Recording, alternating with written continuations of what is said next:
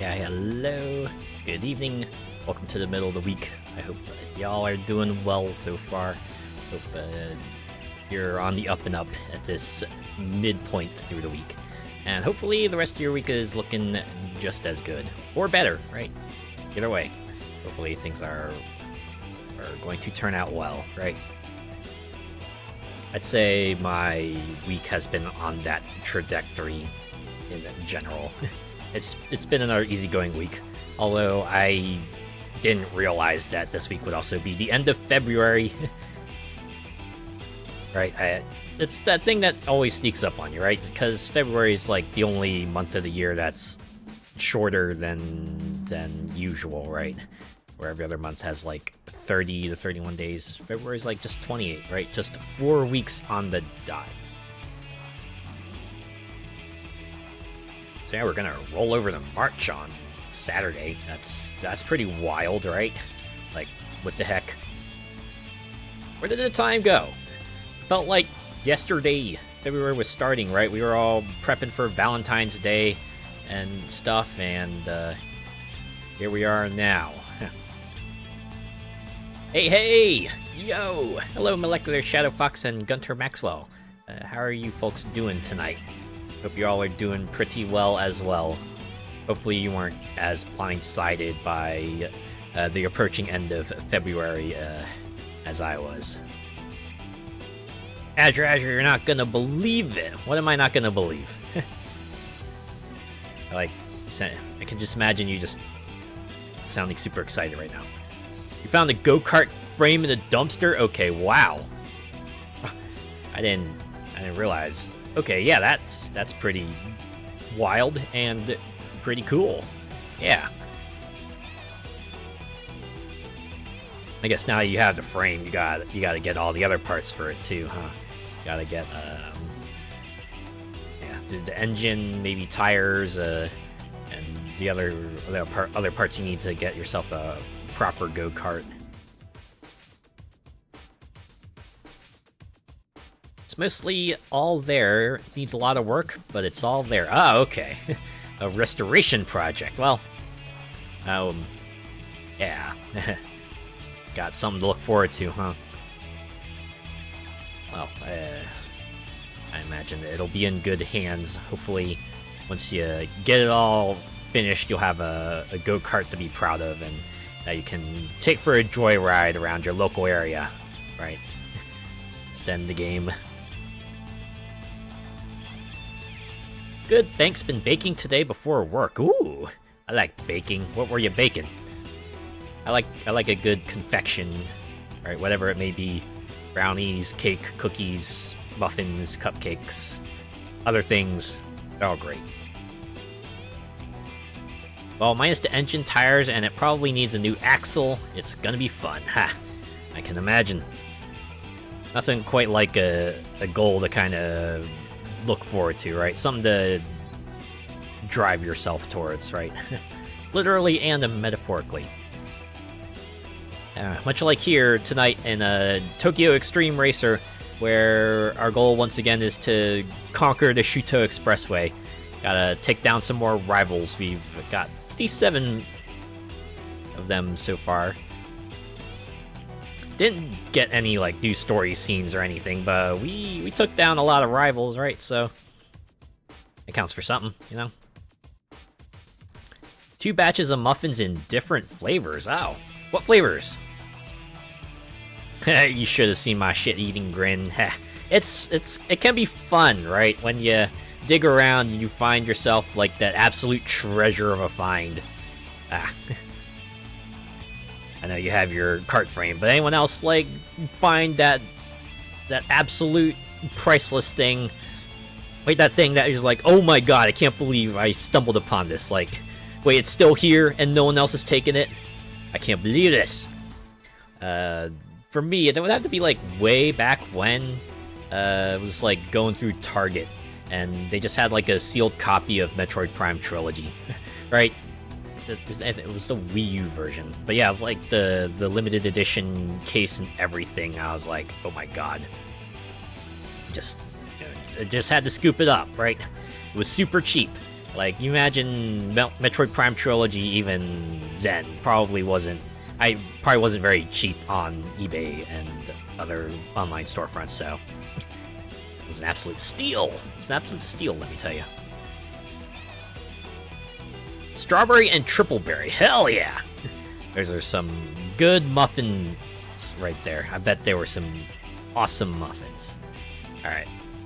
Alright. We can talk more, but let's get back out on the expressway and hunt down some rivals. Let's take down some fools. Whoa. Oh. Immortal Clown. Okay, if I remember correctly, they have a condition to race them. We have here Unknown Plane Rival. You are a wanderer, okay. Huh. Oh, we do have another rival this way, and they are closer. And, oh, parking garage I haven't unlocked this way either. Yeah, we'll go this way. Sounds so good. It does, doesn't it? Nice treat after you had your tea. Personally, I like enjoying my baked confections with like juice or milk, but tea's a pretty good choice too. Personal preference, I imagine. Alright. Since the rival's close, I'm just gonna beeline it towards them. Not gonna challenge anyone. Just gonna go straight for him. Right? It's like Luke Skywalker in the Star Wars rap. Just like, Vader, I'm coming for you. Any moment now. There we go. There's our marker. Hey, out of my way. I got some fools to challenge. Go Nagashima!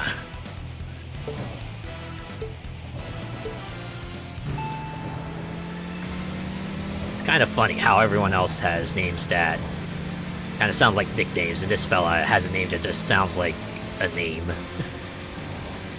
It's a fella who's confused, but they got spirit, right? It's like, okay, what do you want your handle to be? Right? Some guy named John just puts down John, right?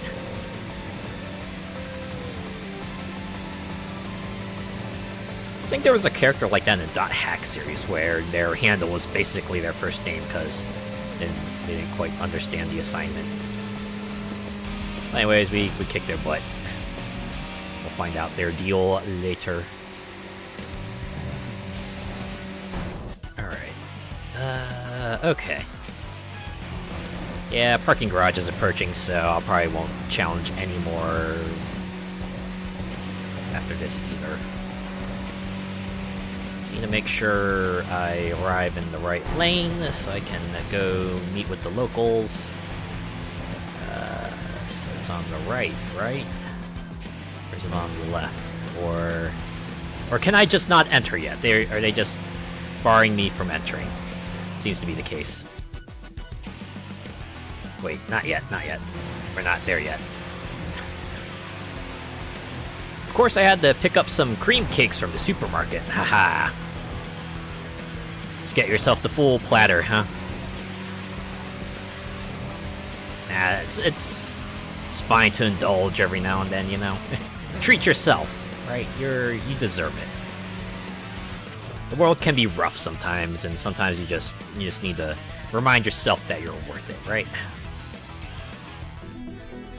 Okay. Let's see, we have the tuner here. We have a fellow we can challenge here, and the gossip crew. Let's see, Chubby Man has something important to say. You want to battle impatient princess? She's friendly, so if you meet her, she'll probably accept the battle. But she won't meet with inexperienced racers. You need at least a total driving distance of over 2,000 kilometers. Wow, 2,000. Wait, how far am I? Moment on the lips, a lifetime on the hips. Ah, rhymes on the dime. Lovely Invincible. I managed to get 3 Yakuman maximum point wins in today's game. Can I continue the streak in battles? Or should I think I've used up all my luck today? You know, as the song goes, you gotta know when to hold 'em, etc. Enticing gaze. No matter how powerful your machine is, if you can't transfer traction to the road properly, it's just wasted potential. Of course, the suspension setup is important, but I focus on understanding the road conditions, especially the bumps, and controlling the accelerator accurately.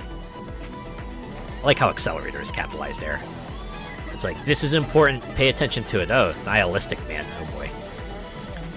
Have you seen the Team Roulette guy racing lately? It's young guys driving ZN6s and veterans driving AE86s, just because they're both 86. It's such a strange group. They don't actively battle or fight for territory with other teams, they just study their own driving and do time attacks. I guess that's what you call modern these days. Oh, by the way, Roulette Guy number 1 and Roulette Guy number 2 are twins, and they run as a pair in battles, so be careful. Huh. Felt like he kind of buried the lead there. Active-looking woman. The Yokohane lane has a lot of straights, but it feels narrow because it's only 2 lanes. Even when battling, traffic gets in the way, so it's said that victory depends on your slalom skills. Well, I'm good at slaloming and I drive a fast car so I can get away easily. Yes, thanks to the crew, I'm pretty good at the slalom as well. One-sided man. Hey, what's your street name? A unique name is important, right? If it were me, I'd want to be called something like, something unique, like Rio Grande Silver Dollar. Maybe in the next Tokyo Xtreme Racer game. Man with sunglasses. Hey buddy, you're driving a pretty fast-looking machine. I'll like it. Oh, thanks. Office worker-looking man. I can't. I don't have the courage to start a battle yet. I'll just scout the course again today and memorize the merge points. That's right, you need to sometimes work yourself up. Sometimes you gotta psych yourself up. And be careful to not psych yourself out, right? In other words, thread the needle. Yes. Love the style of this game. I enjoy it too. It feels underground in a way, you know? It feels like a off-hours kind of thing, which it kind of is, because, you know, you're driving at night, and all these people, they do different things during the day, right? They're students, they're workers, but at night they just hop onto the highway and just drive, right? Just drive into the night. Just have a thrill, right? What a thrill. Okay, let's talk to Ace Shooter. Or actually, let's talk to... We can talk to the legendary tuner, right? Yo, excuse me. Is this your machine? It's quite an interesting machine. If you let me tweak it a bit, I can make it faster. With this combination of parts, the effect might be minimal. There are compatible combinations for engine, intake, and exhaust systems. As it is, I can make it a bit faster. It's just a temporary tune, so the effect will only last for today. But if you want to drive faster than usual for the day, I recommend it. How about it? Yeah, let's do it. I'm gonna get way more money out there, so a little bit of a performance boost, we'll take it. Heh, you're just waiting for Miss Extreme to turn up again so you can admire that outfit. Aha, I get it. Thank you for choosing me. I am Love's Ace Shooter from Infinity. Tonight, I'll take you to a world of dreams. For you, it's gonna be a world of nightmares. Okay. Let's go then to the dazzling world of battles with me. You'll be seeing stars, that's for sure. Haha. You know, incidentally, Infinity Nikki had an update last night, and they introduced like a bunch of new outfits, and one of them you could get right away had like a really cool pair of pink leg warmers. Right, it's like those old school leg warmers that like look really furry and really baggy, and they're classified as socks, so it's like really cool, right? You can like throw that onto any outfit and it looks cool. And I had another outfit that that complements those leg warmers like super well, and I'm just so satisfied with it. It's great. It's great.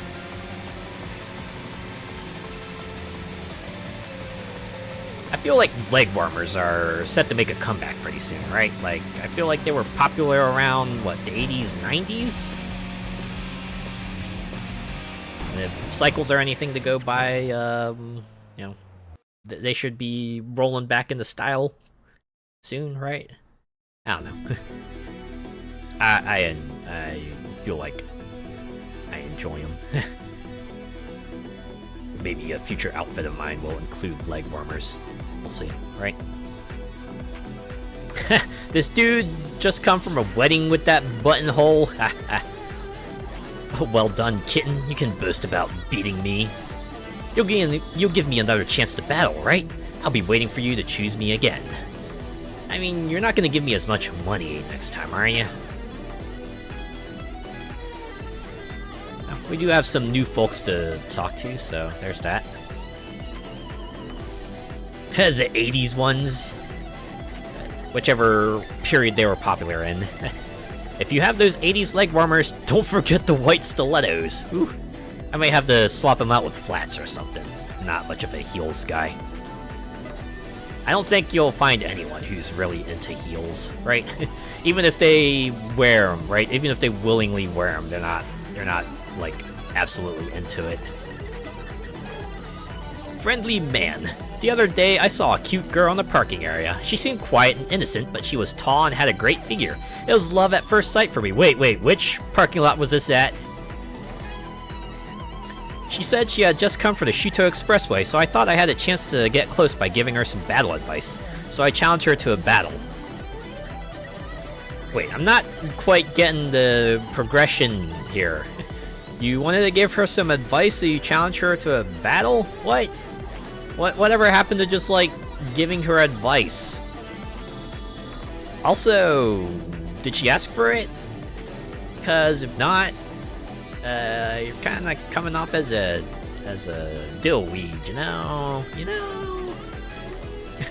Man, it was terrible. I found out later that she's called Trance Drive. I wasn't a match for her at all. This is what they call karma. As the name should suggest, she's a different person when she grabs the wheel. I started ahead, but she kept gaining from behind, and it shortened my lifespan. Saw your life flash before your eyes, huh? And it was a life without her! Oh! Yeah, not unless you want a broken ankle, yeah. Street racer looking man.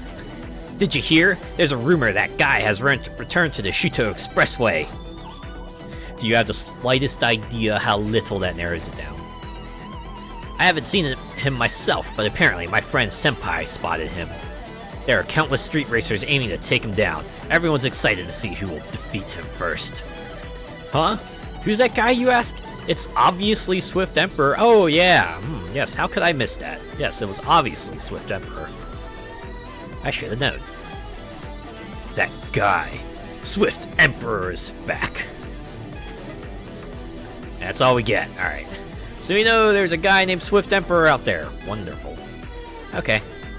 I guess we can go back on the parkway, or on the expressway. Let's see, is there any other parking garages? No, there are a lot of rivals.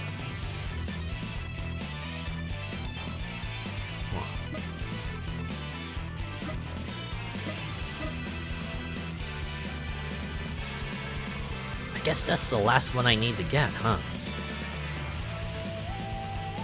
Alright, well, we can continue along this way because there are some unknown rivals far ahead that we can challenge. So let's get back out. Excuse me. Let's get back out here. Gonna drive the night away. And our tires, too.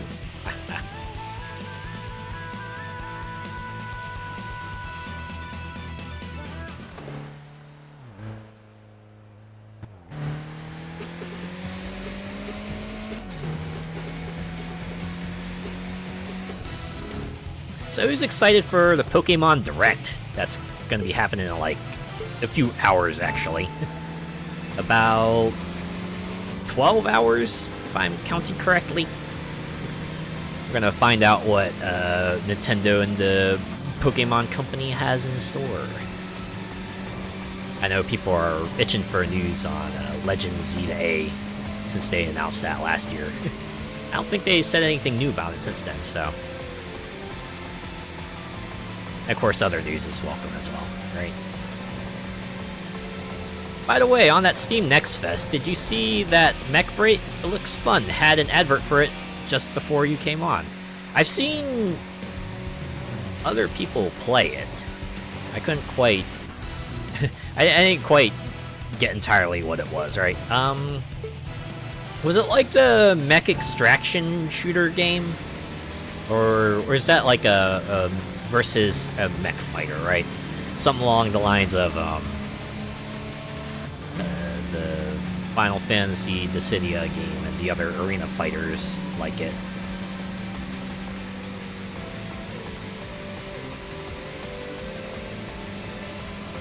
Because I know there was like an extraction shooter type game that came out like, or at least was previewed not too long ago. Because I know some streamers were showing that off.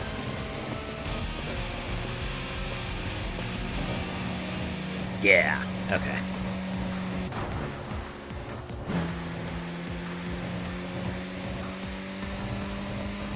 Mecha Board. I might get into it if my friends get into it. Thing about those kinds of games that I usually don't do too well at it solo, so I need some other folks to carry me. And it's more fun too, because then we can just have ourselves a kind of a good fun time, right? Because most of my friends also usually play for fun. They're not trying to sweat most of the time, so can have some fun together, right? PvP, PvE, PvP, VE, etc. I see.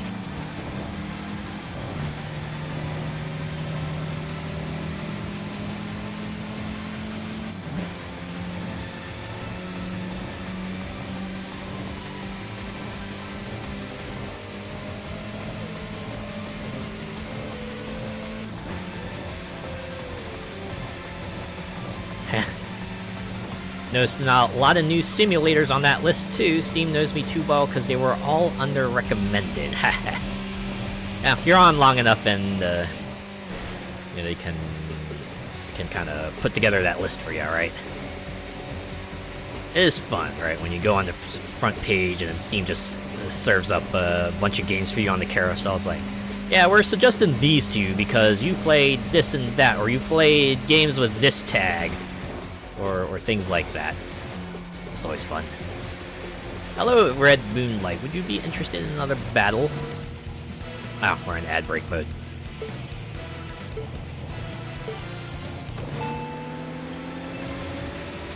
I did see that this game got an update not too long ago. One of the things they actually put on the list of changes was that they kind of changed the timing of all the music, so like when they do the sort of the pre-battle music, that continues all the way until the countdown reaches go. Whereas before, right, you remember when we played in the previous weeks, they started the battle music like after the preview was done and then the countdown started. It's like a slight timing change, but it's something I can dig, right? Because timing can be important, right? You get the timing right, you get yourself like the raddest musical moments ever. Just like ask anyone who's played Metal Gear Rising or Devil May Cry 5 or probably a bunch of other games that do the whole variable mix stuff exceedingly well. No, welcome back to Mads.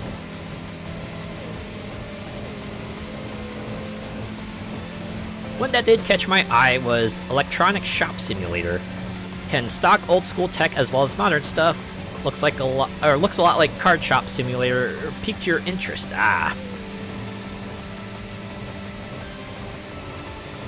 I imagine there's going to be a lot of shop simulators coming out, just like each covering their own niche.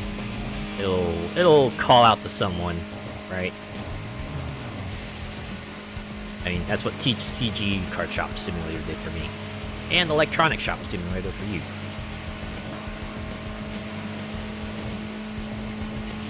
But reminds me a lot of Radio Shack. That used to be like a pretty big chain in the U.S. Stocked all sorts of electronic doodads, from components to like full-on box kits and everything. Of course, technology marches on, and we're facing off against a boss, Playful Gentleman.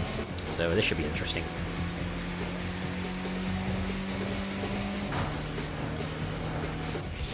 Oh, I was wondering why battle didn't start, but here we go. Alright, hopefully this guy won't smoke me.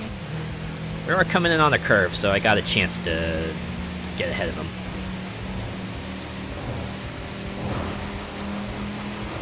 Oh, okay. This guy don't play nicely. Alright.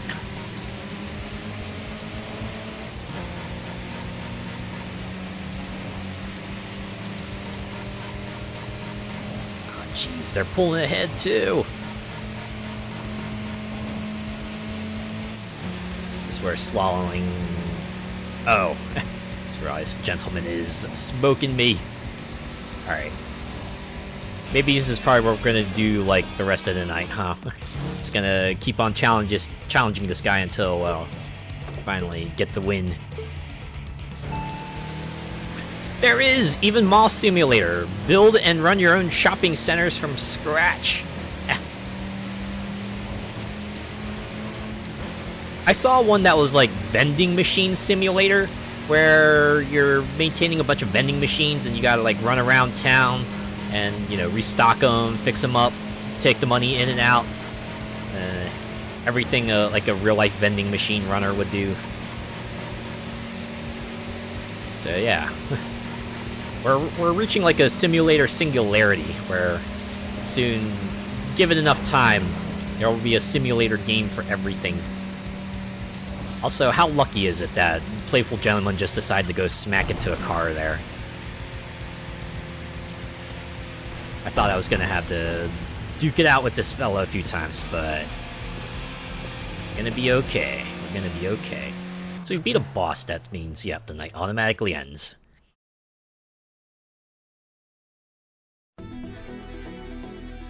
As you were resting in the parking area, someone spoke to you in a familiar voice. It was like a voice from a foreign movie dub or TV narrator, beautiful and resonant. Turning around, you saw a gentleman dressed in elegant clothing. What kind of elegant? Although knowing this game, it'd probably mean like a suit. Oh. You just look like a faceless Stan from Monkey Island. Like, I imagine you being in motion and like that plaid just like not moving at all. We need something like VTuber Simulator. I think there's like a couple of Streamer Simulator games, right?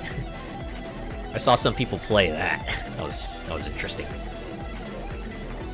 Gentlemanly man?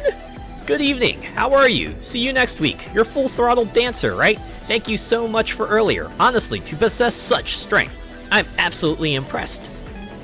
As the man bowed politely and spoke fluently without pause, you were a little taken aback. Behind him, a tall woman timidly appeared. Good evening. Sorry if I startled you. I'm Trance Drive, from the battle earlier. Do you remember me?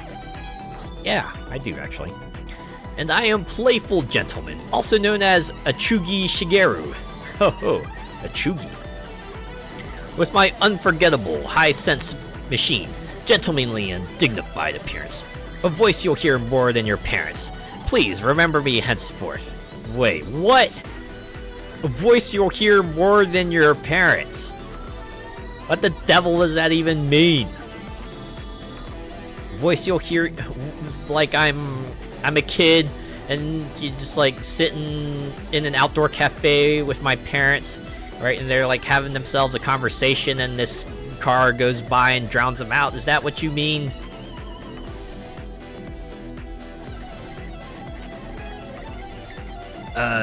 You've battled Eternal Polaris, right? We'd really like to talk to her. She's such an amazing driver. But when we approached her at the parking area, she wouldn't say a word. I think we might have scared her off. I wonder why. With a gentlemanly person as myself and an incredibly modest trance drive, when not behind the wheel, there's absolutely no reason for anyone to feel scared. Don't you agree? Could it be my fault after all? You see, when I take the wheel, my personality completely changes. During battles, I get so absorbed I can't even recognize myself. Ah yes, that classic anime archetype, right? Gentle outside of their area of expertise, but you get them locked in their completely different fella. Wow, talk about being so far up your own arse. Ain't it so? Terrifying intensity is the perfect description. Yes, a compliment, of course. But from my observation, Eternal Polaris doesn't seem like the type to be so easily scared. She speaks through her driving, not words. A stoic type, perhaps. Oh, how thrilling. Wait, does it say that on her bio? It would be pretty amusing, right? Just the assumption that everyone else has the same access to the bio as we do. There's like a Rolodex of cards that everyone's holding on to somewhere. Right, they're like just swapping information at parking lots. It's like, ah yes, this is what I've gathered about this other person. Eternal Polaris, the mysterious girl you encountered that day. It seems many are captivated by her driving. When you meet her again, will you be able to exchange words? Probably not. Oh, that's it. Nope. I don't like Full Throttle Attacker. I mean, it's a good name and all, but you're not beating Dancer. You're not beating the Dancer. It would beat a good number of opponents. Got 4 BP, up to 8. So that's cool. A lot of CP as well. A lot of points. Alright. I don't think we have any new perks, right? Oh, I could get defense level 3. Or maybe SP up. And again, I really want to save up for the tuning stuff, right? So oh, wait, no. Oh, wait, we got tuning stuff. Okay. Alright, let's do it. We'll unlock a power unit. Intake system. We beat the right bosses to get some new perks. Just in time, too. Well, well, we got a slight build-up of BP, but it's nothing too excessive, right? Okay. Well, let me move myself real quick. Let's read some bios. Go, Nagashima! A friend from Dangering Reds from their study abroad days. They're good rivals, diligently competing with each other both as DJs and street racers. He honed his skills as a turntablist in New York and returned to Japan to team up with Dangering Red again. His ability to read the crowd, developed as a DJ, translates well into racing, giving him excellent strategic skills. However, he prioritizes audio systems over performance, resulting in lower combat effectiveness, which he doesn't mind. I'd say having, like, jacked up bass boost is combat effectiveness in of itself, you know? If that's what Go Nagashima is going for. Oh, wow. Your name is Go Nagashima, so your racing handle is really just your name. Ah, alright. Let's use an Infinity. Loves Ace Shooter. A flashy FD3S driver and well-known host of a male host club in Shinjuku. Despite the car's high turning performance, he has tuned it for top straight line speed. His FD3S boasts an impressive max speed that surpasses even the lovely Invincible's BNR34. Under the leader's guidance, his technique has significantly improved. However, his strong-headed personality continues to attract animosity. With the best financial situation in the team, there's a concern he might become the team's sponsor, but so far it's been avoided due to the members' self-restraint. I get that feel, right? You wanna not feel like you're depending on someone else, because that's how you get complacent. That's how you get lazy, you know? Shoma Kamishiro. Yes, you are a host. Also, that livery's kind of sick. It's like a little ink fume with some flames and the pink colors too. Yeah, I like it. I like it. Yeah, Wanderer. Oh no, this is nothing new here. Boss. Playful Gentleman. A veteran voice actor active mainly in dubbing overseas dramas and movies. His voice is one everyone has heard at least once, making people turn their heads at parking areas. Due to his roles, he has a jester image, but he is very gentlemanly. He has a unique side that warms the atmosphere by acting out many different voices. His machine is an FF car but is tuned for drifting. He boldly attacks corners and entertains with gap maneuvers, embodying an entertainer's spirit. Ah, quite the showman. Yep, Shigeru Achogi.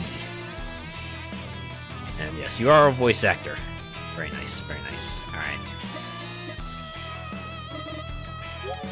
That's everyone. Alright, well, for the first time in a while, we can go back to Toon. And let's see if we can afford these level 3 parts. Oh my god, 700,000. Whatever lets us get an edge in battle, right?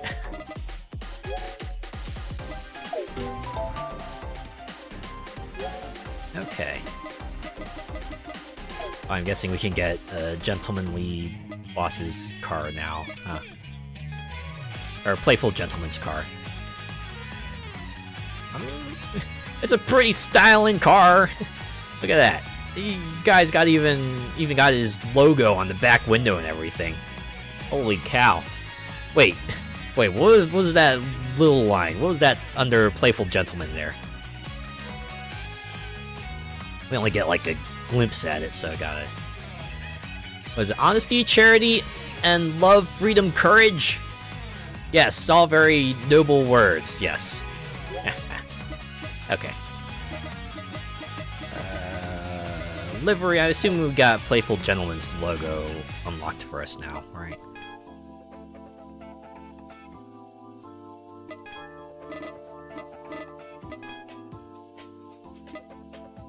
Yeah.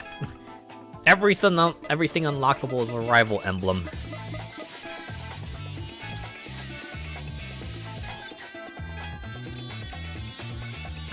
Classy with the black, gold, and white, yeah.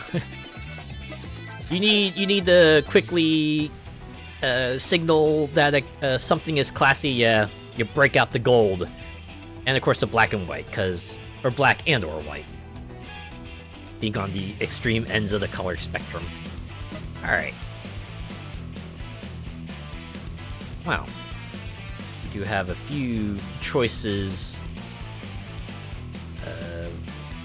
to kind of depart from. Although I was kind of looking at this one, because this is not only where we started, but we could perhaps make a detour to go unlock this parking area as well, right? So we'll start here. Let us depart. Let us see how, oh, did I not press OK? Okay, well, now we did it. Let's see how our slightly more tricked out machine handles tonight.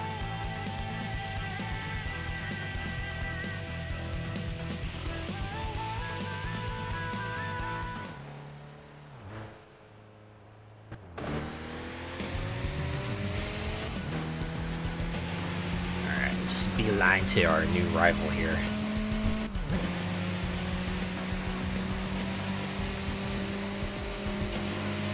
Oh. Speaking of upcoming events, who's ready for the Tony Hawk reveal? Happening on March 4th, I believe, right?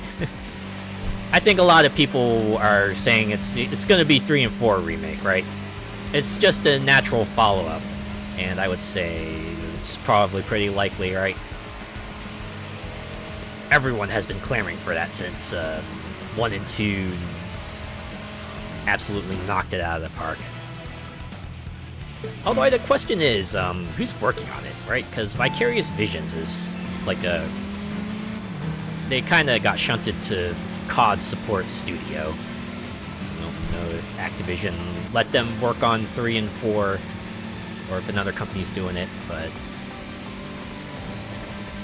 there's hope again, right?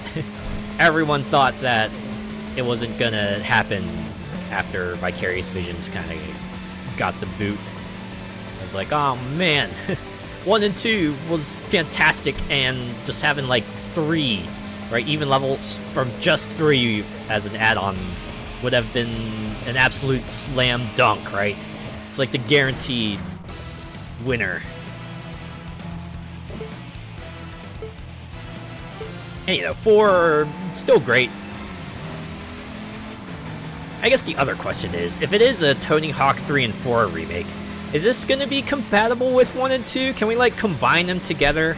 Do a lock-on, like, Sonic and Knuckles style, make, like, a one mega game where we can play as, like, any character from those 2 collections, with any level from those 2 collections? Because that would be pretty rad, to be honest. I'd really dig that.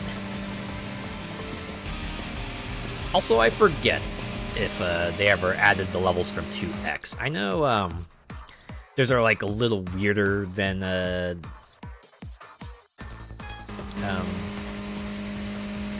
like the the regular Tony Hawk 1 and 2 levels, but I don't know. I feel like they have a place, you know. Been so long since you played a Tony Hawk game. 1 and 2 did come out like 2020. That was like 5 years ago. Good lord, 5 years. Really doesn't feel like it's been that long, you know? But yeah. Here's hoping, right? Here's hoping whatever Tony Hawk's got planned, it'll be good. They'll at least have good people working on it.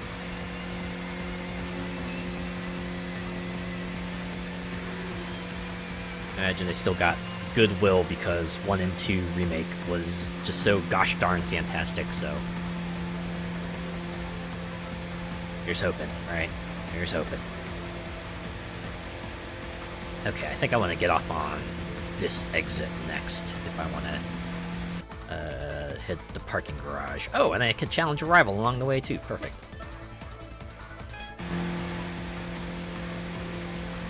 You still have the OGs on PS1? Heck yeah. Ah, those were fun times. I'm pretty sure I still have Tony Hawk's Pro Skater 2 for the Dreamcast. Alright, just stuck in a CD binder somewhere. Yeah, I sank a lot of time into that game.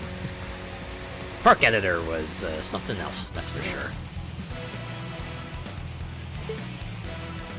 Boxed Daughter? Does that mean you're like a wine enthusiast? I assume if that's the case, that's a name that was given to you and not a name you picked for yourself.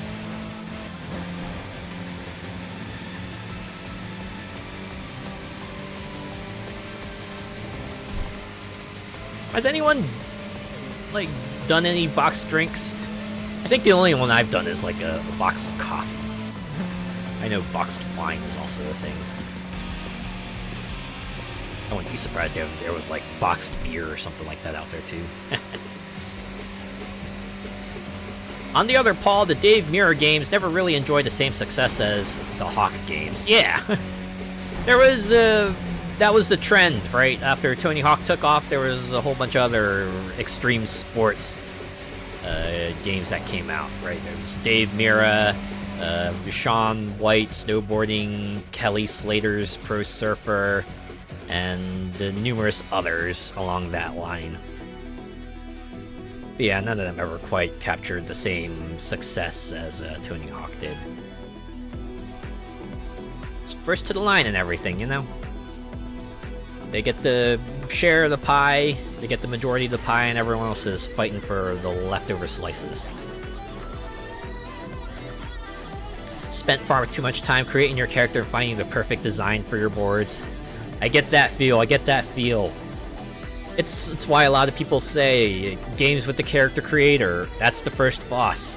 Because you're gonna spend, a good number of us will spend a lot of time just making sure we get all the details right.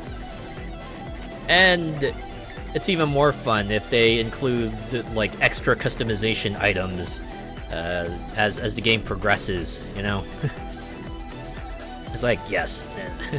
I'm just like sitting there reading previews like, okay, which customization items are really speaking to me and how do I get them? That way I can get my ideal look ASAP and everything. That bow though, yeah, right, that bow. Big old anime bow right there. Okay, let's start talking. Friendly man. Green Wild Child only comes to race on weekends. Well, even if you meet him, he only battles with Naniwa license plate cars. So the weekend and we did a Naniwa license plate.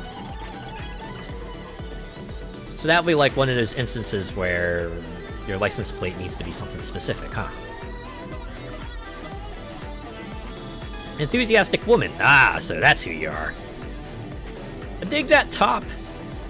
I kind of like a multi-layered looking top, right? Something that has a bit of ruffle to it. I don't know. Something about that is cool. I was recently invited by my boyfriend to try out the Shuto Expressway, but I thought street racing was kind of a man's world. Well, hopefully tonight has shown you otherwise. You know, there are actually a lot of girls here, right? Older sister types, Garu, and so on. It's not really the image I had in mind. But how many Otoko no Ko have you seen? Some cars are even cutely decorated, and just looking at them gets me hyped, but I still want to race, so I'm talking with my boyfriend about making my Shuto Expressway debut too. Might we see you in a Tokyo Xtreme Racer sequel? Freebird!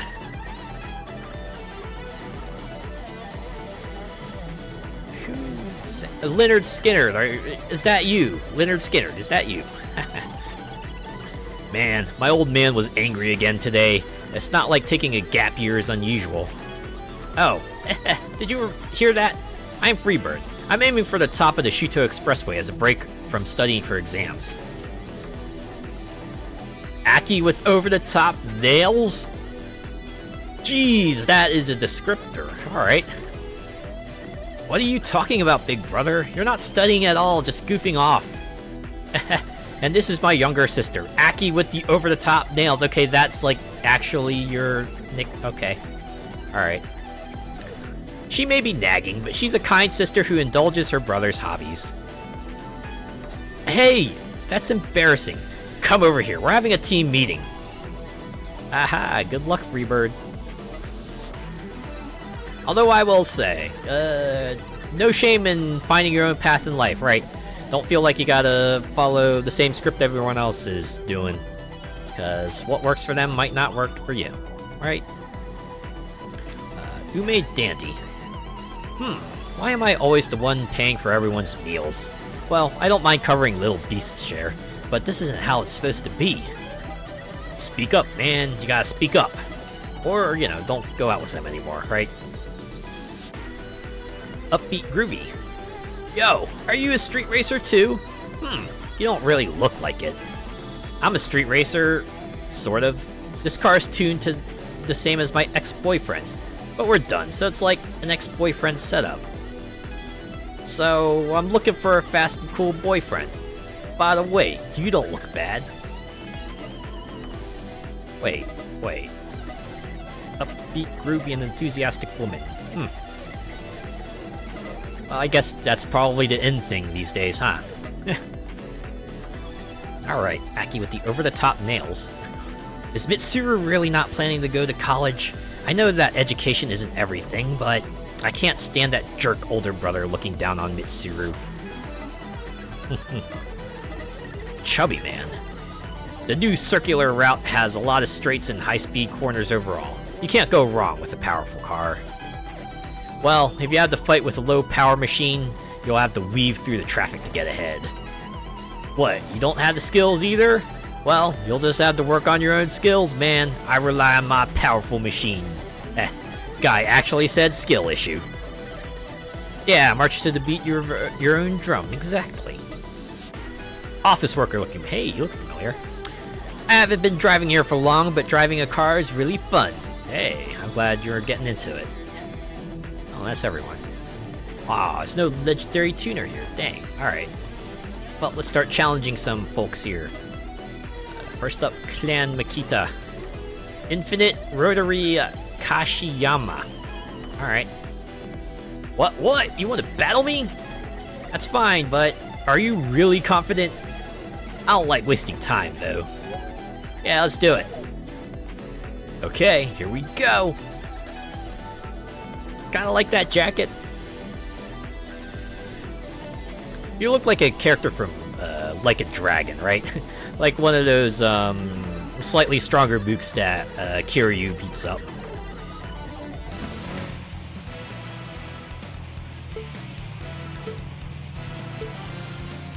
Also, I'm slightly ashamed to admit that I saw that car's livery, and the first thing my mind thought of was Monster.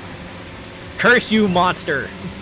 I can't help but think of you anytime I see, anything with like a vaguely tearing claw-esque pattern now.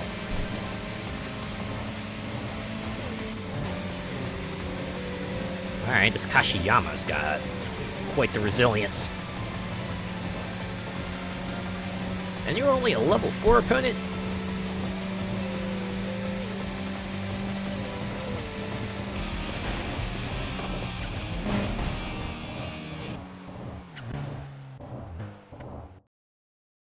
Any clothing that has dragons on it is a win in my book.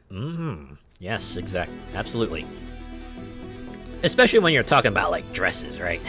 Like the ooh, I'm gonna butcher the pronunciation of this, but like the qipao, right? The Chinese dress. That's where it looks real good. Wait. Hold on a second. That's not it.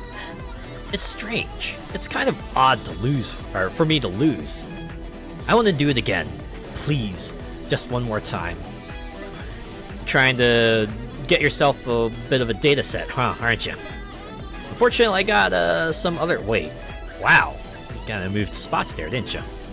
Alright. Green Wild... Oh, you're a wanderer? Sorry, I like to get along with everyone, so I generally don't battle. However, I had a terrible experience with a Naniwa license plate in the past. Thinking about it still makes my blood boil. That's why I will only battle Naniwa license plate folks. Well, that's how it is. Wow. And I don't meet that requirement, do I?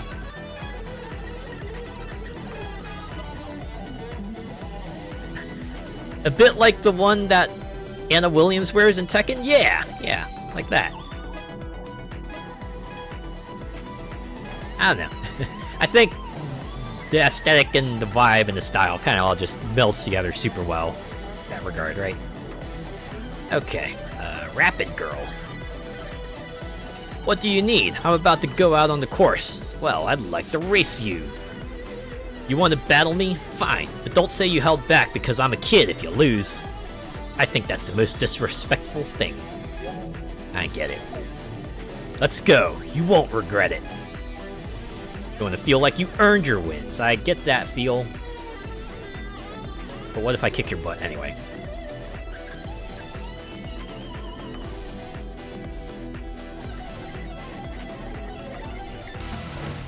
Suspense.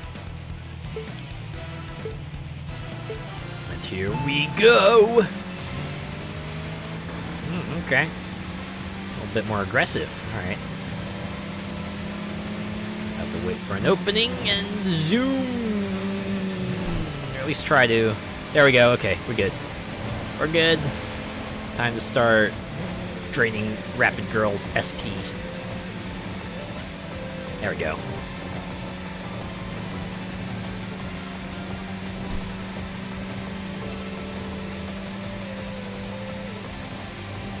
Resilient, just like the other fella.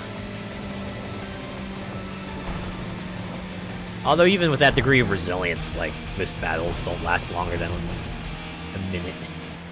If even that long. Oh, and there was an ad break. Welcome back from ads. You didn't miss too much. Grr. It's not that I'm not frustrated. I won't lose next time. You better battle me again. I don't really need to, but... Okay, what's setting? Oh, no. Yeah, obviously it won't let us change the license plate. Okay. Oh, since we can't challenge Green Wild Child, I guess... Well, let's see if there's... Oh, yeah, a lot more people to talk to. Oh! Some interesting folks. Okay, let's start talking. They're all channeling their inner Ass Ketchums with all this talk of battling. It's all they know, right?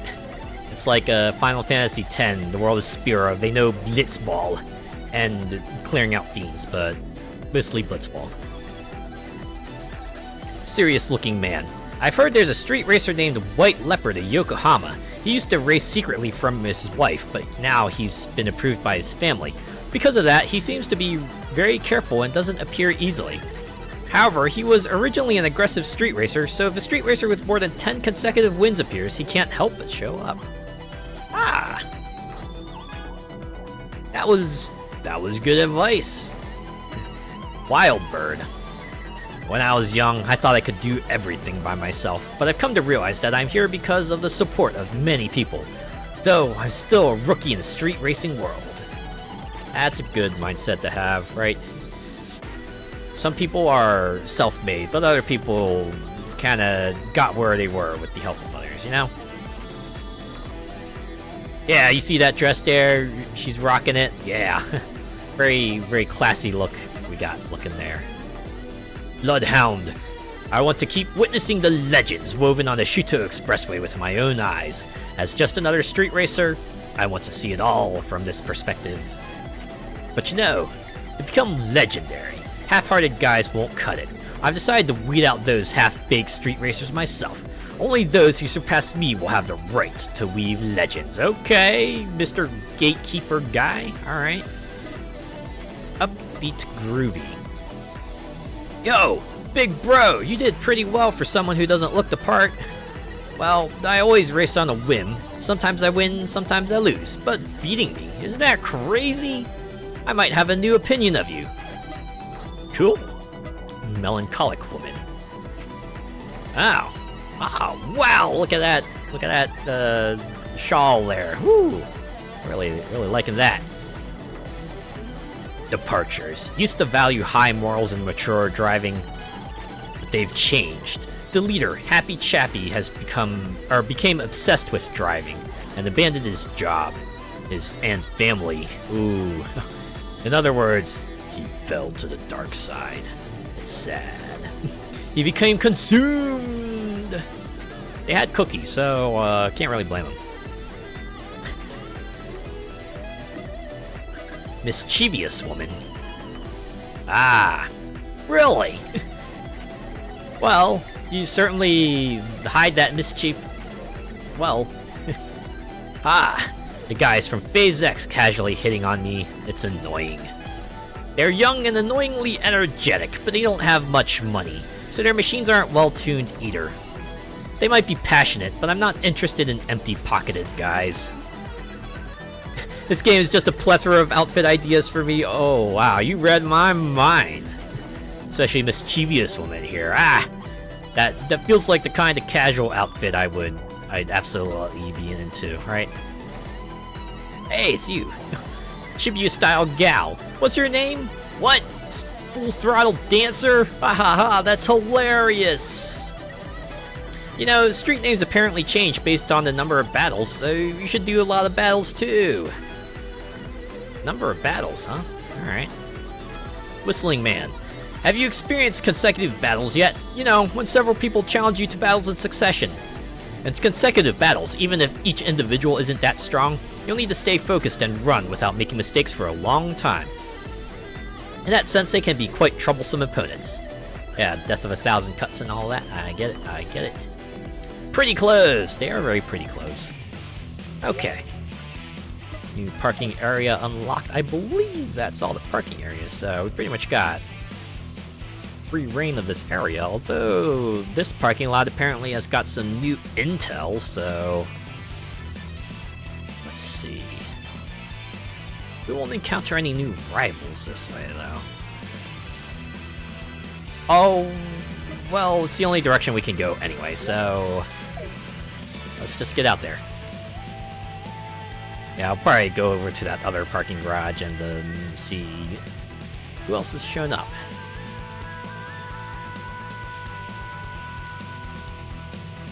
And hey, maybe we'll get our 10 consecutive wins, huh? We're up to 5! We're up to 5.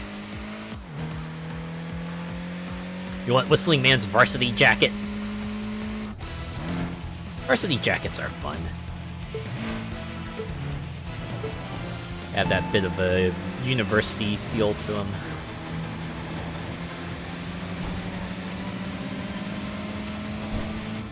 I think one of the items you can get in Infinity Nikki is I don't want to go that way.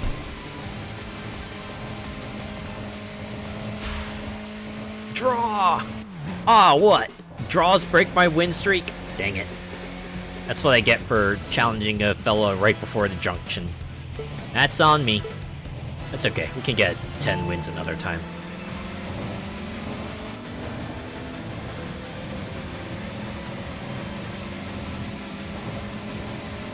I do like that, though. If you take a different route from your opponent, they're just like, yeah, we're calling it off. Nobody wins. Only thing you really lose, like, a little bit of tire durability.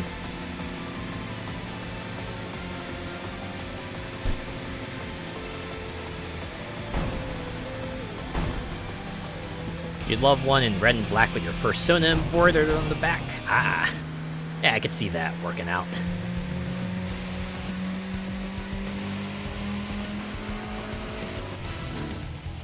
Red and black are like pretty popular colors for a school, yeah.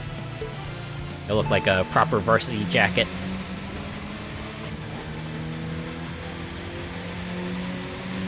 Your persona would look a lot like a mascot, too. It all comes together.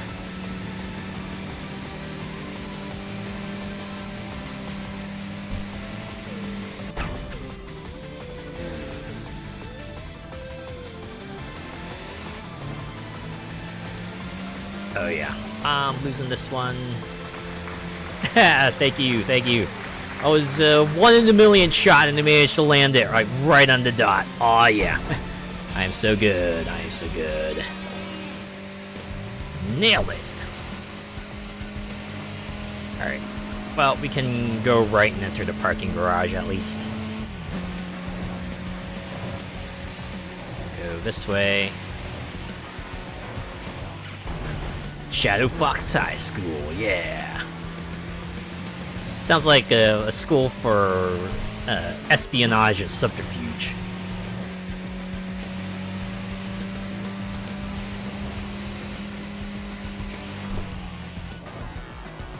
Right in the middle.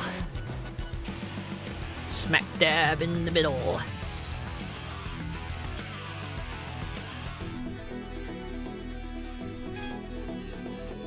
Oh, Silent Barbarian. Oh my god, that hoodie's teeth on it. And he took you out. Alright. Let's speak with the folks here. Otaku-looking man. Want to battle Devil Road Run? Heh. Her machine's customization is top-notch. I'd love to take some pictures of it next time. She'll appear once your total mileage exceeds 666 kilometers. She's very dedicated to her demonic Xtreme Racer identity. 666, the number of the beast, right? Yeah, Iron Maiden made a whole song about it. So we got 2 wanderers that appear when you hit certain distance milestones. That's interesting. Cool Sight. Hey, remember the other day I battled you and lost by just a step? I'm called Cool Sight. I'd appreciate it if you remembered me. I run a video site where my main content is racing videos. Is it alright if I upload our battle video too? It's fine, right? I have a strong feeling it will become a popular video. Yeah, go right ahead. Just make sure to @ me in the description, right? Oh, great finance. It's you. Last time I was caught off guard during the battle. An alert for currency exchange fluctuations went off. It threw me off a bit. The stock alerts. Well, let's see. I wanted to ask you something. How do you feel about the battle you won the other day? Feel great. What? Something about exchange rates? What? Collapse? Where? Where exactly collapsed? You managed to evade at the S-curve. It was a chaotic development, right? Okay. I get it now. Your story is a heart stopper. Let me take a deep breath. Whew. Multitasking. Hey, it's you, Cinderella past midnight. Good evening. What a nice night. How's it going? Let's see. Looks like you're working hard, but you're still not ready to challenge me, I think. Sorry, I don't feel like I'd gain anything from racing you right now. One day, become a special street racer and battle me.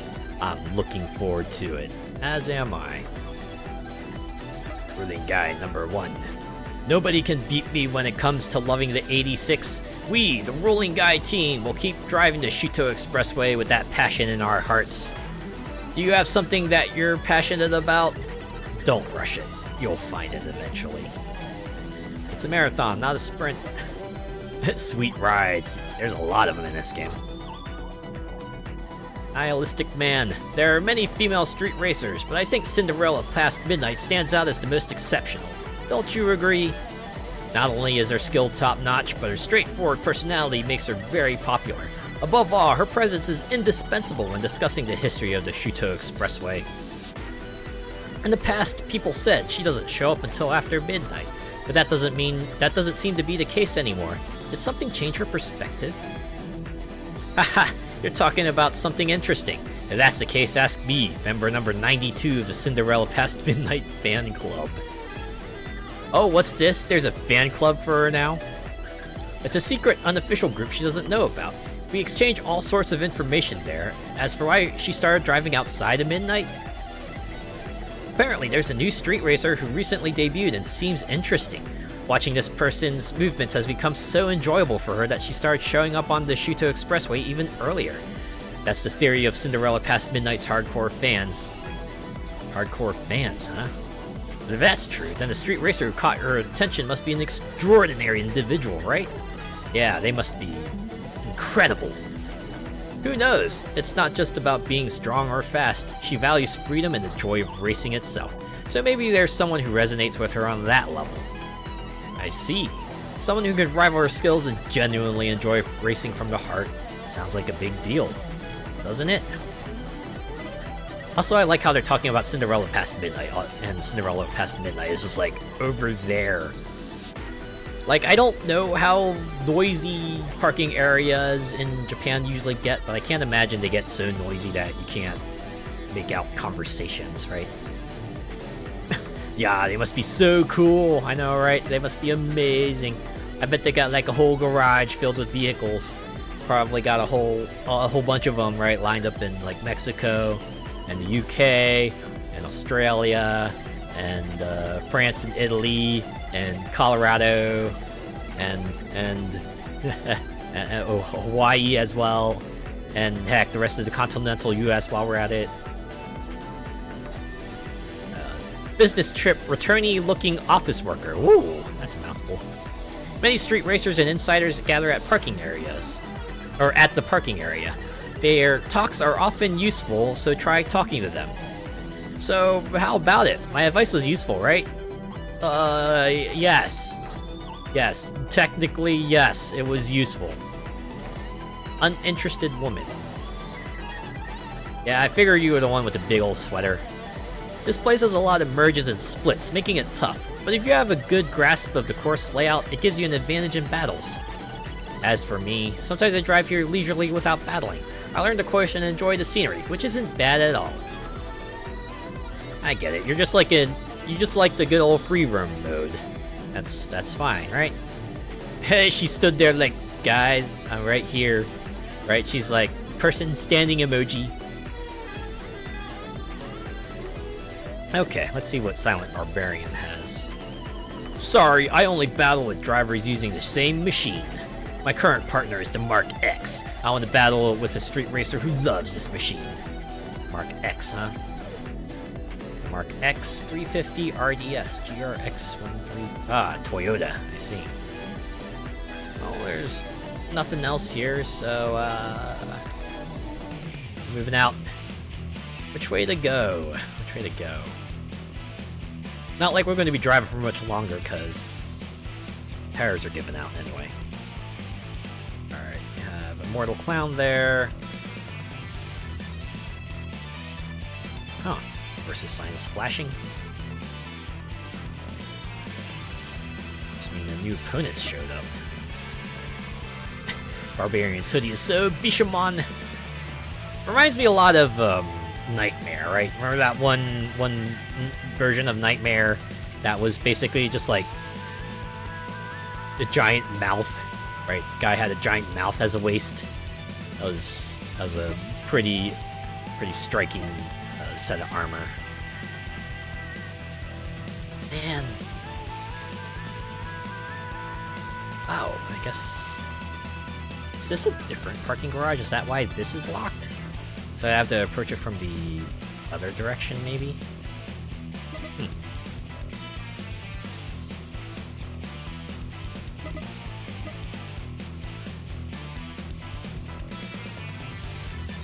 Okay. Well, if the tires hold out, what I'm thinking I want to do is maybe go out this way to try to loop around and then see if we can perhaps reach this rival.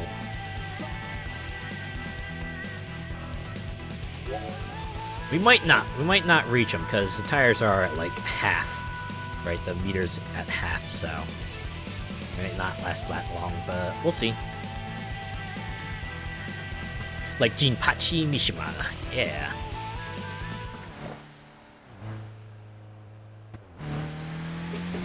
Alright. Just get past the junction and then we'll start challenging some fools.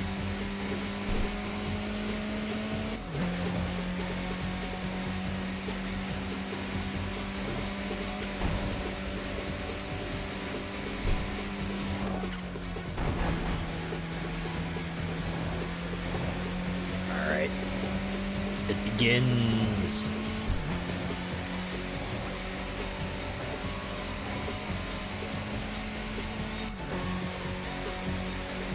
Definitely not going to get 10 wins tonight, but there will be other nights, right?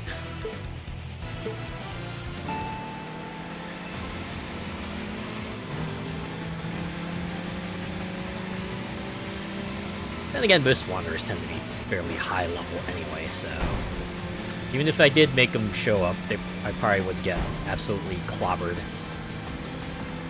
I would be wrecked, right? Wrecked with an R-E-K-T, so it's like an extra special wrecked.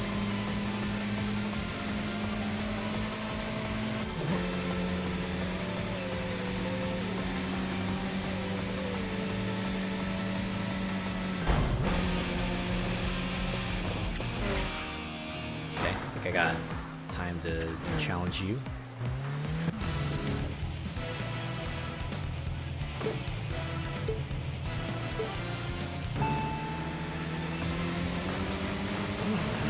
Aggressive one, alright. Uh-oh.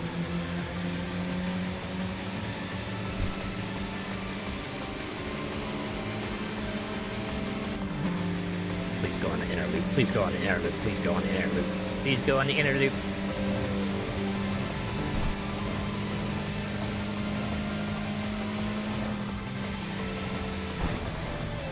You know, why can't I decide the route we take if I'm leading? I feel like that's like the reasonable thing to do, right? Like, obviously, if they're leading, then yeah, let them pick the exit, but if I'm in the lead, I should be able to pick the exit. I don't know. Bit scratched paint. There's a lot of that happening. Maybe metaphorically, if not visibly.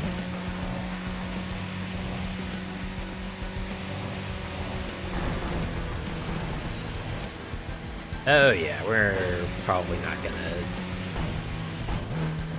encounter any rivals tonight, so Let's just challenge some fellas. I like how the rear tires are more visibly worn. It's a nice touch. Gotta dig it when games pay attention to details, right?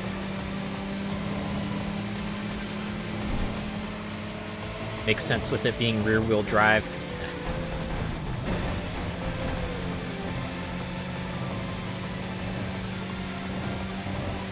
Am I finally gonna be able to exact my revenge on these taxis?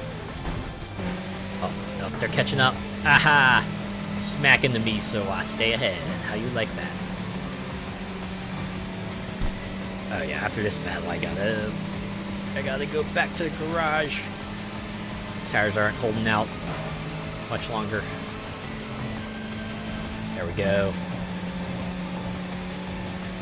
Your SP's mine. So is your CP.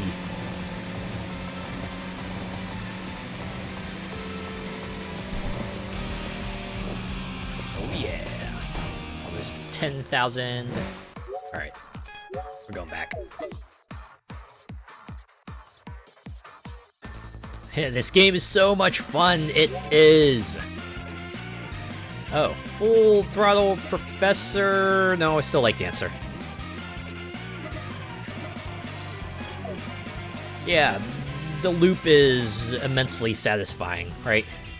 It's a simple one. It's quick, but there's still a good variety in it, right? The way the opponents have different driving styles, and the way the cars can look different, and even the bios, right?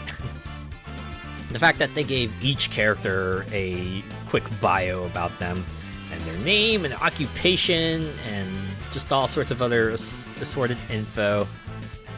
Like, they didn't need to do it, but it's a nice touch, right? fun little thing to kind of look forward to when you take out some new opponents, right? Alright.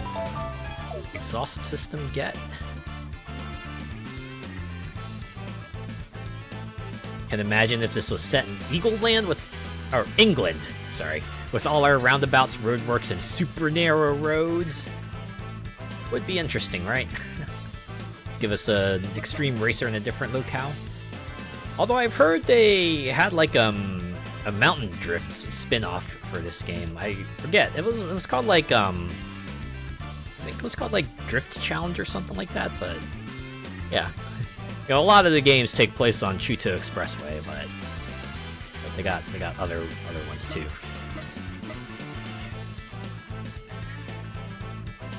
So I don't think I have anything else in tuning, right? Yeah.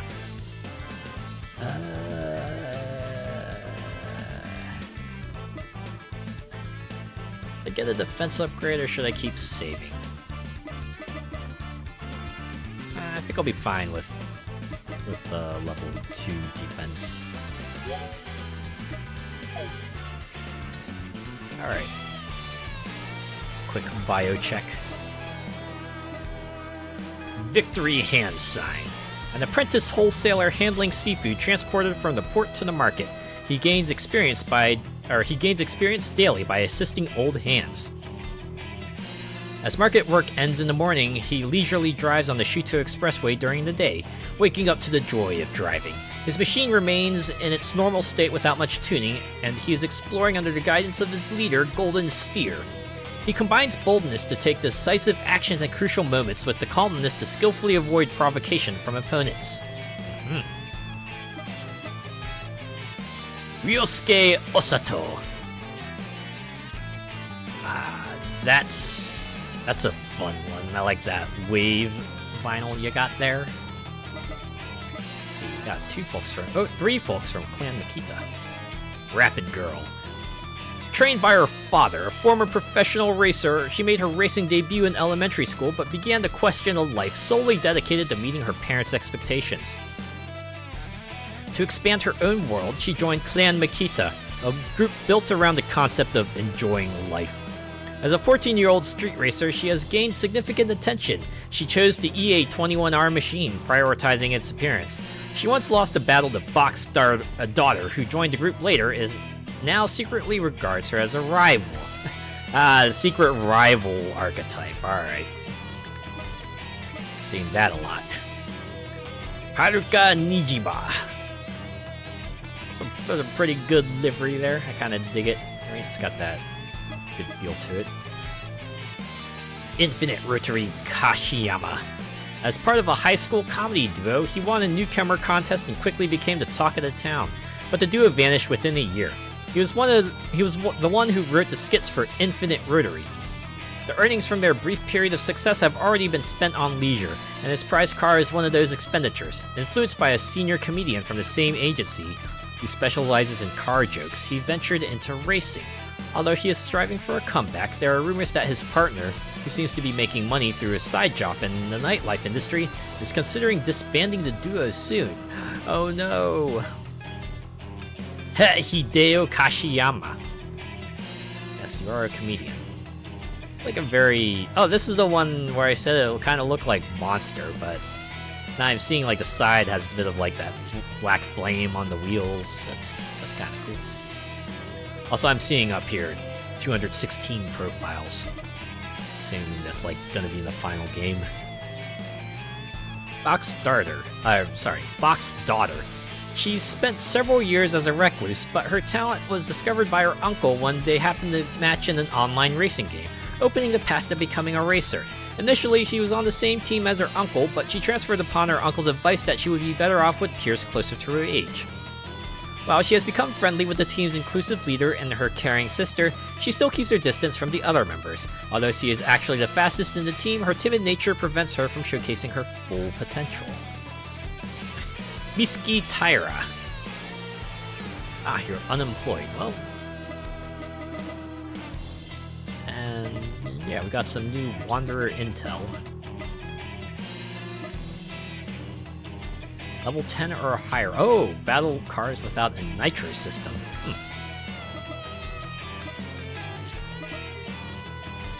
Oh! Right. Okay, yeah, you are out of my league at the moment. Okay. We can go to tune and power up our exhaust system here. Yeah. Alright. How far have I driven? 474, okay. We're still a little ways off from being able to challenge a Devil Road run, but we'll get there, right? Get there. Okay. Alright. Fortunately, we got rivals mostly going in like opposite directions here.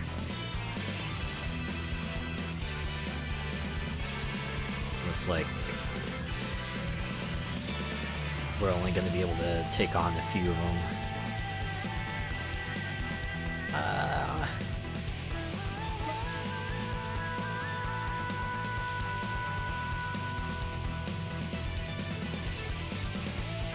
Okay.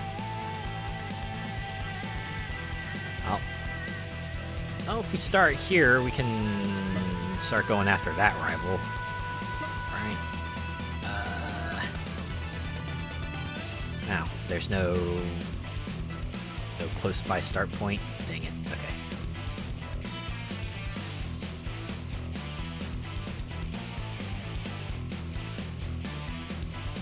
There is an exit with a close by rival. That was on top.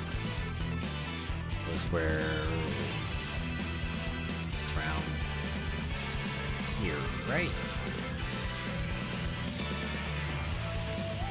Although, if I want to get at this parking garage, I'd have to come in the opposite direction. So maybe I want to. Maybe I'll just start around here, and we can just loop down the south end and come back up and try to reach that parking garage. Sounds like a plan.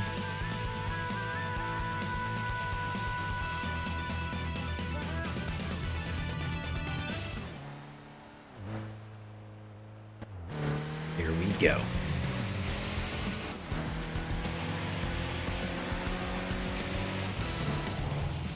I know I'm challenging a car right before off-ramp, but we should be able to take him out soundly, right? Or not? Okay, well, it's the first battle anyway, so whatever.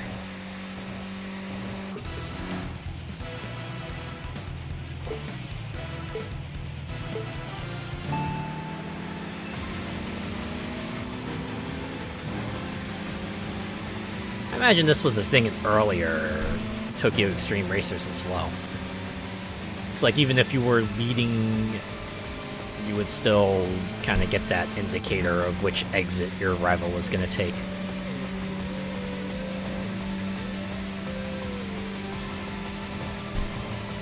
Oh wait, did I end up taking the wrong way anyway? Oops, I screwed up. Well, this is fine. Yeah, there's a rival in that direction, so this is fine. Fine, everything's fine. It's okay. We'll probably go a few more nights, and then I can try at that parking garage another night.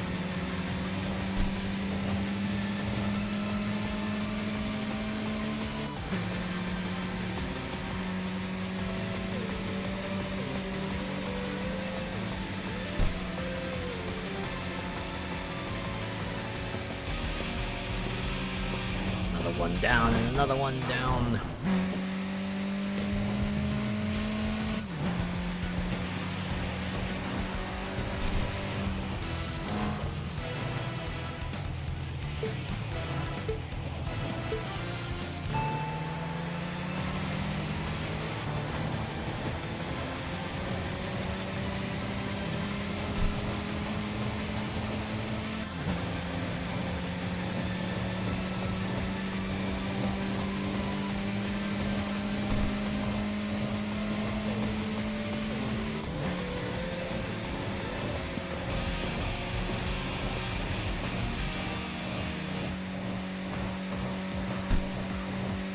Oh, you know, there were quite a few studio closures, like, and game closures this week.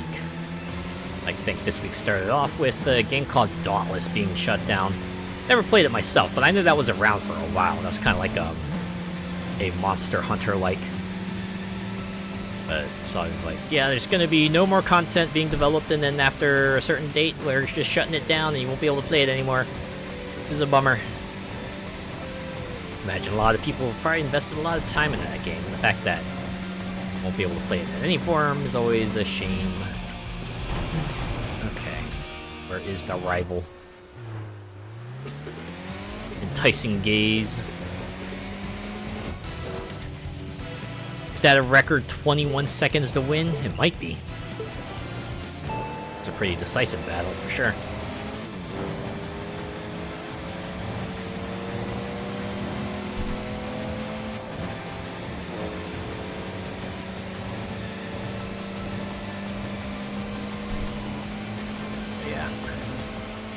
Apart from that, WB Games also announced a few closures. Notable among those player-first games, so anyone who's just hoping for like a multi-versus comeback, it's like, yeah, unfortunately, that's not gonna happen. Although from what I've read, like a few of the ex-player-first games crew is forming a new company, so here's hoping they'll be able to do something. Ah, a boss, huh? Alright. Oh, team leader. Lovely Invincible.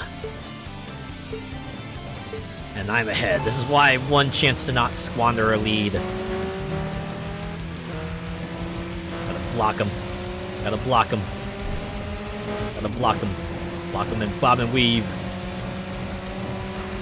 I forget, does defeating a team leader automatically end the night, or is it just bosses that do that?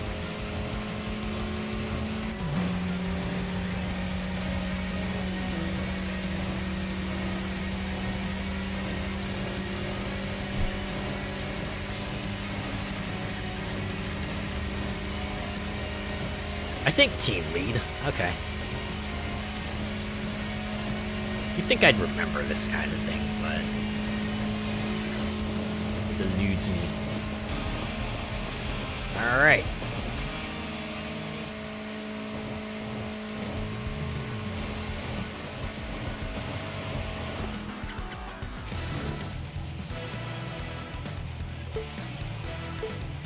Oh. The other WB Games closure that was notable and kind of sad is Monolith. Rather famously working on a Wonder Woman game for like the longest time, but unfortunately that has also been canceled, which is a real bummer. Wonder Woman could sure use some more time in the spotlight, at least I think so. Those guys also made games like the Fear series, which GOG recently came out and said, yeah, we're working to make sure this stuff gets super preserved, right? And then they also did the Shadows of Mordor games. Somewhat infamously, they patented the Nemesis system, preventing anyone else from making anything similar to it, which is a shame, because that system was actually really goddamn good in those Mordor games, and now we're not gonna see anything like it, at least not for a while. Not if WB has anything to say about it.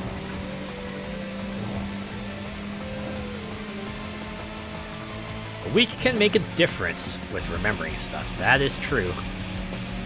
Like your mind is like, yeah, this is a detail that I probably won't need to remember, and then something comes up that you would need to remember that detail, but you can't quite recall it, and you're like,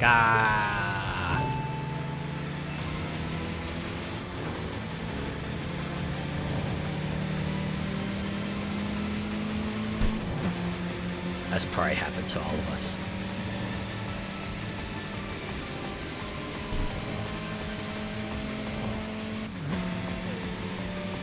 It's why, at least with things like, things to talk about during a stream, I just keep a notepad file just like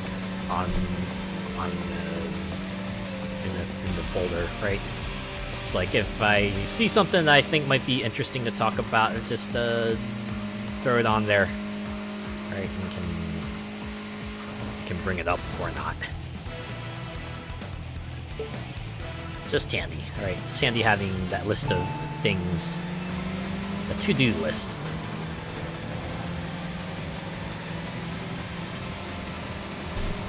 But I should probably use that for other things as well, right?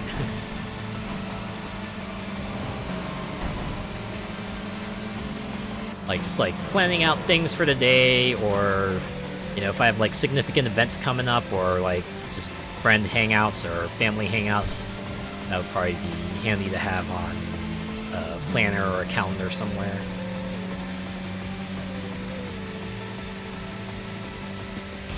I don't know. I hope y'all are more organized about life than I am.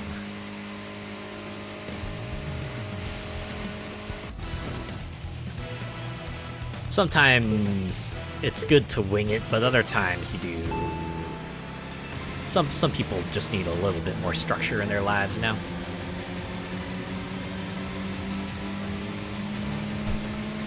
for some people, having some sort of structure tends to be suffocating at times, because it feels like an obligation, right? Even if there isn't like a consequence for it, or not a severe consequence, it feels like you're just letting someone down if you miss out on an appointment, or something you scheduled yourself to do, even if it's only for yourself and no one else. It's just like, eh.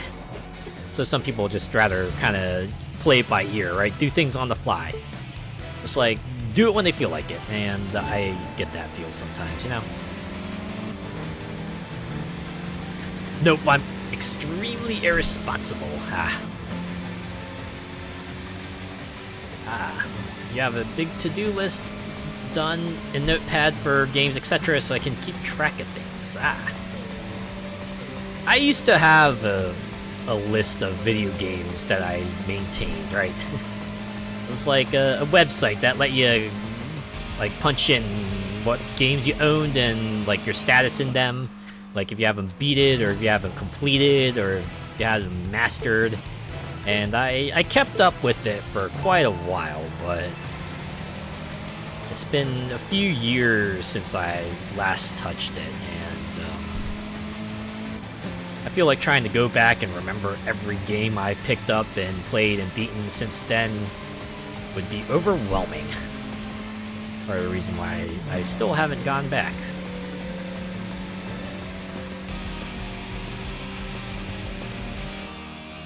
Okay, my tires are red, and the next rival is really far away, so let's just go back to the garage. I think we only took down one new rival tonight, but that's fine.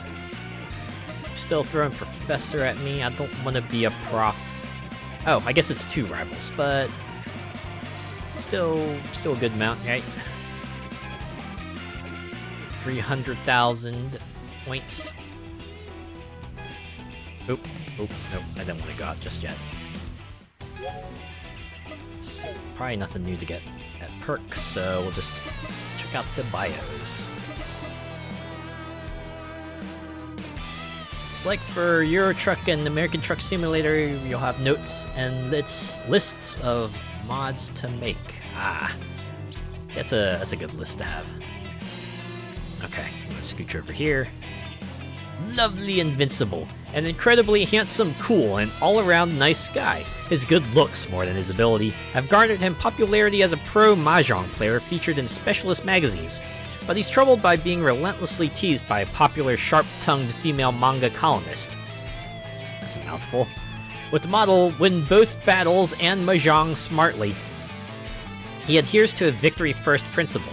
On the Bay Bridge, he leaves rivals in the dust, showcasing the high potential of his BNR 34. He's an all-arounder, excelling in both grip and drift, and his driving has no flaws, really. Apart from being easily provoked, apparently he has no flaws. Alright. Shunichi Kazuma. Yes, you are a mahjong player. Okay. Enticing Gaze. A young intern aiming to become an ophthalmologist. Currently gaining clinical experience at Hanemura General Hospital. As the oldest member of the team, he is diligent about health management, ensuring every member's vision is checked before runs, contributing to the team's strength. His eyesight is outstanding even among the members, and is said to be able to catch the slightest surface irregularities while driving. He is able to accurately grasp the situation around him, and his resourceful driving has propelled the team to a string of victories. Yoshizumi Kimizu, and you're a medical student. Well, medical field is something that takes a long time to get through. For appointments, I always put them on my calendar, just in case. That's a good habit to have. Infinity, a team composed of young members in their 20s. Their handsome appearance makes them idol-like among girls who admire drivers, but they prohibit having girls in the passenger seat. The members have different personalities and backgrounds, often clashing due to differing viewpoints, but their passion for driving creates a sense of unity. Recently, they sense a tense atmosphere on the Shuto Expressway and maintain a state of readiness to not fall behind other teams. And they number 7. 7 of them. Yeah, and that's everyone. Okay. Back to the garage. We're getting back out there. Who will we encounter on Monday? Okay, ultimate goal is still to reach that one parking garage here.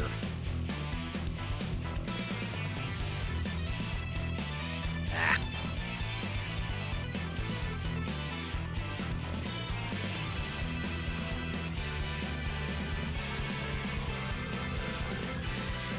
Oh, okay. So we're gonna try this again, right? We're gonna try going this route again and see if I don't take the wrong road this time. So remember, at that point, I want to go right if I want to continue southbound.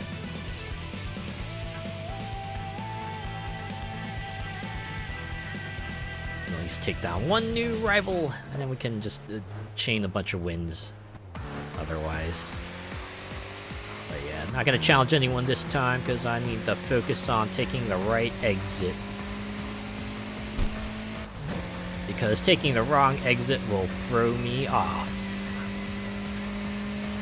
Okay, I'm gonna go this way. It's a good thing they don't have durability outside of races. All they have is durability of your spirit.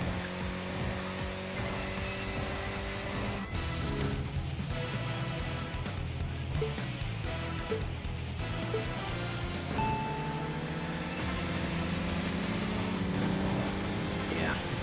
Imagine I'm not the only one who's been on a trip that has been unfortunately lengthened significantly because someone missed an exit they were supposed to go on. And then you had to either take a long way around, or the other person just happens to be so obstinate that they don't bother trying to double back until long after.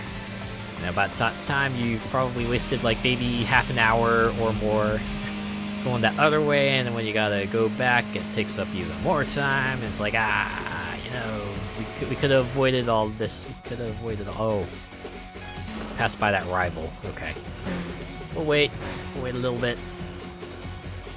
You've done that! I'm glad I'm not the only one. In fact, I might even reverse. Is it okay if I reverse? Wrong way. I mean, what are you gonna do? Stop me?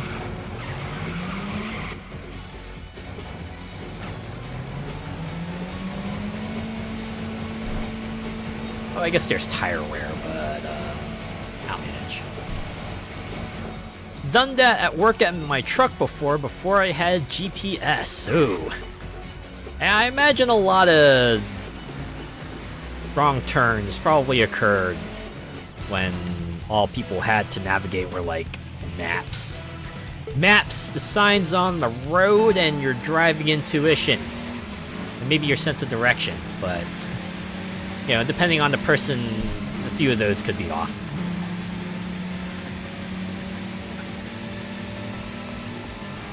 And even before GPS, we had printed instructions, which may or may not have been useful, right? Depending on where you were going.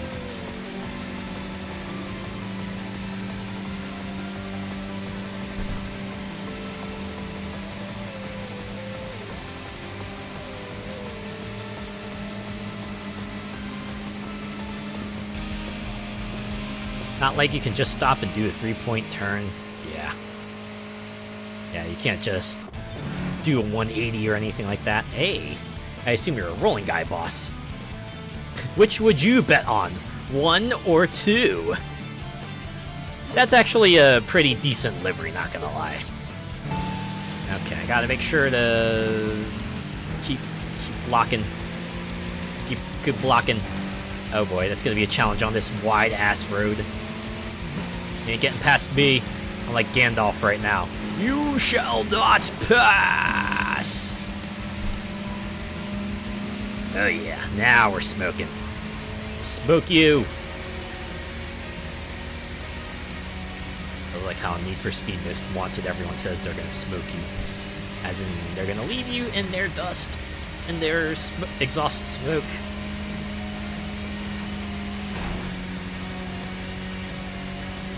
Uh-oh. Little speed loss. Might cost me. Okay, well, we'll just have to play blocker again. This fella ends up catching up. Oh, we're gaining. I think we'll defeat him. Defeat him soundly. Win! It's another team felled. Your regular trailer alone is 48 feet. Whew. That is a lengthy trailer.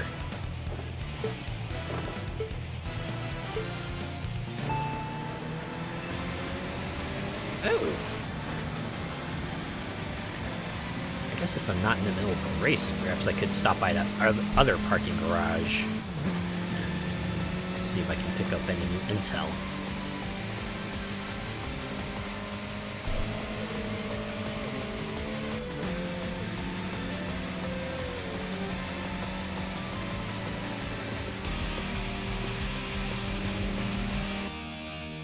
I just realized I was on the right side this whole time. You can also look up like how close this parking garage is. Oh, there's a rival down this path. Okay. There's gonna be some new folks to speak to. Hello, roulette guy number 5. What do you say we do another battle?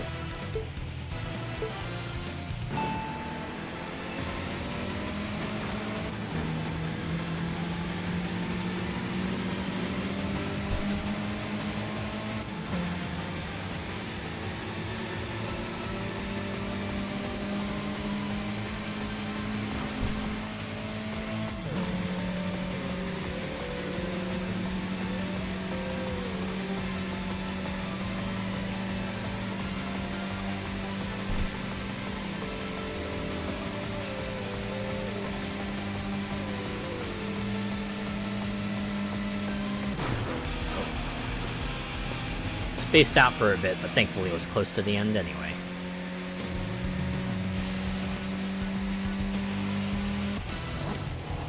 Here comes another one.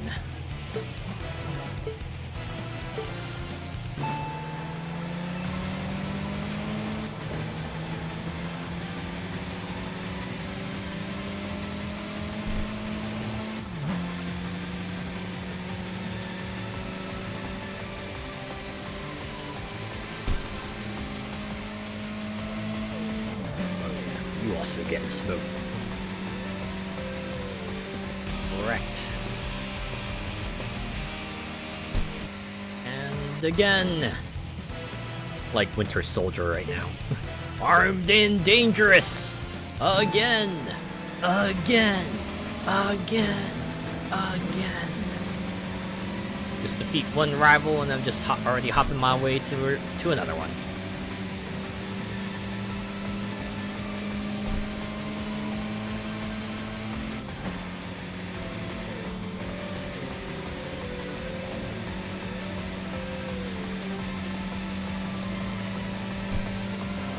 I'm really hoping that parking garage will have like a tire replacement service. I could sure use one now.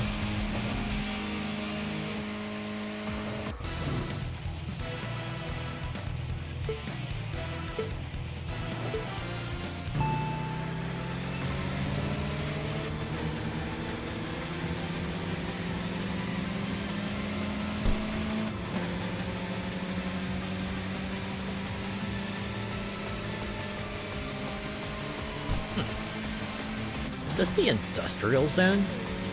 Got, like big silos, and you can see like a factory like building on the right there.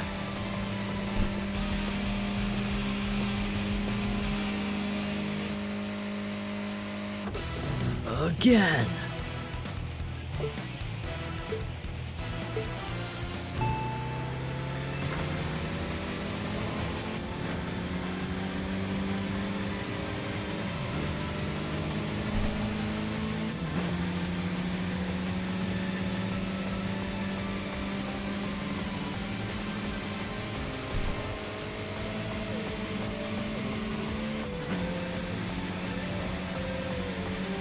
Early Yu-Gi-Oh, but it's like street racing.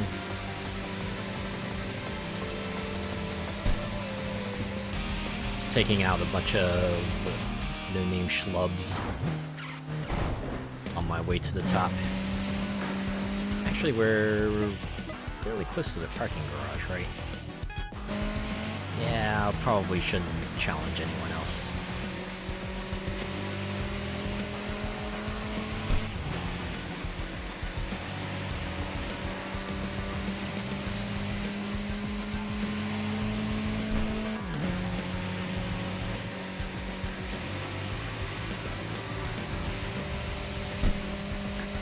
Imagine racing only to get sent to the Shadow Realm because you lost. Ah, yes, the most serious of racing because crashes are clearly not high stakes enough. No, we must introduce the Shadow Realm. You crash, get thrown from your vehicle. You'll be thrown into the Shadow Realm. Don't ask me why. I don't make the rules. Alright, I guess we're gonna challenge you. Punishing stray dog. Okay. Your livery actually looks like Monster Can.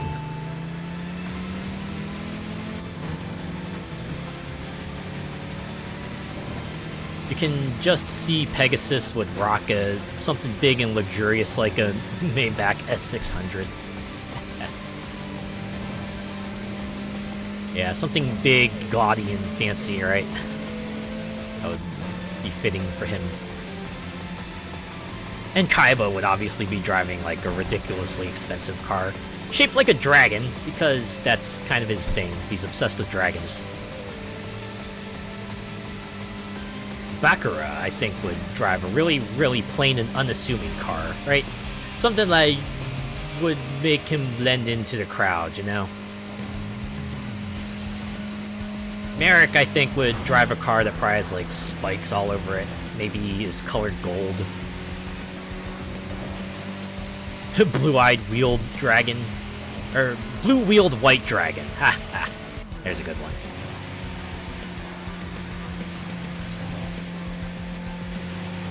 We did have motorcycle dueling in 5Ds. Yeah.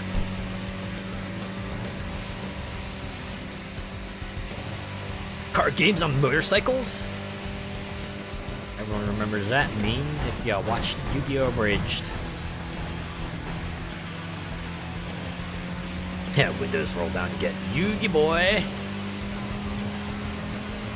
Yeah, you just like roll up with the TV and then suck his Yugi's grandfather's soul into it, and then peace out.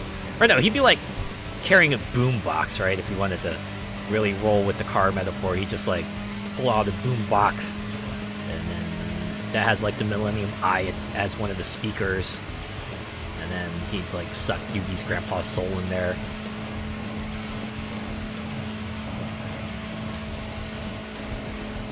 Actually, that sounds sick. Yu-Gi-Oh! But street racing, like you said. Oh yeah, you can see my car just whipping around there. This tire durability is on the fritz. All right, yeah, just gonna straight shot to the garage, and then we're gonna peace out. The floor that's a long ways away. Maybe I should just peace out now. I could just peace out now and then start here the next night, and then just work from there. There's really no reason I need to get to that garage tonight. Yeah, well, we'll call it. We'll call it here.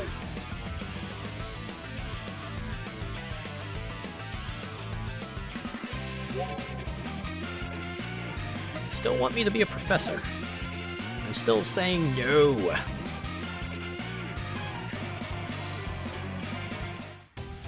Don't forget the heart of the car speech. Oh no, the car is moving away from me. That's because you didn't put the parking brake on.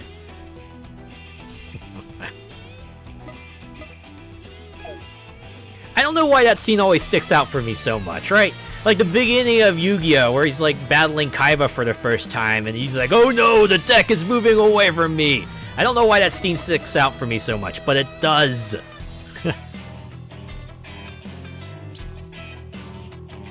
The heart of the gas. Now that's when you eat a lot of beans. Roulette guy number 1. Born into a wealthy family, he is a young man with no struggles, having an abundance of time and money. He took a leave from university to study abroad but recently returned. With an innocent and friendly personality, he quickly formed a team and was made the leader after passionately discussing cars at a familiar hobby shop. He is identical twins with Roulette Guy number 2, and even their relatives can't tell them apart. Their goal is to battle as a brother duo and confuse their opponents, but their driving is still rough. Now, Ryuji Kujo. They got a lot of years ahead of them, a lot of time to refine their technique, right? Roulette Guy number 2. The younger identical twin of Roulette Guy number 1. His brother invited him to study abroad together, but he declined, claiming he wasn't interested. In truth, he wanted to enter society before his brother, who would graduate later due to taking a leave of absence to act superior. He is somewhat ambitious and has a strong competitive spirit against his brother. Nevertheless, they get along well. Riding the same machine as his brother, their usual trick is to surprise rivals who thought they had overtaken them by switching places and waiting for them at the next parking area. Well, that actually sounds kind of insidious. And crafty. Taketora Kujo.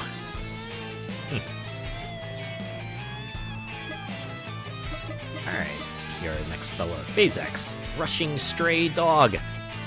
A junior wild birds from their delinquent days and the team's mascot. He has a likable personality but is easily influenced, often getting into trouble. He frequently tunes his machine with used parts he hears are good without considering compatibility, resulting in an often dysfunctional car.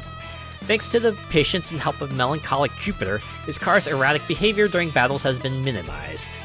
Well, thank goodness there's someone there to keep him in check, huh? Oh, you're the one with the monster car. Imagine being called the team mascot. I was kind of taken aback by that too. Yes, you are the one we all fawn over.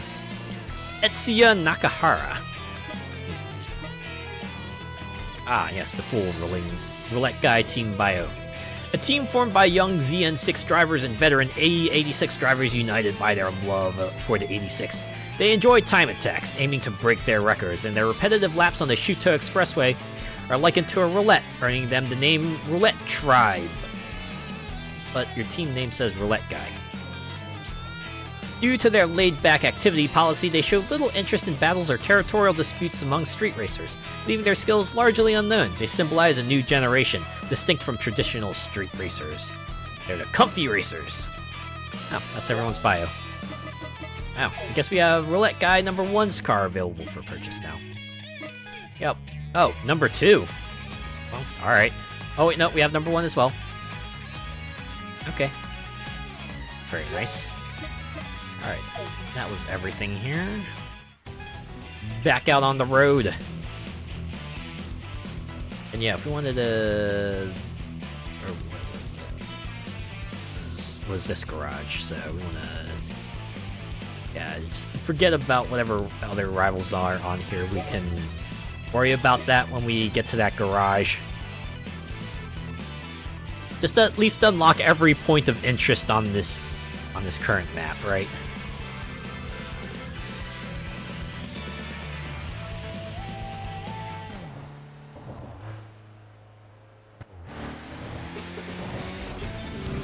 Oh, snap! I just come out and then there's a boss going, there's a fella going, I want to challenge you, Wild Bird. You know, I figured as much, seeing as like, there's only one blank spot left in that team, I figured. The boss battle was incoming. Alright, luckily we're on this 2-lane road, so I can easily cut you off. Gotta make sure to not hit the wall. Yee! Yee!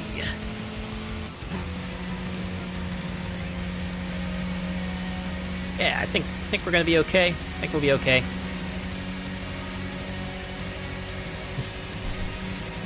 Team leaders, you get that one chance to start out in front, so better not squander it. Otherwise, it'll be a bit more of an uphill battle.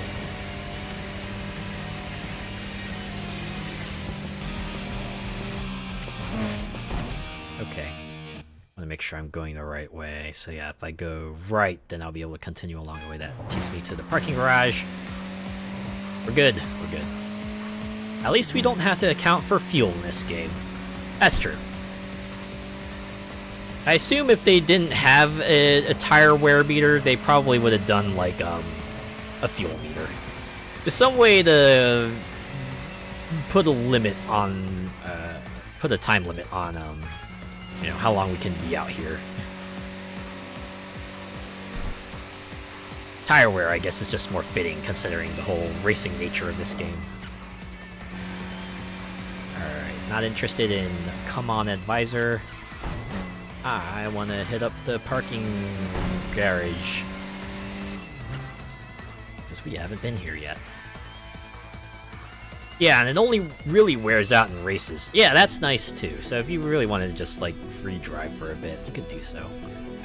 Alright, let's talk to some fellas, shall we? Chubby Man.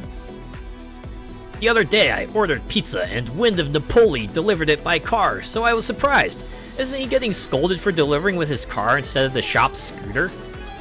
When your total driving distance exceeds 100 kilometers, he will likely appear, but if you want to battle him, you'll need to be driving an Alto.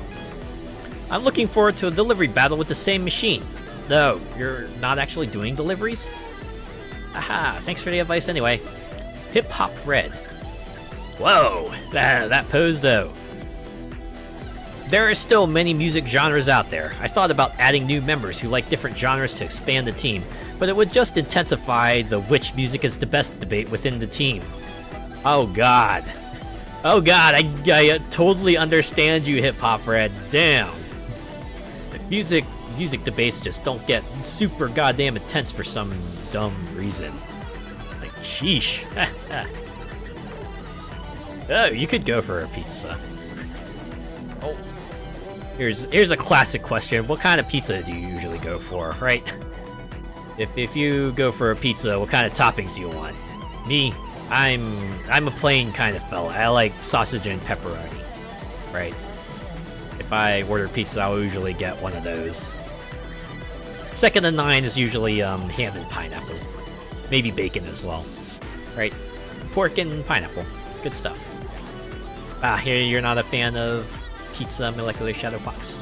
That's okay. Y'all got preferences. There's a ton of food out there. You don't have to worry about the stuff you don't like. Just concentrate on the stuff you do, right? Pepperoni mushrooms. You're a pretty fun guy. Classical blue. I'm really into classical music. That's why I admire Road Concerto, but I'm terrible at playing, so I can't even talk to them.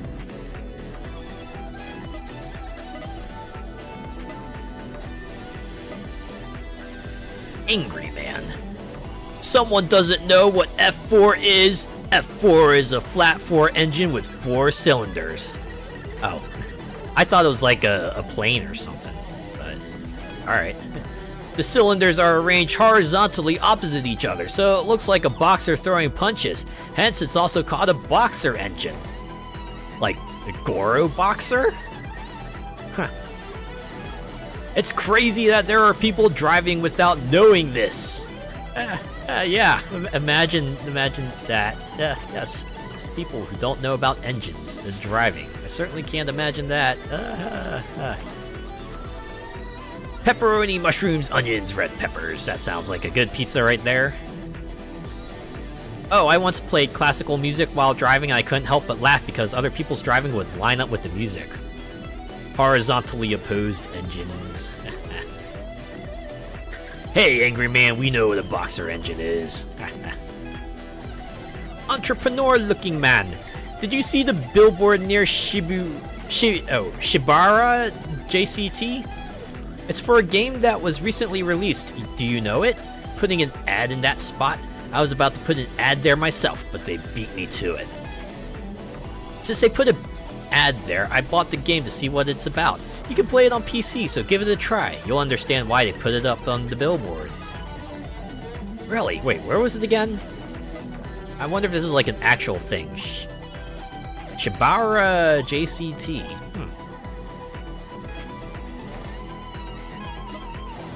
It would be funny if there was like a Tokyo Xtreme Racer ad. That would just be perfect. Seductive woman. It's common for street racers here to belong to teams, but sometimes there are street racers who ride alone without belonging to any team, and we call them wanderers. Yes, they're a cowboy. On a steel horse they ride. Wanderers are often unique and peculiar. There are various conditions to meet them. How to meet them? You should find out yourself. You know, talk to the people that have like the yellow speech bubbles with the exclamation points. They'll give you specific pointers. Observant Man. The leaders of the teams are all formidable opponents. If you want to battle them, you'll need to beat their team members first. If you can defeat all the members, the leader will come out. After all, they have their pride. It's like, you took out my team, I will not stand for this. Enthusiastic Man.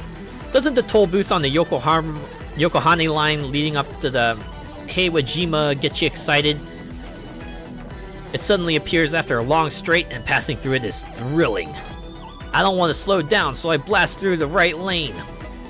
Hey, whatever you have fun with, right? Would you be in a team or be a lone wolf in this? I think I would join a team myself. I don't know. I feel like I can have other folks kind of shore up my weaknesses, and I can get support when I need to, right? And support others when they need to. Also, this fella has neons. Have you noticed that? This jazz green fella got neon on their car. Ooh. Let's challenge him. Hello. This is Sutton, but what kind of music do you listen to? I enjoy jazz. Especially, I'm currently fascinated by free jazz. Similarly, in battles, I aim for a free, unstructured, and improvisational drive. Would you accompany me? Yeah, sure, let's do it. Then, let's start a free session. Oh wait, but I want to enter practice mode first. Can I do that? Same, to be honest. It would be a good way to scout out locations too. Yeah! You could split your tasks and, you know, cover more ground that way. I mean, I certainly get it when people say yes.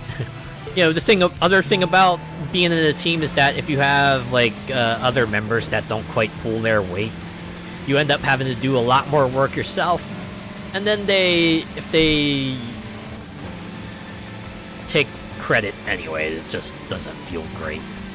But if you find yourself in a good team where everyone's got their specialties and they all look out for each other and they're all pulling their weight, it's a good feel, right? It's a good time.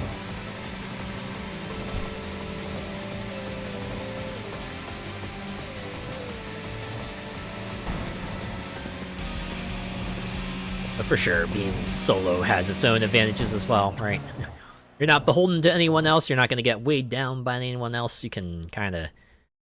you don't have to worry about, like, working around anyone else. You just have to pull a lot more weight by yourself.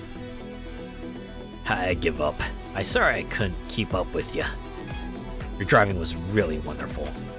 Hey, keep practicing. Maybe you'll, reach me eventually. Ooh, Pink Groove. Wait, do all the Rhythm Box members just have, like, neons on their cars? Also, I imagine all their cars are, like, the same color as their name. What? If you want an autograph, I refuse. Well, I wasn't gonna ask for one. Just kidding. This is a Shuto Expressway, after all. You're inviting me to a battle, right? Ah, you read my mind. Come on, let's have some fun. Come on, come on! Gonna be like Terry.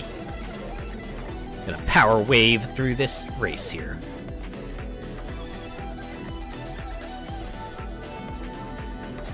Thank goodness LED is common now. Ha! Remember the old days when they had to change bulbs a whole lot? I remember those. You'd have to keep like a box of those handy because light bulbs usually wouldn't last that long. But now we got LED bulbs, which last a good while, so don't have to worry about swapping them out as much. Like, I might swap my light bulbs and my lamps out, like, maybe once every few years.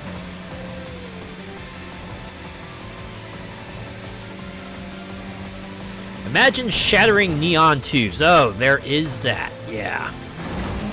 Ah, jeez.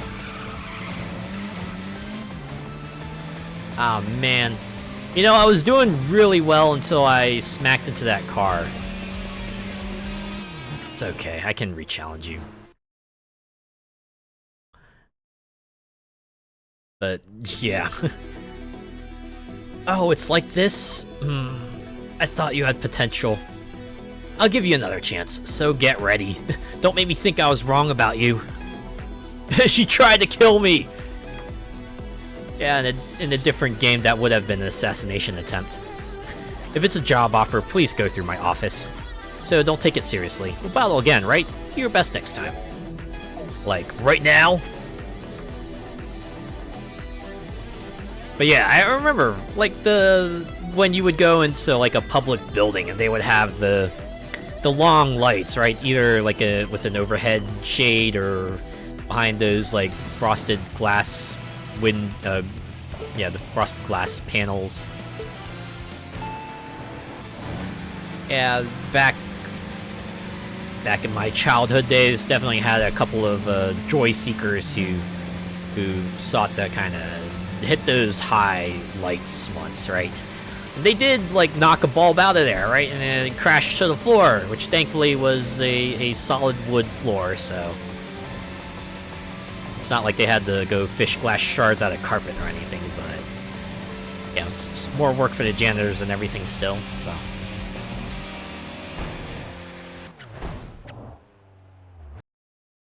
Just watch CZW Wrestling. They use a lot of those fluorescent lights and stuff.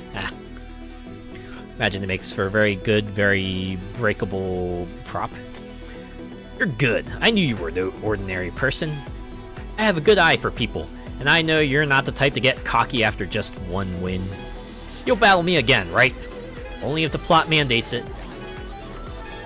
Okay, yep, that's all the opponents here. Let's see if we have new folks to talk to. A whole lot more folks, although no one with like any substantial intel. Can talk anyway.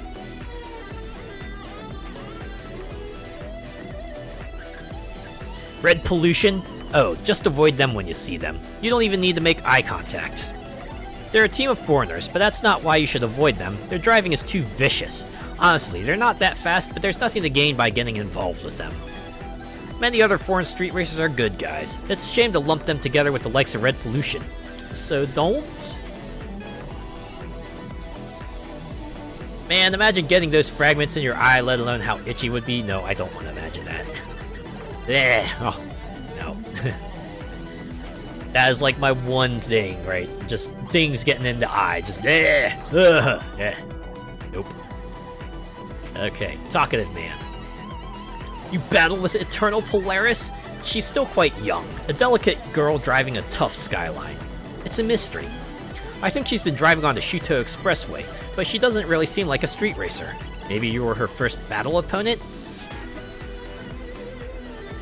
Is it just me, or does Eternal Polaris seem like the protagonist of another game? Right? She's like a newbie as well, doesn't speak, is clearly handing opponents their butts left and right. It's like she's in her own Tokyo Xtreme Racer game. She's following her own story, as are we. Man in the music industry, I assume you're gonna tell me about Rhythm Box. Are the Rhythm Box guys running today? Wow. Who would have guessed? It's a team of music lovers. Raging choreographer keeps inviting music buddies to the Shuto Expressway, so many of his workmates have become street racers.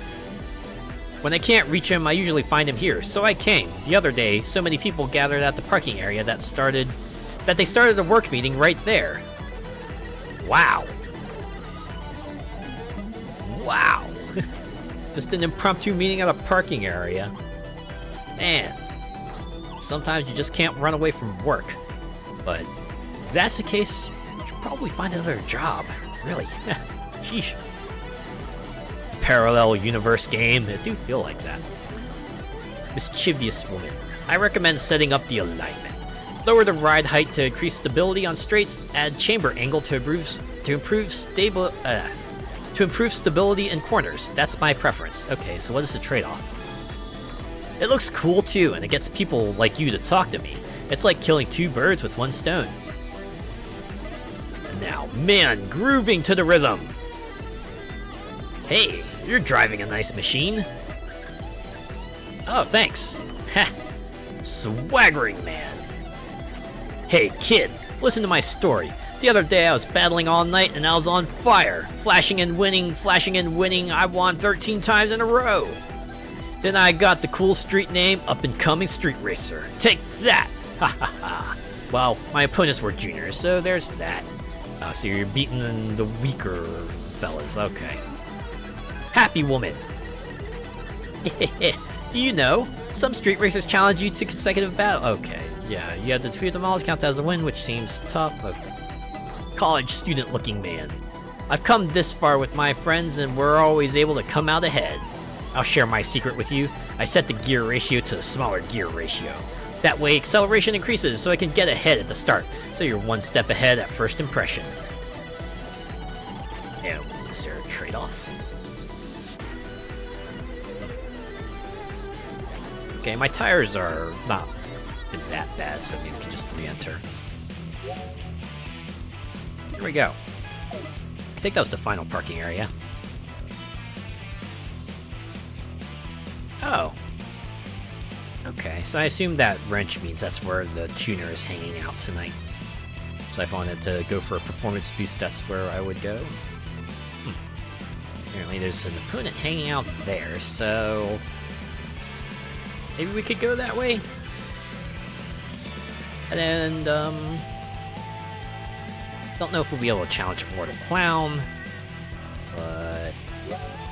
hey, if we catch up to them, maybe we can try. I forget, they were one of the ones where you had to be driving the same vehicle to actually be able to challenge them, right? Trade-off? Yes, shorter gears equals no top end. Ah, it's like a lower top speed. I guess that makes sense.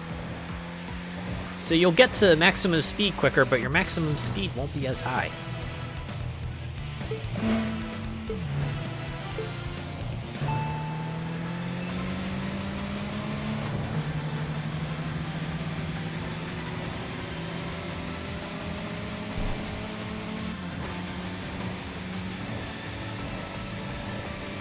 That's right. Give me your spirit.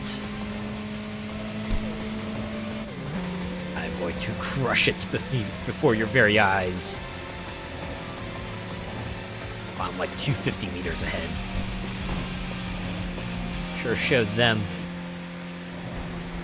Hey, it's Wild Bird. Let's go challenge him again.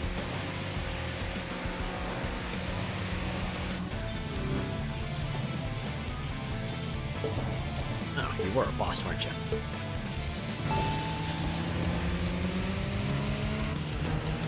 Boy, he's starting from behind this time, so this battle might be a bit trickier.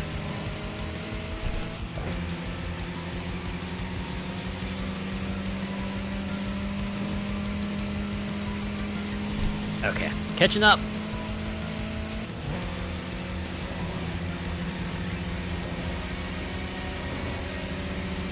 Oh god, there's a car coming. Can I get past Wild Bird before I reach the car? Close enough.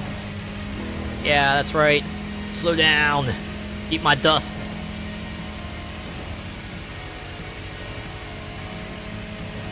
Watch me do a pro gamer move. Yeah! That would be a threading the needle in Forza.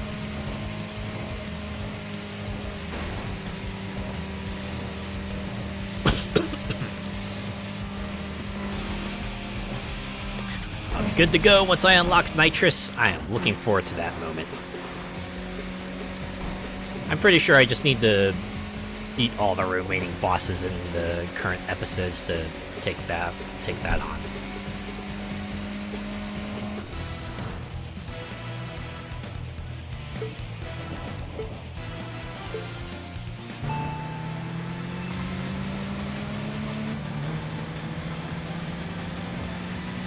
Here we go again on our own.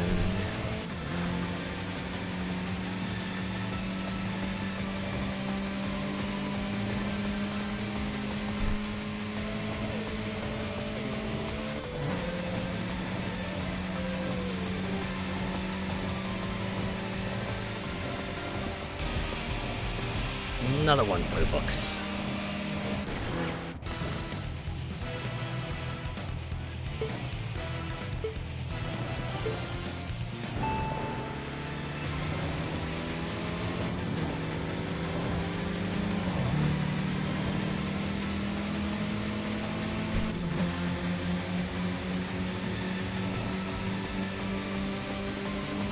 Oh no.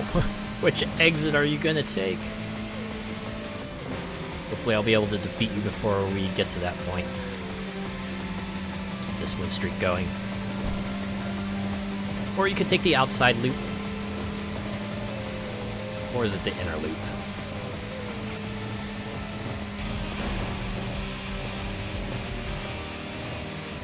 Oh yeah, it was the inner loop. Okay.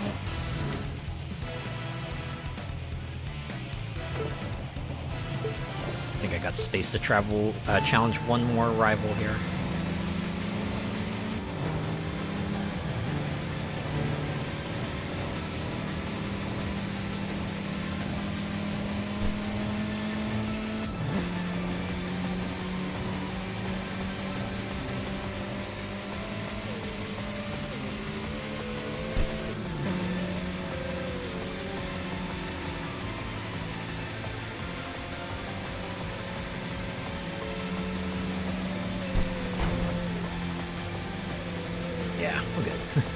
looking behind and seeing, oh, they're 150 meters away. So I have to, like, really screw up to actually lose that battle. Alright, rolling guy number 4. I'm gonna have to pass you by because this blue triangle is just ahead.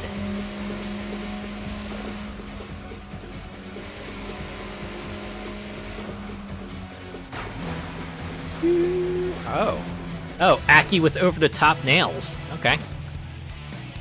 I do like that the front of the car does kind of sort of look like nails. Also, purple and pink. That's always a good combo of colors to go with there. I approve.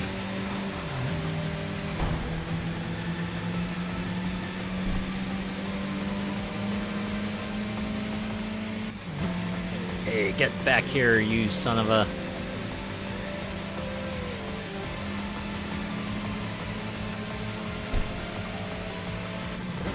Okay. Catching up. Catching back up. Which line are you gonna take? This is a battle I will definitely continue along. Alright, going to the right. That's cool, I was going that way too. Unfortunately, I think we'll be like sailing right past the parking garage if this battle is any indication.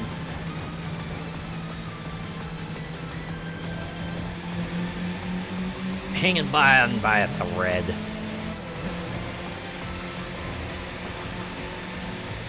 Here we go. Our one shot. And I ended up spending it smacking into a wall.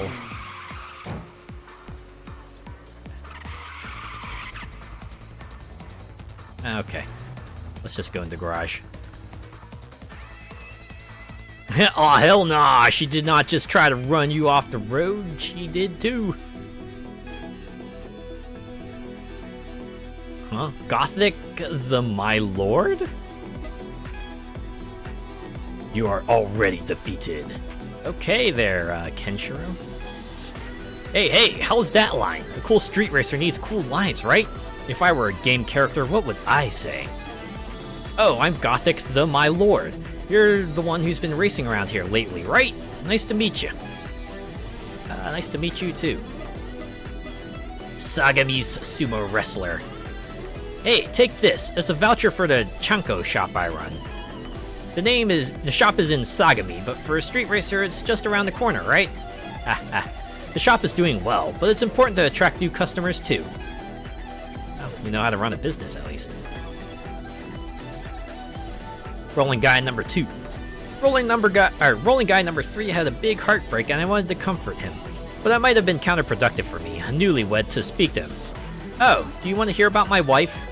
No, I'm good, but thanks. Highway gambler. Oh man, I was really beaten. The other day I fell asleep on the train on my way home from work. When I realized it, the train had reached a terminal of the direction I boarded, and turned around and reached a terminal in the opposite direction.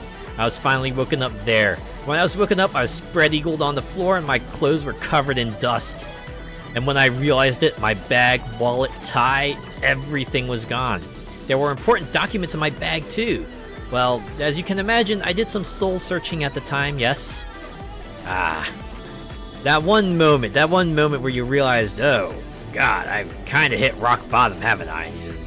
You start turning things around. I feel like I've had that happen to me recently. Well-informed man. Among street racers, the AE86 enjoys enduring popularity. An old veteran named Rolling Guy has been racing exclusively with AE86s for years. Their former leader is now known as the Rolling Master. After leaving the team to his younger brother, he started racing solo. And what does he do now? He goes around challenging other 86 drivers to battles. And it's not just because he wants to battle with 86s. He says, I want to improve my opponent's skills through battles and raise the reputation and recognition of 86 drivers. He's an 86 fanatic. But Rolling Master was persistently challenging me to a battle. I heard that some street racers were so annoyed by his insistence that they got off the Shuto Expressway. I'm not sure if his plan is working or not. If you just want to battle him, there's no need to drive an 86. If you beat his younger brother from Rolling Guy, he'll get mad and show up himself. Alright, he was a boss. Sweaty man. I've been riding here for for about half a year now, but my street name is still Kawasaki Novice. As long as your street name has a license plate location, you're still a beginner. That's rough, buddy. Easygoing dad.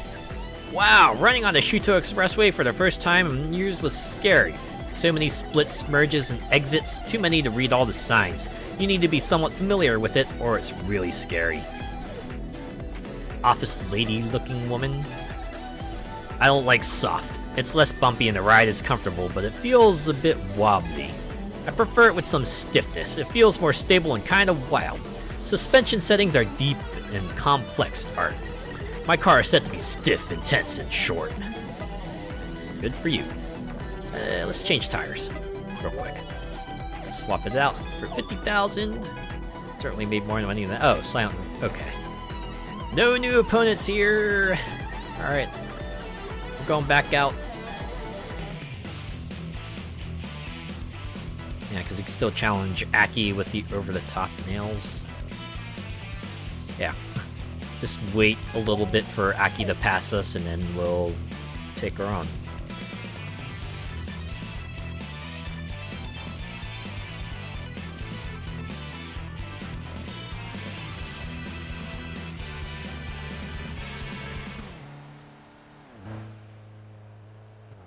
Okay.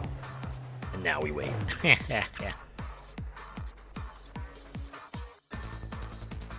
We have this other mystery rival coming in the other direction, but we'll have to worry about them another day.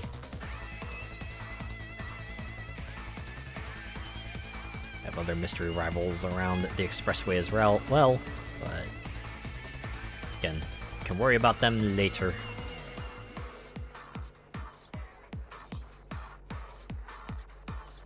Take her down after what she did. They're like, remember me?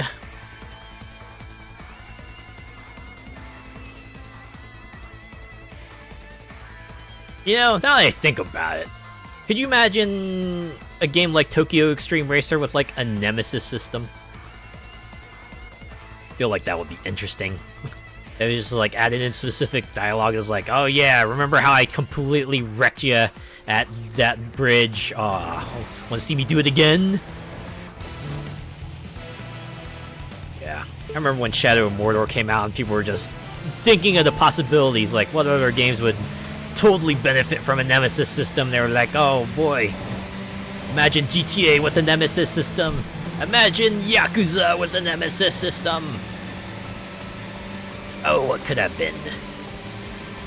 We've certainly seen other games implement something like a nemesis system, but obviously it couldn't go all the way because, you know, WB patents, but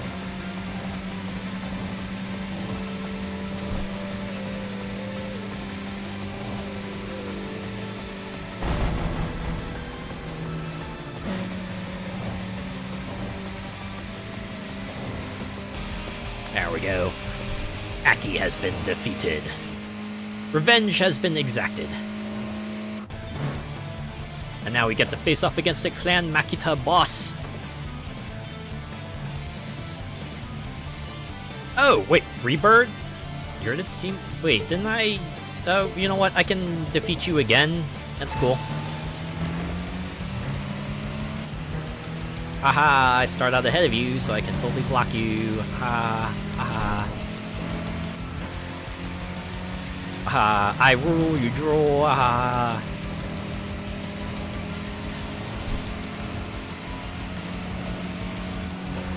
Genki Tech! I like how Genki just, like, put themselves in the game. It's like, yes, we created the tech for this game. And they did, actually, right? This game is self-published, even.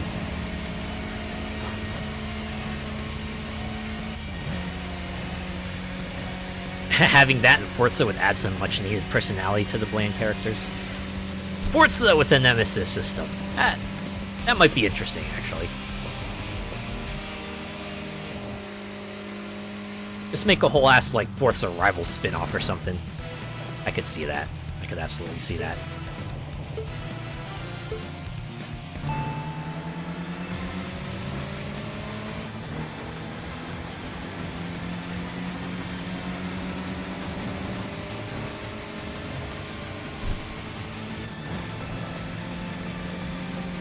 I'd admit, I'm like slightly shocked that Forza hasn't done like a proper Forza Street spin-off.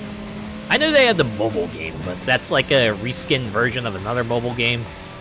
Right, and imagine something like a Need for Speed style open world game, right? Like Forza Horizon, but instead of driving around a big old field, you're driving in a city.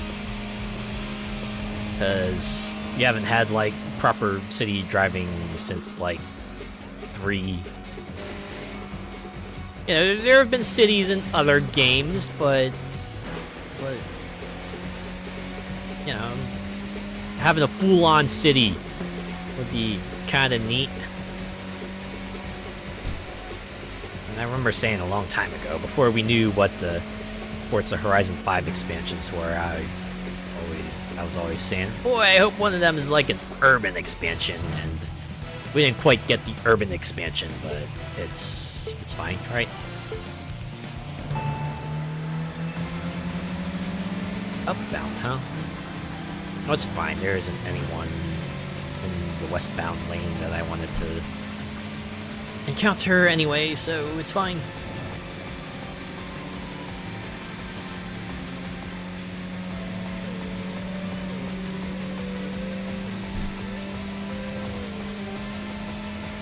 Potential was there to have Forza Horizon 5 be the best, and they pissed it down the drain. Certainly got off to a rocky start, and while they certainly at least made things stable, yeah, did feel like couldn't quite get up there. Certainly had a lot of promise though, right? That event lab segment they had back when they were previewing the game was actually pretty interesting. And to be fair, there have been some interesting maps that coming out of Event Hub. I was watching someone stream earlier, it was like a tower map, right? Basically had to do like car parkour through a series of floors.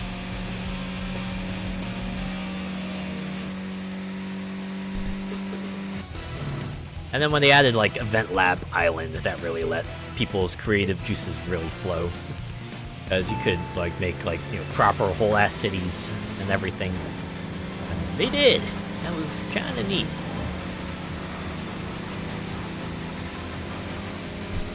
How being kind by calling it Rocky. Yeah, that is true. Like, Forzathon arcades were like nigh incompletable if you weren't playing with a group. And you'd think that would be easy, but for some reason it was really hard to group up at the start. And by the time they fixed it, there weren't like that many people playing it, so at least they had scaling targets at that point. Okay.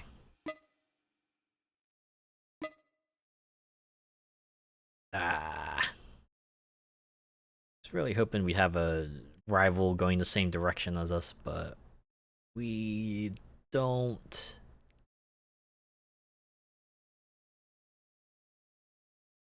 I also like if you hit a pause menu or you go to the map in between music, they don't start up the next track. You just get to stare at this in silence.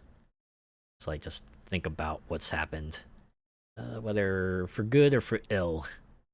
Just reflect on that moment a little bit. Okay, we're done reflecting.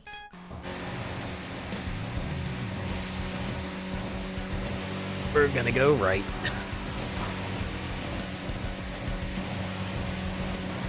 Probably still not strong enough to take on the other Wanderer just yet. Got utterly walloped last time. Why would I take him on after only upgrading like 3 parts? Instead, we'll take on Ume Dandy. They're only level 4. We'll get some money out of it. Whoa! Here we go.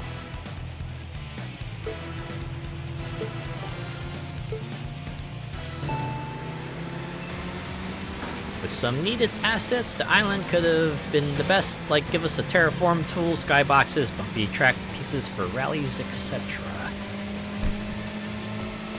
There's always more, right? There's always more they could have done.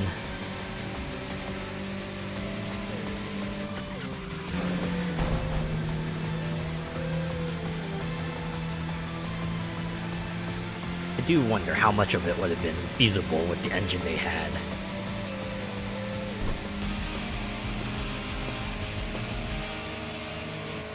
Although that does remind me, right? Playground Games makes the Forza Horizon series, and if I remember correctly, they're currently working on the latest Fable, which if they've actually delayed, I think, to 2026. Which, hey, they can take the time they need to make that game great. It's cool and all. Imagine all the Fable fans are waiting with bated breath, and yep. Don't have the right car, that's what I thought. Okay, can you just get out of my way so I can get past here? Thanks. There's a car up ahead.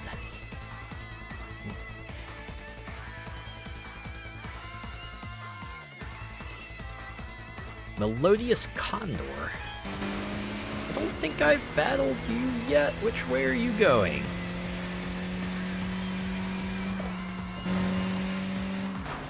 Fable, and at some point, Forza Horizon 6. Yeah, that's definitely slated for in the future, right? At some point, we'll see an FH6.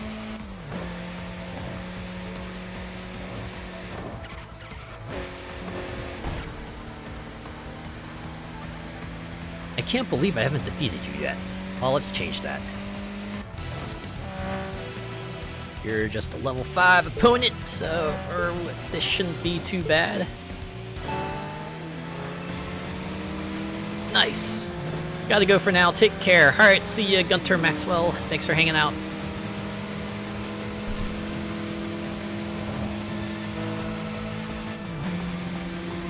Rivals route through the parking area? Really? It's not even a valid choice. Not if you want to win.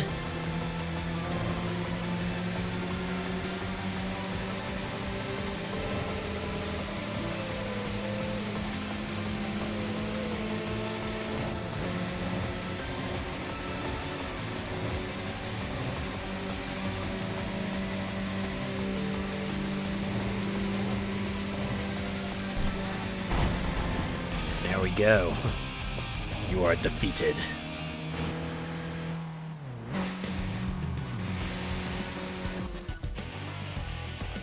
Okay. Is there anyone else we can take on?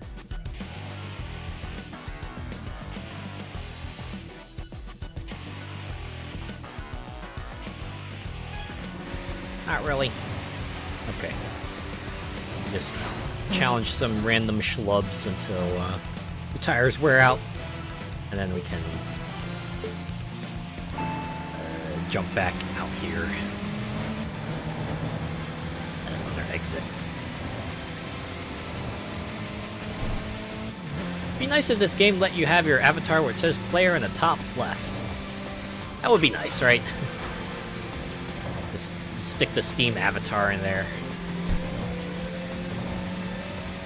Just let us put in like whatever custom picture we want. This is a single-player game anyway, so even if someone does put in like a vulgar image, like who's gonna see it?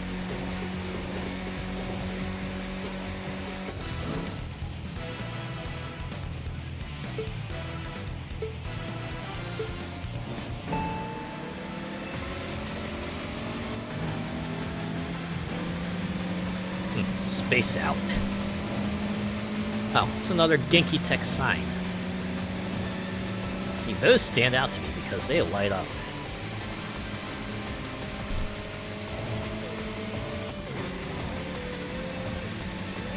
It does make me wonder, like, how many billboards in Japan have been switched over to digital billboards.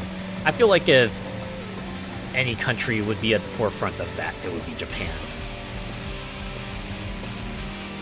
Win number 10 incoming! Well, there it is. However, I think I'd have, like, the associated rival already out on the map. It's just a matter of getting behind them and then challenging them, but they are significantly higher level than I am at the moment, so That's why I'm not battling them at the moment. In fact, I think after this one, maybe I'll head back to the garage. I can regroup.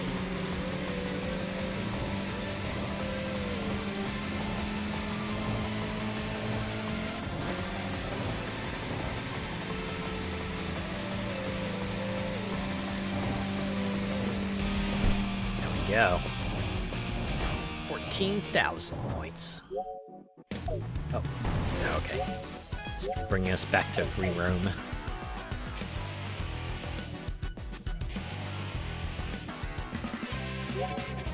Oh, full throttle soldier. Nah, I still like dancer.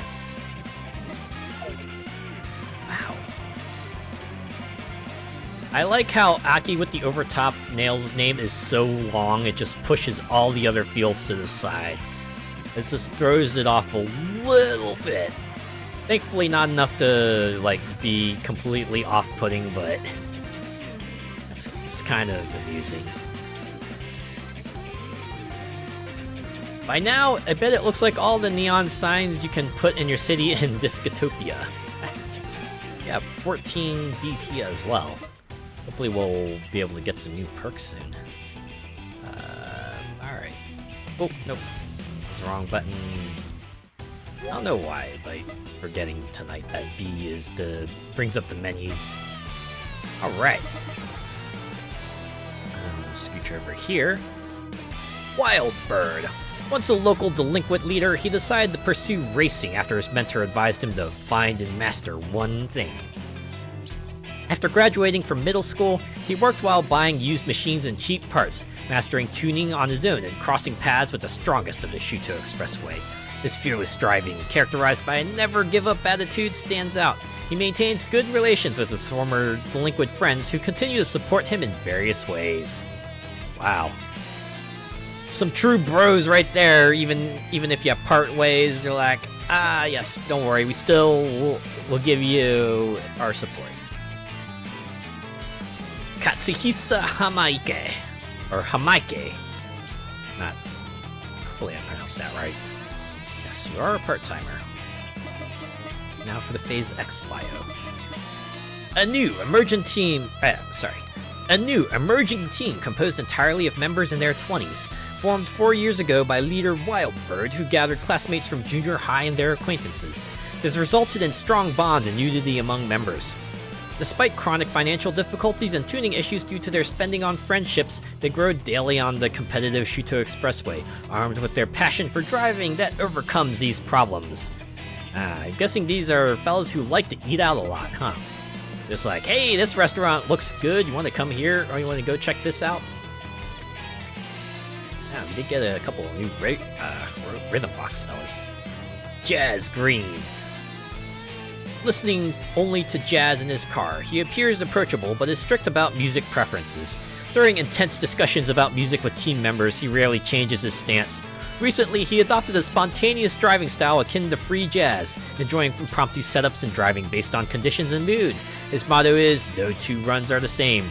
Though this leads to inconsistent results, he embraces it. Bit of a chaotic member, huh? Yu Okamoto. Oh, you're a coffee shop master. Wow. Alright, that's a way to put it. Also, I assume that title is a self-given one. Pink Groove.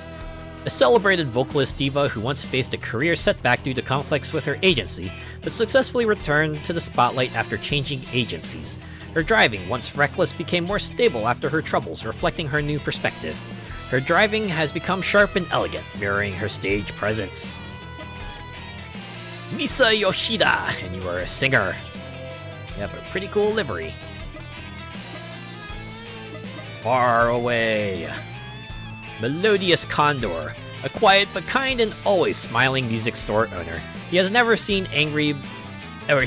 seen angry, but feels pained each time the market floods with instruments during band booms, which quickly end up as used goods. He is so knowledgeable about suspension tuning that he can accurately guess front and rear spring rates just by watching a drive, and he applies this expertise to his own car. Despite his engine being almost stock, he easily overtakes cars with 100 metric horsepower, more power in consecutive corners.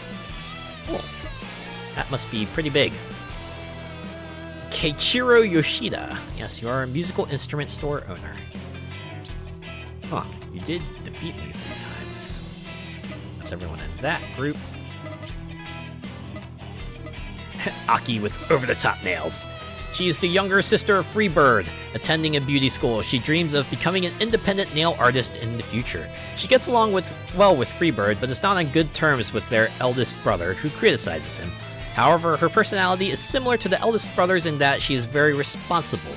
She leaves her cartooning and settings to the same shop as her brother, but has a strong desire to learn on her own. On her sunny days, she opens the roof of her beloved car and drives through the city, her long hair flowing in the wind. Her presence attracts a lot of public attention. I imagine it would. Hopefully your hair doesn't get caught in anything, because that could get real bad real quick. Oh, I forgot to check her name. Aki Makita, a vocational student. Oh yeah, you're the one with the pink and purple livery. Freebird. He is the second son of wealthy parents, although his older brother was exceptionally talented, being accepted into a prestigious university on his first try. He himself does not feel inferior and spends his time playing around. He doesn't flaunt his family background and interacts with everyone sincerely.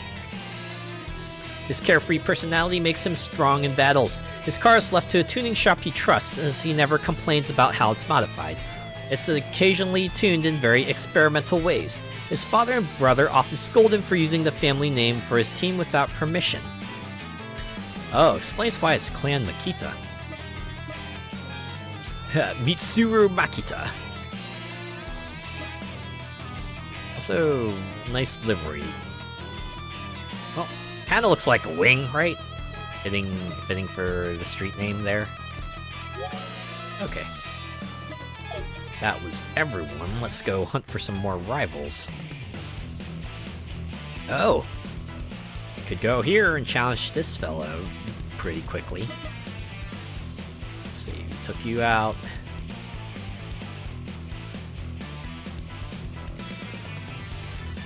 Just need to see where we would go from here.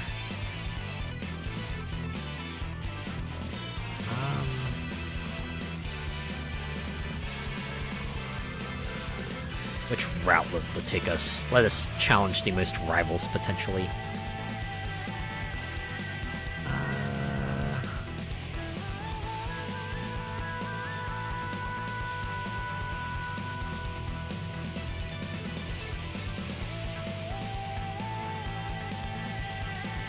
Been a month in game already? Yeah, it's day 31 now. Been at this for a while. Okay. Alright. So we start here. Alright, when we take like the far loop, we could perhaps encounter two rivals maybe? A little bit at a time, right? A little bit at a time. Little by little, we'll build those teams, we'll get those other episodes done. And then I assume we'll have like a third batch of teams to take on. Provided we don't hit like the end of the early access period.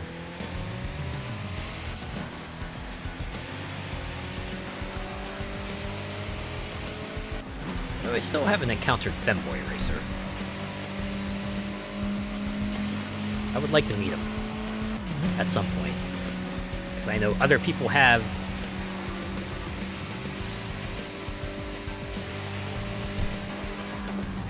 Pride Killer. Oh, you're talking about like what I'm going to do to you? Aha. Oh, I realized I need to switch sides.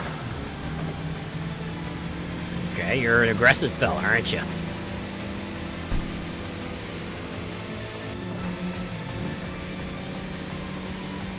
We'll see your aggression get past this as I pull away from you.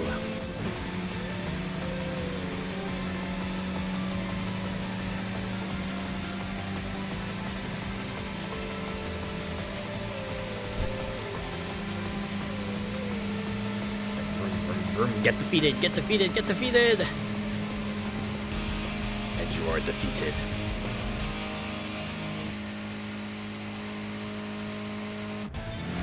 Oh snap, a boss! Or a team leader. Mad stranger! I bet you are. How dare you take down my team, and now I must restore my team's honor. But how's about you get past me first, huh? Yeah, that's right. Just stay behind there. Yep. Just try to slip past me. Oh wait, you can't. Aha! Aha! Aha! Ah, wow. I thought you would have been good at racing. What happened? Oh, okay. Alright, you're catching up. Hey, stop it.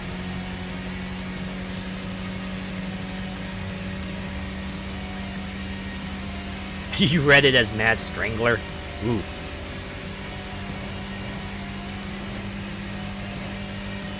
I could see that, though. That would be a quite an evocative name, that's for sure. Ah, who's mad now? Ah. Okay, well, just dudes who want to speak in that garage, so we can just pass them by.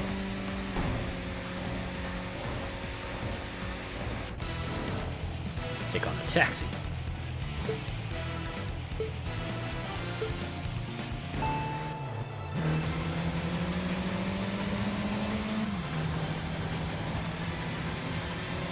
Wait, get back here.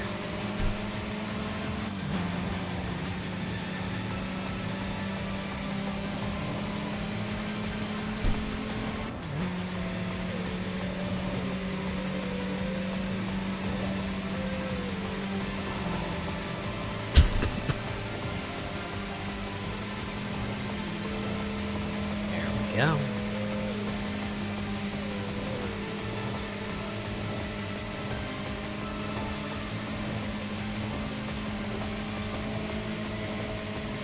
See, we're in ad mode.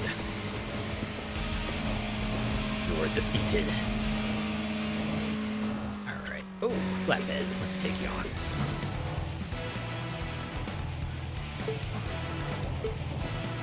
Easy pickings.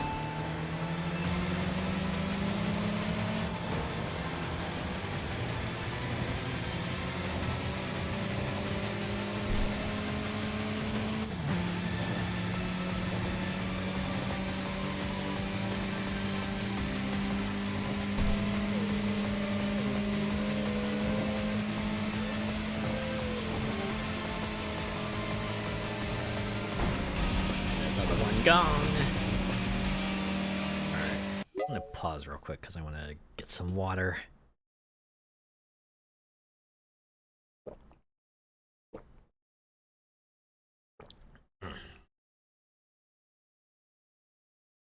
Alright, I'm feeling a bit more refreshed now. Let us return. Let's see where the rivals are real quick. So just have an idea of where I ought to go. Okay, so I want to try to take the right exit so I can go down here and see if I can catch up to that rival. Of course, we'll take on a few more nameless ones along the way. Make a little bit more money.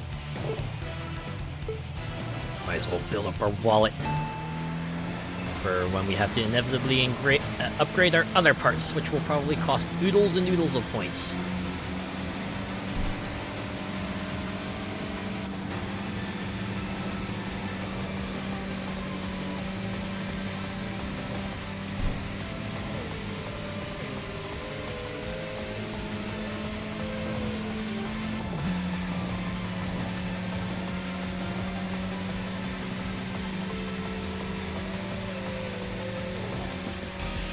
Another one down. Alright, we are approaching an exit soon, so probably stop challenging rivals at the moment.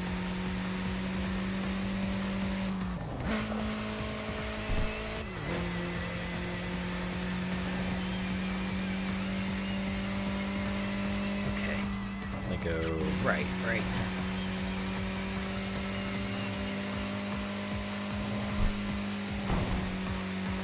take the wrong road? No. Wait, yes, I did. And there's another. Not this way, but it's a wanderer. God of Immortal Clown.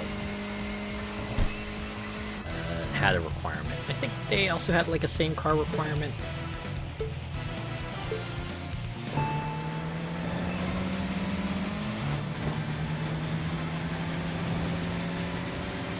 That's fine. Could still potentially go southbound when we make our way around this loop anyway, so it's not all bad. A little extra cash too, won't hurt.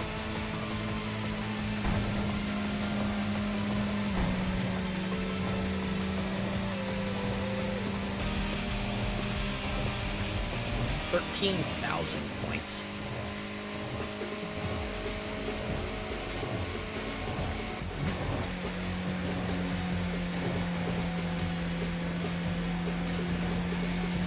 Actually, just want to catch up to Immortal Clown. Their icon on the map. Oh yeah.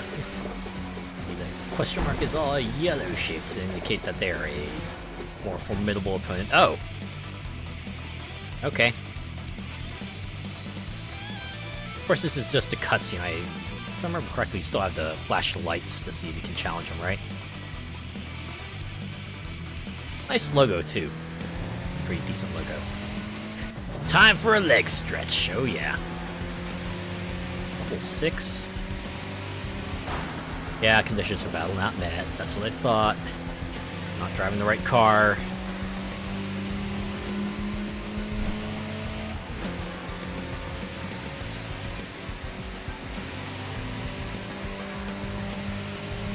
Although instead of battle cancel, would battle refused perhaps be a better term to use there? Then again, battle cancel, at the very least, you kind of sort of figure out what it means when it says conditions not met. So it's like you don't have everything in the right way, right? You're not meeting all the circumstances.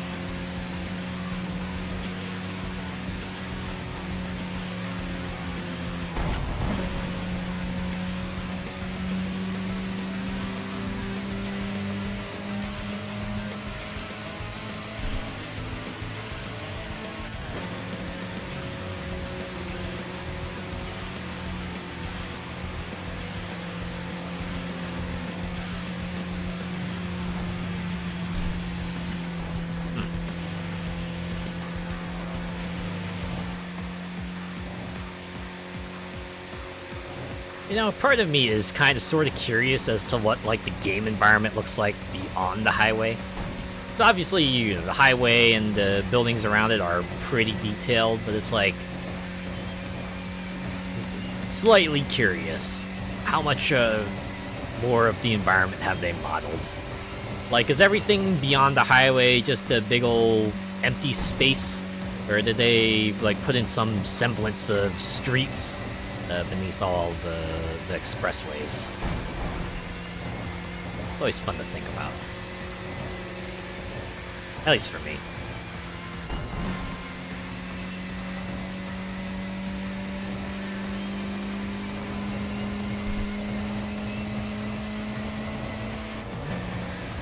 Okay.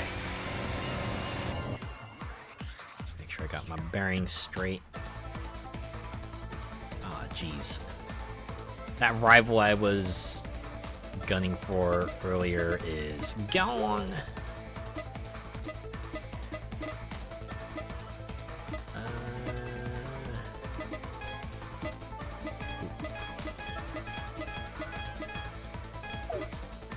Keep it to this. That way I can see where everyone's going.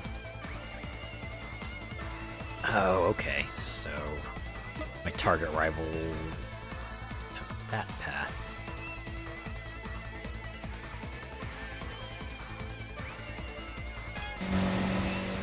Alright. My guess is empty void. That would make the most sense, right? Don't need to model what isn't there. It'll save you time and resources.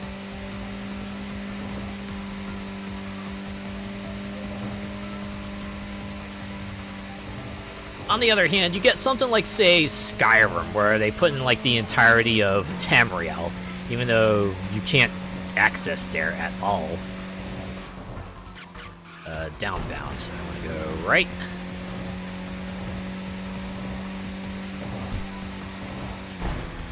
Or like Golden Sun: The Lost Age, right? They have the entire landmass of the first game, but you can't really access it, like, at all.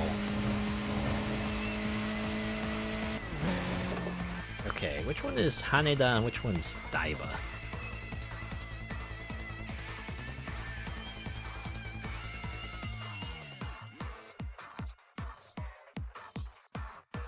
They're both downbound.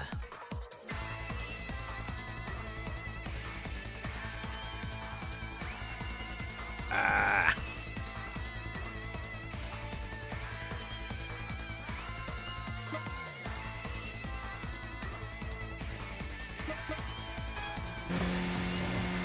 I want to go this way if I'm gonna swerve, right? Yeah, I'm going the right way. Okay, we're good. This is why I'm glad I can pause, because if I had to make a split-second decision, I would end up not deciding and end up, like, crashing in the middle or something. That would not be pleasant.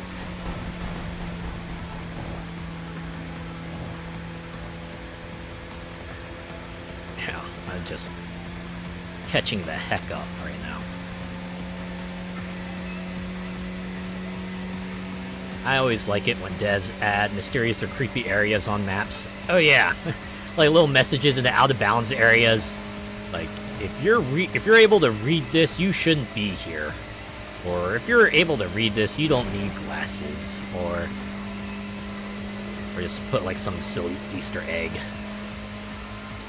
Like a beach ball or something. What's your favorite out-of-bounds Easter egg? I think one of my favorites has to be in PlayStation Home. Like way back in the day, I think your starter apartment had an island far off that if you kind of managed to glitch your way out there, they would have a plaque out on that island that would say, "You shouldn't be here," right? They just straight up tell you that. That's always funny.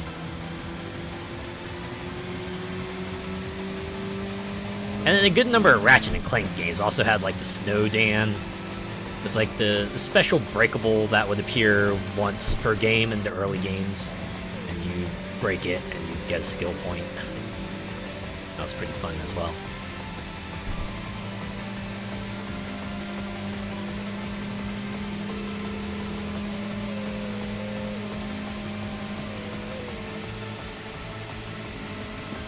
That's another rival down. I think we're about to face off against another team leader. There we go. Hello there. Maximum Eagle. Now that is a very leader-ass name right there. A very special move-ass name. That's like the super special move. Someone stalks up like 3 meters and you just hear Maximum Eagle, and then they fly towards you. Arms outstretched and give you like a haymaker or something.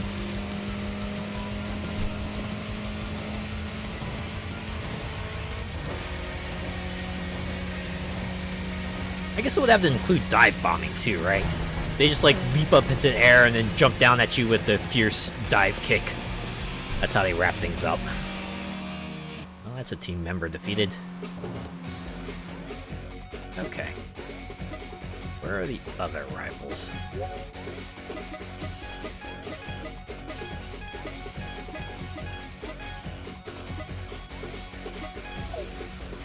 American Truck Simulator is rife with them. Take the motorway between Barstow and Bakersfield and you'll see a tugboat pulling an absolutely massive rubber duck. Oh, that sounds pretty novel. A lot of fun. Yeah, stuff like that can be fun. It's like completely bananas things. Okay, so I need to seek you down, but I get the feeling I won't be able to challenge you tonight. Definitely be able to challenge you the next night, though. In fact, why don't we just... We're at yellow, I think it's fine. We can call it a little early.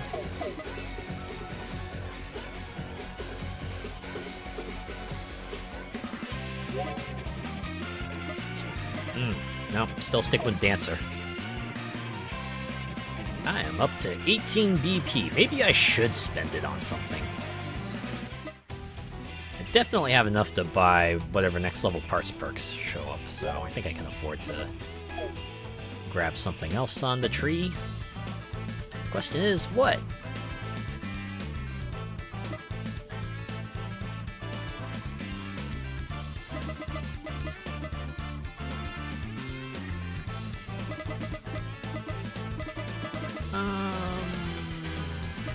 Why not? Get an SP boost. And bump it up to 4%. Okay. That's as much as I want to spend at the moment. Alright, let's read some more bios. Famous Easter egg in Saints Row 2, I can't handle, just can't look at it at all. It just scares and creeps me out so much.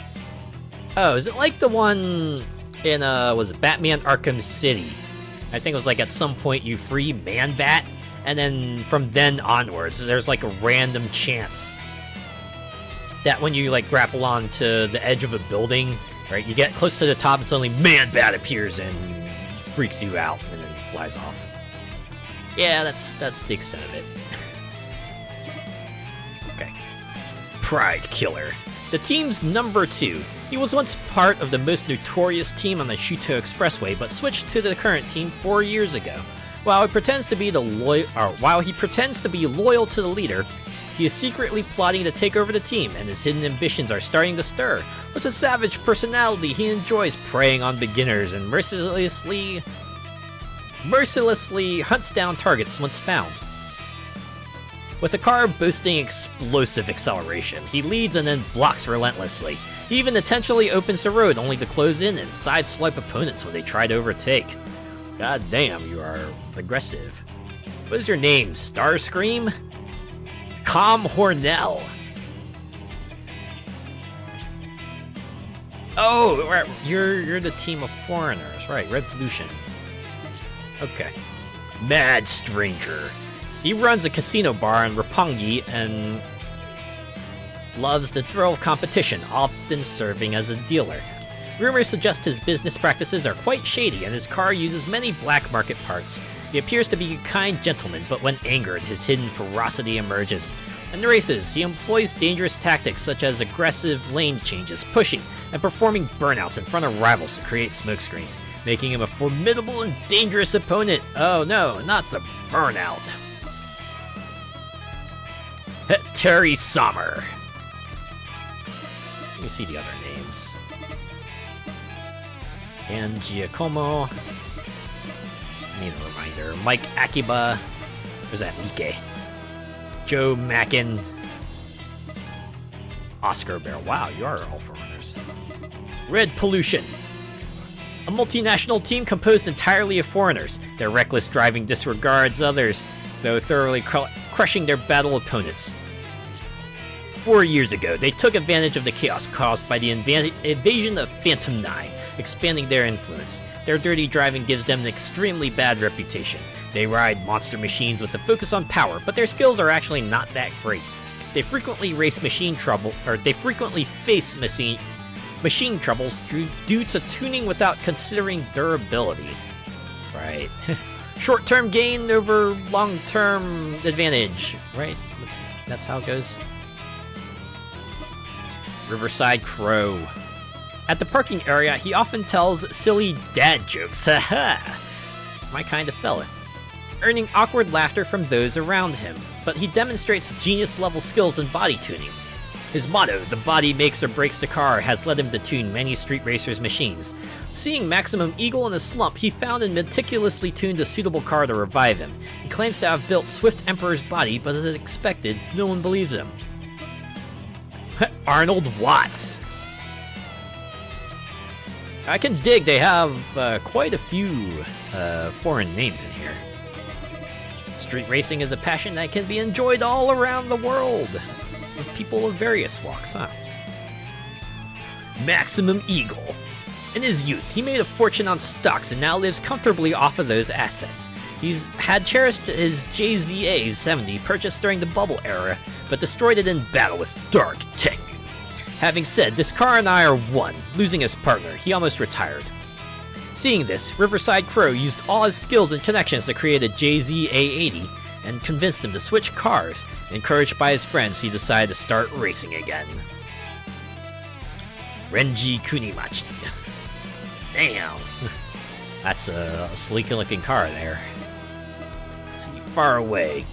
A team composed of veteran, middle-aged drivers. They are determined to teach young people what real driving is, but they are starting to feel their age.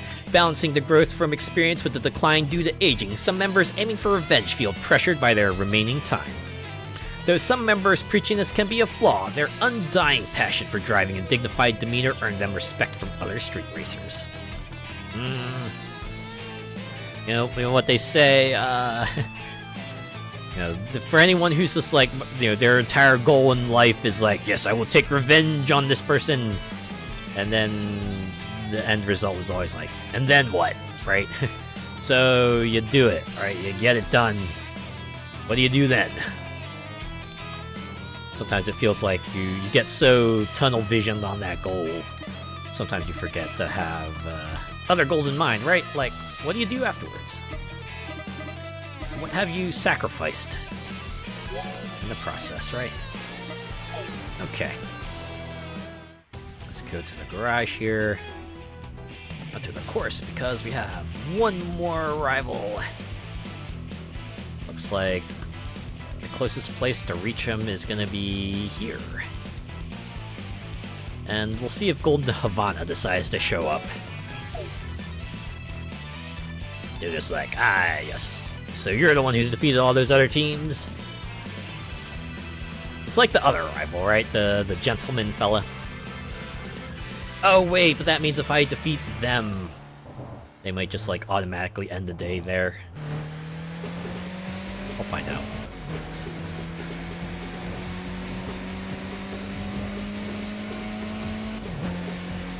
Okay, I can challenge some folks because there's no exits coming up. Ooh, purple car.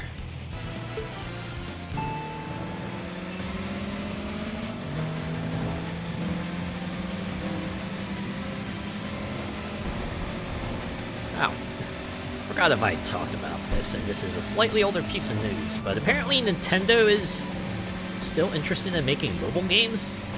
I'd admit, I'm like a little surprised by that.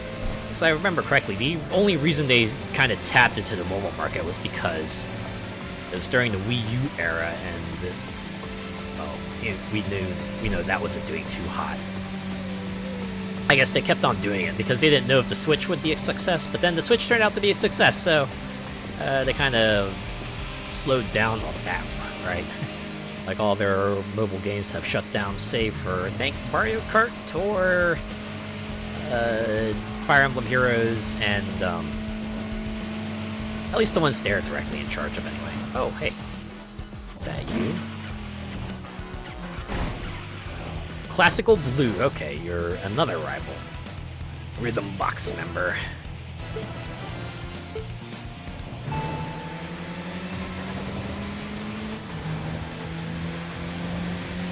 Does make me wonder though, like what other properties could they possibly adapt to a mobile format? I feel like they've hit the bigger ones. Like I could probably see a Splatoon spin-off. Maybe ARMS? I feel like they could do something with ARMS.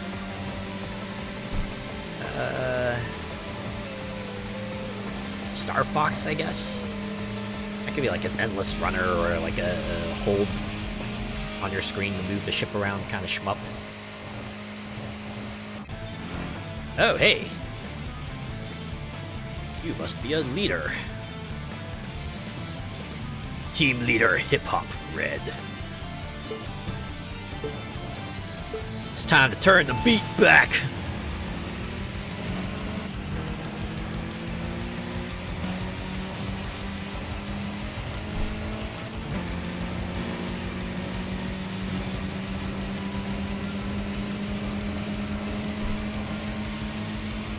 Never really got into mobile games. It's understandable. Don't worry, you're not missing out on that much. To be honest, I used to play a lot of them when I lived at the place that had like potato internet, but now that I'm at a place with like pretty good internet, the only one I really keep up with now is Fire Emblem Heroes and Animal Crossing Pocket Camp Complete. Everything else I've kind of largely let fall to the wayside.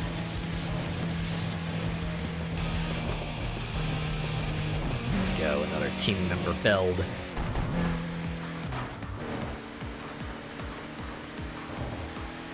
That's an objective cleared. Defeat 2 of 3 specific teams, so... Oh, what was that? There's like a exclamation point here. Oh, that was a rival.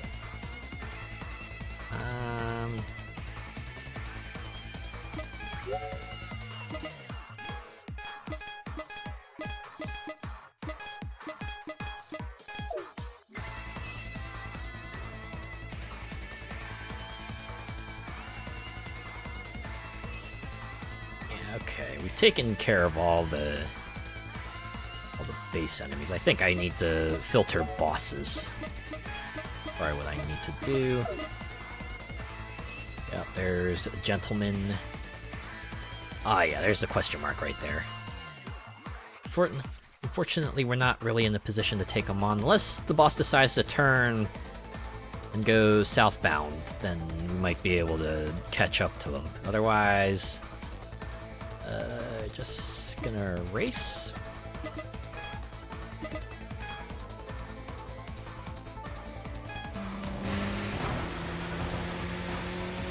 Anyways, I think that might be the final things on the checklist. We'll take care of those 2 bosses and then see what this game has in store for us next. It's going to be more teams, obviously, right? More teams, more rivals, a few extra poetic cutscenes, and we're back out here. Still break out the handhelds from time to time for a change of pace. Ah, jeez. It's been a while since I've turned on my 3DS. A really long while, like an astonishingly long while. I actually don't think I've turned it on since,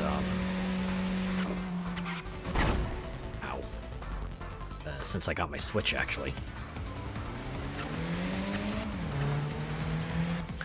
Speaking of, did anyone see, what was it, that one mock-up video someone did that they had like a second screen attachment for a Switch 2? I always found that to be amusing. Ah, man, okay, so they went northbound. Alright. So if I just like took a loop around this way, perhaps, and then see which way they went, maybe I'd be able to catch them like that. Yeah, we could just go for a bit of a joyride.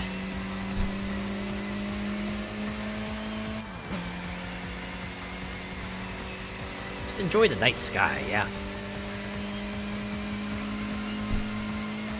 Maybe take on flatbeds if we encounter them.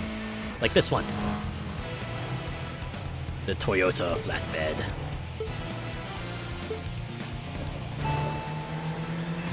Ah, good, you're going on the inner loop. That's just what I want to see.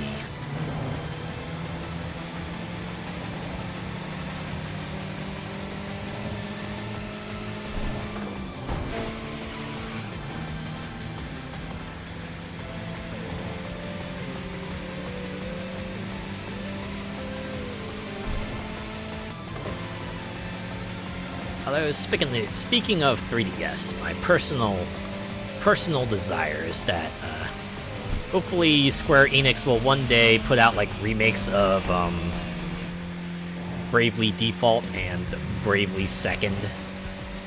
So those are like 3DS titles, and obviously they were designed to work on the 3DS, but I really, really hope that they perhaps go back and, you know, rework things to make them work on like a single screen, and then bring them to like the Switch and Steam, and perhaps Xbox and PlayStation as well, and other places, because it's kind of weird that you're able to play Bravely Second in the current gen consoles, but if you wanted to play Bravely Default if you want to play Bravely Default 2, you can play that on the current gen consoles, but if you want to play Bravely Default 1 and Bravely Second, well, break out that 3DS. Honestly, Bravely Second had like a wonderful plot, so I would be willing to play through that again. And if they could like smooth out some of the late game plot stuff of Bravely Default 1, that would be pretty nice too, actually. Malibu Bikini Volleyball on the Atari Lynx handheld. I imagine there were a lot of parents getting the vapors about that game. That name alone would probably cause a frenzy in some folks, one way or another.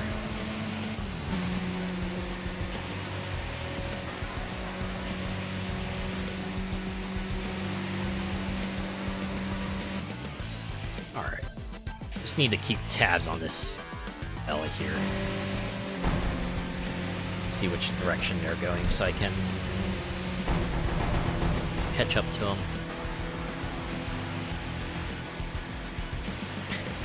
Back in '93, yes. Wow, that was around that time, wasn't it?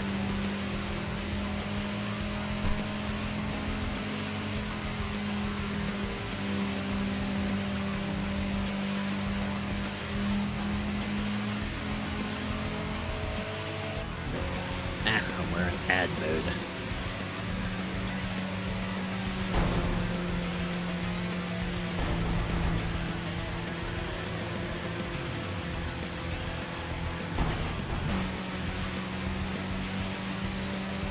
Challenge this flatbed. Just challenging flatbeds. We're like those animals in the wild hunting for easy prey.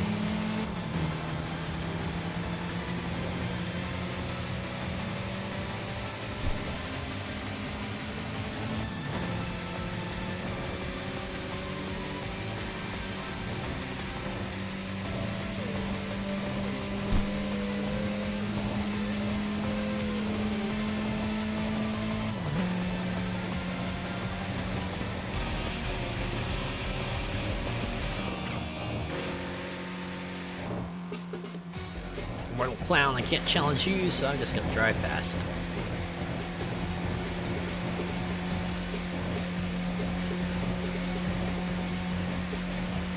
You're just gonna keep driving.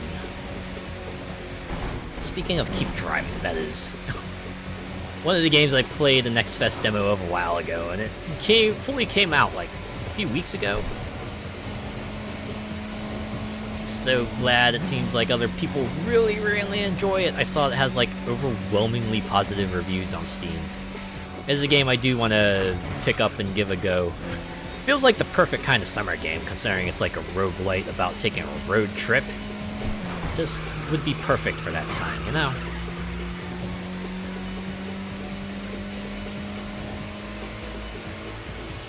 My mom was like, meh, no censorship in our house.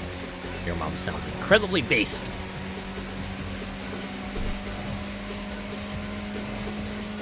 Alright, where is the rival? Ooh. Still quite a ways away. I don't even know if I'll catch up with them, really. Might be a case of it probably just be better for me to go challenge rivals until my tires turn yellow and then jump back out to take on the boss.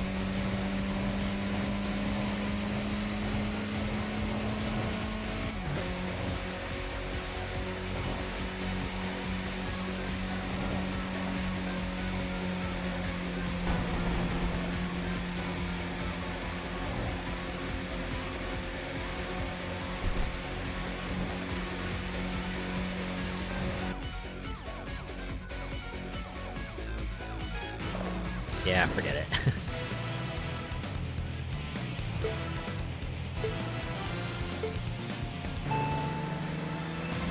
It's gonna challenge rivals, get CP, and then go teleport to a closer ramp to take on the unknown boss rival. Funny I wasn't in therapy with all the horror films I watched. You were a much stronger person than I, that's for sure. Certainly had other friends tell me tales about how they snuck in to watch a horror film, and they describe a particular scene that kind of, you know, unsettled them, and, you know, just kind of burned into their brains, and an image that will never leave them.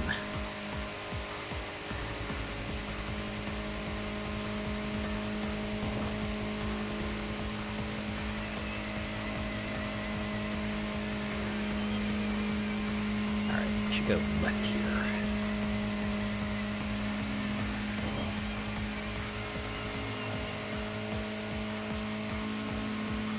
Yeah, eastbound, so go straight.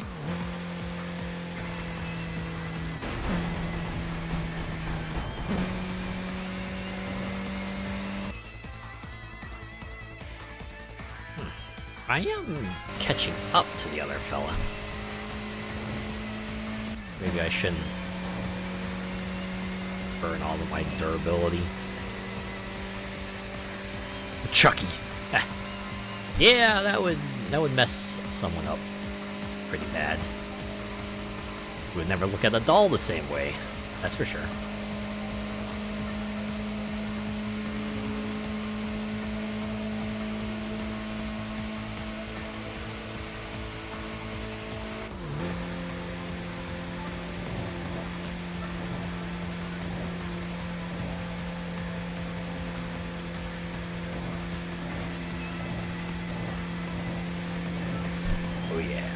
Flying. Don't got time to wait in line. Excuse me, coming through.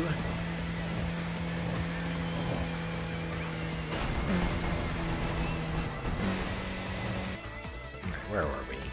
We're getting closer. We're getting closer. We're actually closing distance pretty good.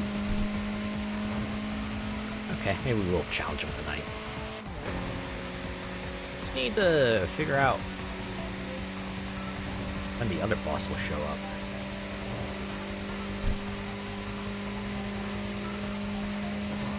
Because when we defeat this boss, the night is going to automatically end.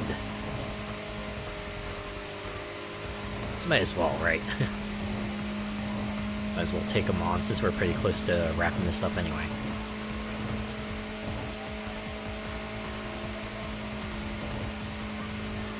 POV, you are Kratos looking to take on the God of War.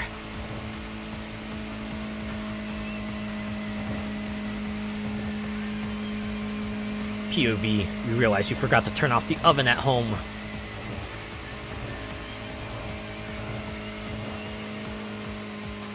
POV, you are driving home from work and your favorite anime starts in 10 minutes.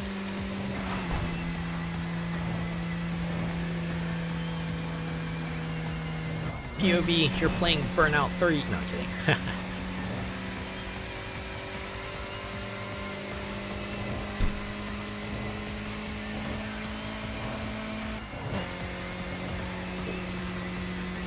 This makes me wonder which way they'll take. Hopefully it won't be a place that's like all confusing and stuff. Hopefully I'll be able to challenge them before they hit the junction.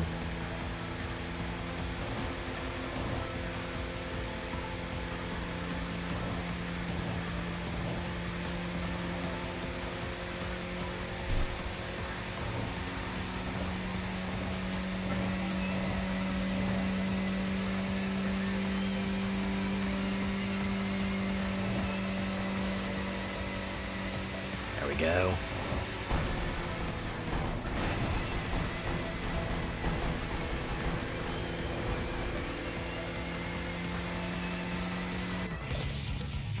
Oh yeah, I know that music.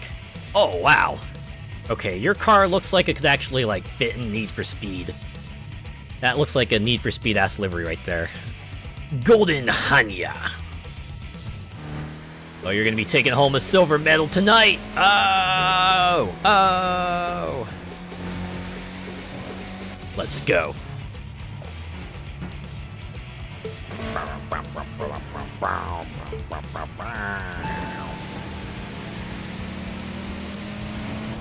Let's duel.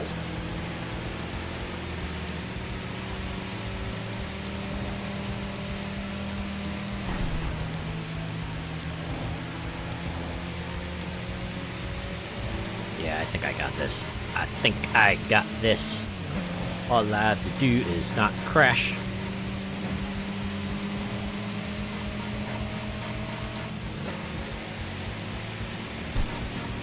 Oh yeah, flying. Flying. Oh, they're catching up. Oh, okay. Ooh. Did they crash? I think they ran into a car. That's why the wait. What's that? Oh, snap! They brought in reinforcements. This turned into a... Oh, it's a double battle. So now we get the restored SP and Crimson Boy has shown up like, aha. Oh wait, no, you were the douchebag that told me off earlier. Okay. Is it just me or is this game like experiencing slowdown, something fierce? I feel like I'm moving at a snail's pace even though I'm supposed to be going pretty fast here. Ah, jeez.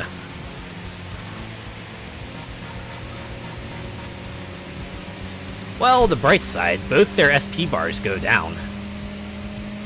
It looks like Crimson Boys will empty out first, so once Crimson Boy is defeated, I won't have to worry about him anymore. There we go, Crimson Boy is out. And soon Golden Hanya will also be out. You are defeated! And we automatically kicked to a parking lot. You got me looking for that billboard that bloke talked about before. Where was it again? I forget. Typical, they can't do it by themselves, so they call in backup. Ah, I like that. That was a nice twist, right? It's like, oh yeah, this is gonna be like the other boss battles, and suddenly they're like, surprise, there's a second enemy. They're racing you at the same time. Didn't think we would do that, did you? Okay, let's see how this goes down. After finishing your battle and returning to the parking area, Crimson Boy and Golden Hanya approached you. It seems they have no intention of letting you leave. Oh no. Good day, Full Throttle Dancer. You're as sharp as ever, aren't you? Hey, brother, didn't I tell you? It's been a while since someone this entertaining showed up on the Shuto Expressway. I can't say losing to a rookie who's just started racing is amusing or worth celebrating, unlike Masamichi here. You're not being honest. Full Throttle Dancer, don't take it personally, okay? Brother Masanori usually doesn't get along with younger street racers. Maybe it's because he's an old man. Ooh, ooh! What did you say? After all, he doesn't even get along with our leader. Oh, my apologies. Let me explain in a way that makes sense to you, rookie. We, the Kurosaki brothers, are part of the team called Phantom 9. Not that we're happy about it. I don't mind, though. Anyway, Phantom 9 was formed 4 years ago. At the time, a street racer named Snake Eyes. Wait, Snake Eyes? Like Cobra Snake Eyes? Dominated the Shuto Expressway, taking down prominent racers one after another, forcing many teams to disband. The team he led was us, Phantom 9. Well, after that, a lot happened. Snake Eyes is still obsessed with their rival. A rematch against the fastest street racer on the Shuto Expressway, Swift Emperor. That's Snake Eyes' goal, and by extension, the aim of us in Phantom 9. Revenge against Swift Emperor, Phantom 9 is driven by vengeance. It's not pure passion for racing, it's an intense flame of hatred, one that seeks to burn everything to ashes. One that doesn't care what gets wrecked in its path. This is the one where you ask, is it worth it? What do you do afterwards, right? So you defeat Swift Emperor. And then what? Oh, that's the end of it. Full throttle precise machine! No, we're still sticking with Dancer.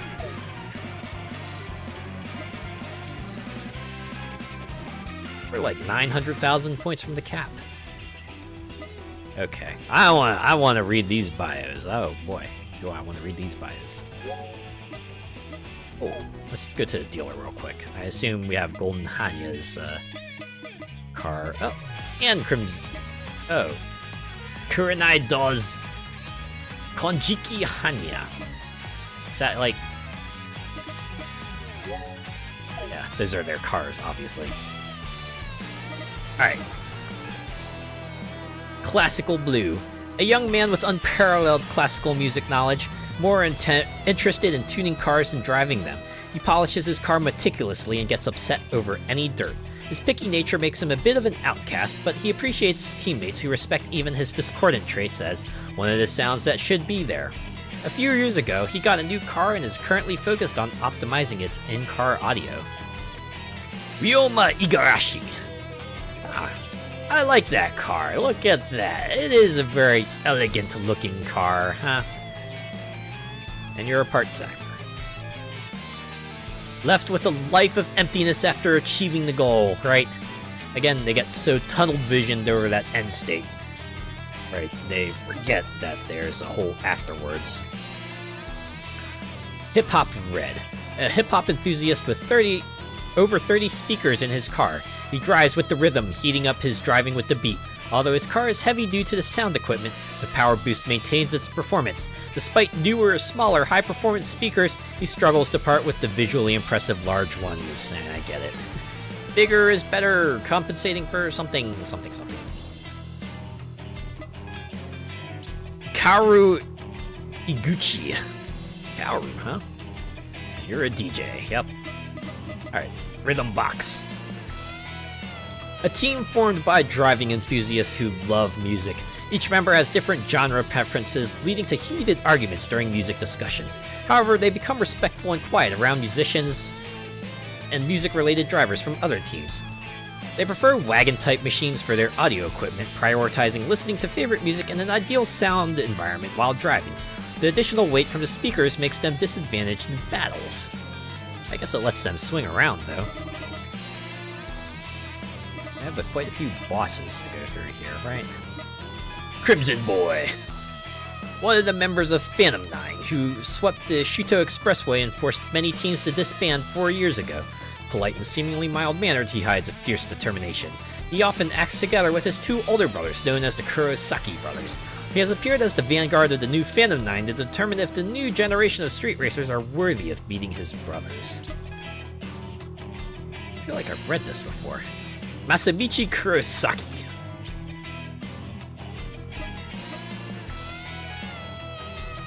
Golden Hanya. The middle of the Kurosaki brothers, he has the most extreme personality among the siblings, even causing trouble for his older brother. Iron Old Man. He particularly clashes with Snake Eyes, the leader of Phantom 9, holding blatant hostility and always being calmed by Crimson Boy. His power-tuned car has somewhat low maneuverability, but his skills compensate for it. Combined with his flashy exterior, the pressure he puts on his battle opponents is immense. Masanori you're a cram school teacher. You know, that explains a lot about you. Okay. Is that everyone? Yeah, that's everyone. Got like a few more guys. 19 BP. Maybe I could afford to pick up another perk, perhaps.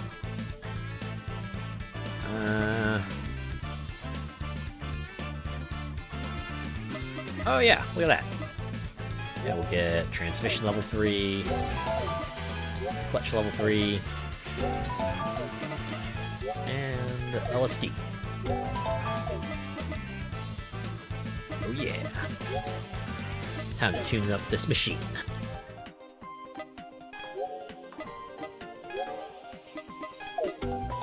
Well, at least put me a bit further under the cap so I don't have to worry about hitting that wallet cap.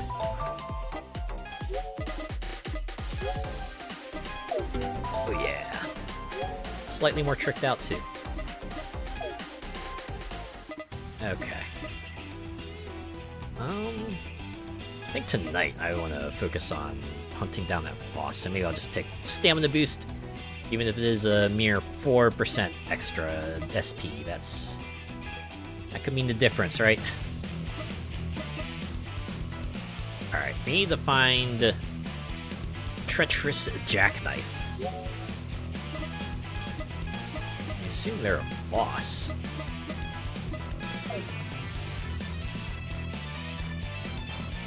There you are. Alright, so I want to start here. And let's go. That's gonna be our sole goal this night. Just hunt down Treacherous Jackknife and take him out. Every bit helps, yeah. That 4% could mean the difference between victory and defeat. And I forgot to move myself back over. Let me do that real quick. There we go.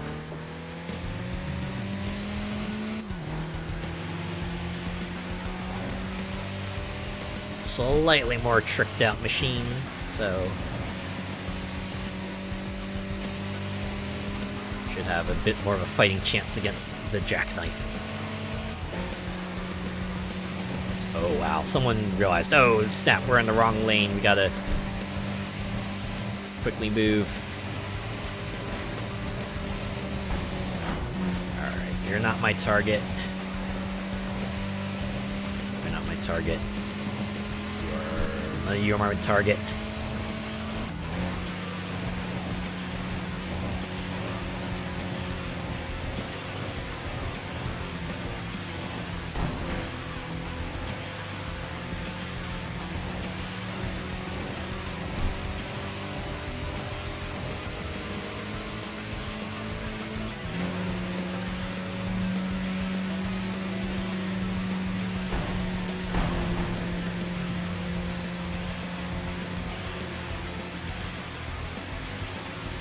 Give me the sign.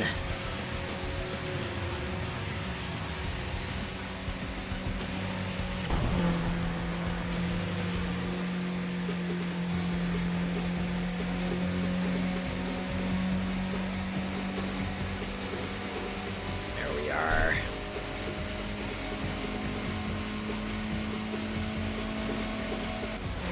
Treacherous Jackknife, I've come for you. What is that, the Betrayer? Wow. You're like all the edge.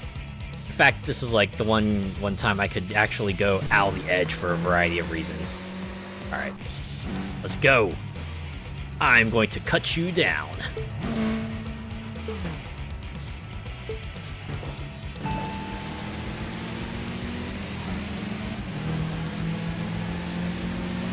Aha!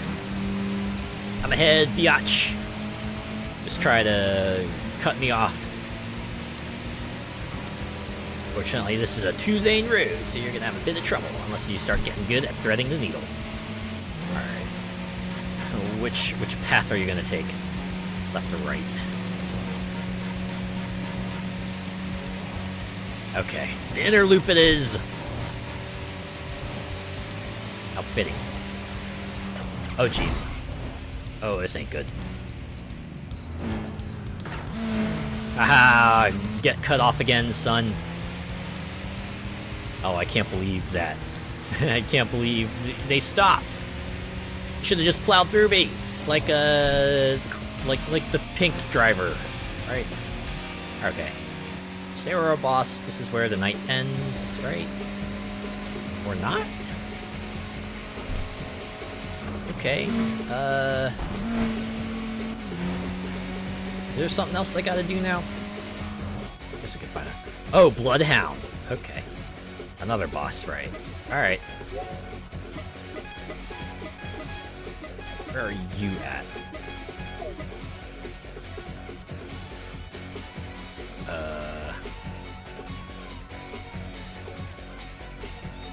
Are you not a boss?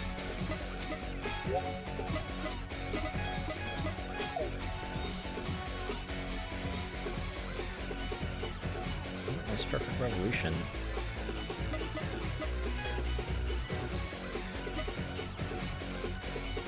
Yeah, talk about a lucky break, I know, right?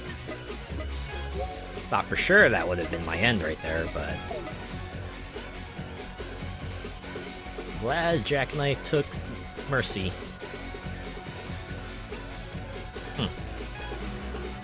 Maybe I gotta wait for a bit, just like drive a bit more and perhaps they'll show up on the map. And then I can challenge them. It seems not on the loop yet. I suppose so. Maybe it's like one of those things that takes a while to load. Also, hello, Windy Crows. Welcome. Thanks for checking me out.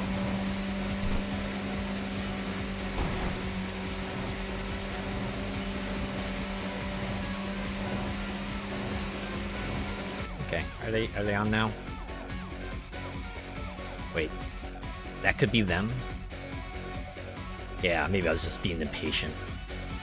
Alright, so I gotta do another long drive. We're gonna keep driving.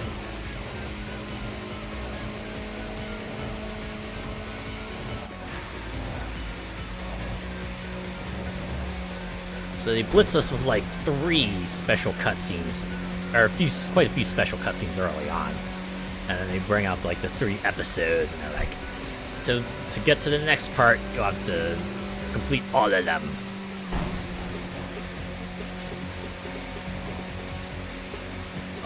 In that case, it just kind of feels like a way for them to segment out, you know, the rivals that you face, right? You defeat some combination of them, and you'll eventually get to all of them. This is a way to kind of group them up, which I can dig, right? It's nice to have your tasks kind of divided out into manageable chunks, bite-sized pieces. You can tackle them a little bit at a time. Okay, wow, that card.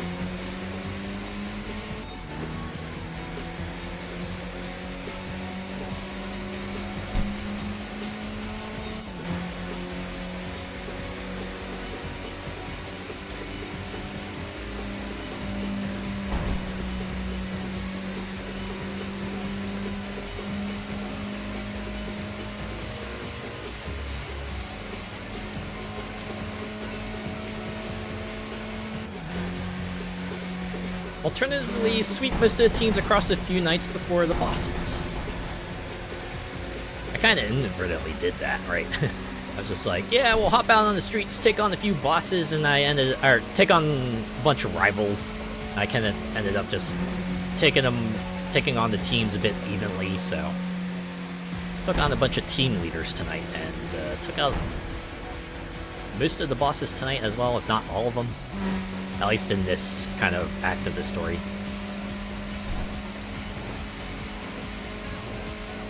Yeah, I could see like a more focused player just like going down the list of teams. Although since they appear like question marks on the map before you encounter them, you have to be very selective about who you run into.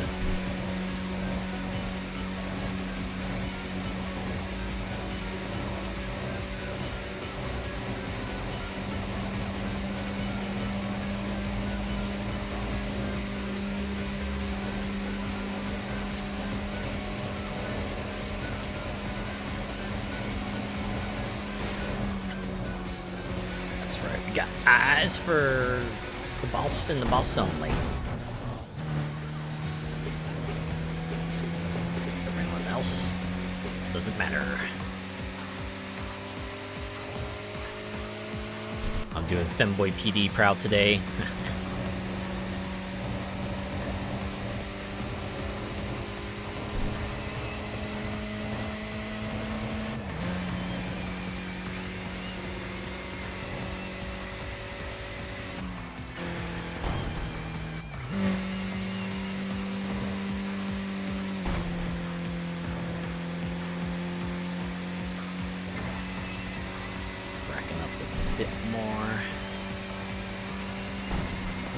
Thanks to the near misses.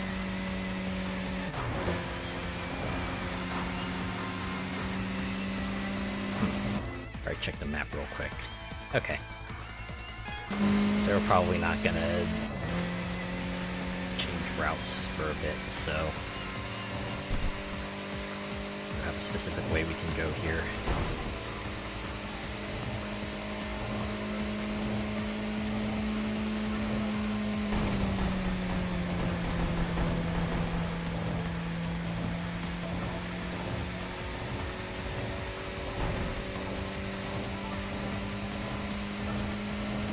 Can't stop, just go.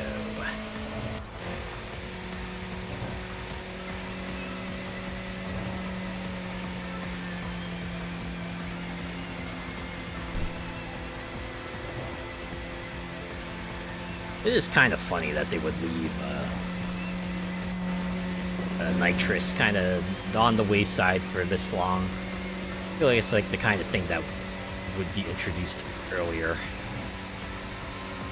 I guess they want to get you used to the idea of winning just, you know, via racing techniques, right? Like drafting and being able to maneuver between cars swiftly and knowing good racing lines and all that good stuff before they start introducing the nitrous.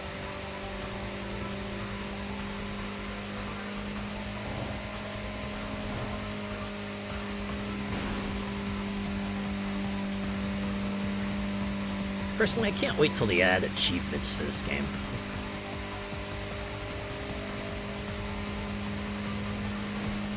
Just can't wait till they add it, and then I start up the game next time and just see the whole bunch of them pop. It's gonna be wild.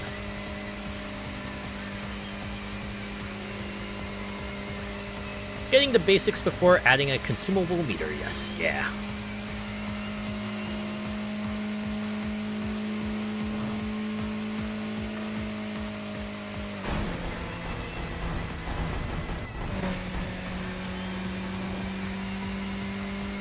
Would I put nitrous in my real-life car? Nah. I'm not too much of a thrill-seeker in real life, to be honest. The stakes are just way higher, right? Like, either I total my car and end up paying like $1 zillion in insurance and damages, or, you know, worse happens, right? Like, the risks are far too great. This is why I like racing games, right? I can just let loose in a virtual world and not have to worry too much about consequences. It's like in a video game, what happens when I get into a collision? Oh, I lose a bunch of time, right? And if the game does have, like, you know, in-game damage, then yeah, I'll end up taking that too, but certainly not going to be as severe as it would be in real life, right? Like, I'll be able to bounce off a guardrail and still go, right? I can smack into the back of a car, another car, and still drive away from it sometimes. Okay, I'm catching up. It's like the other route I took. This is the same route I took with the team leader. Now I'm chasing a boss.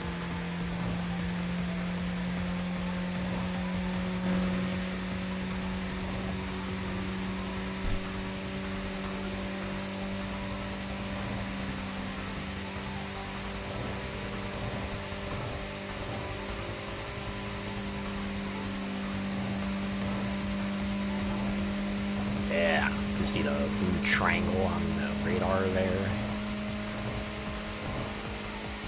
I'll be able to catch them before we reach the junction.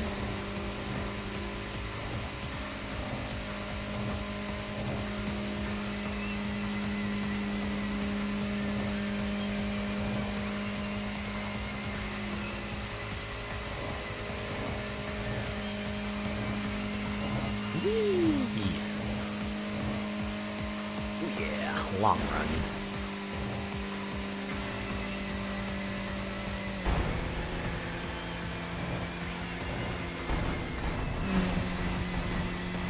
I do like how you see the other drivers on the road still.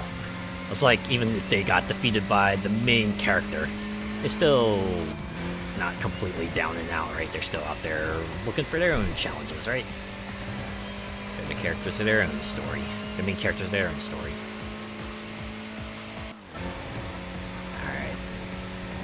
Rapidly approaching their location, even if they are moving. Hello there. Face me, Sagami's sumo wrestler. Oh, no, you're like the final fish market team member. Huh. You're not a boss. No. I'll still take you on all the same. It's like, yeah, we're still here. Don't mind us, we'll just be driving around. Whenever you want to challenge us and take more of our points, go right ahead.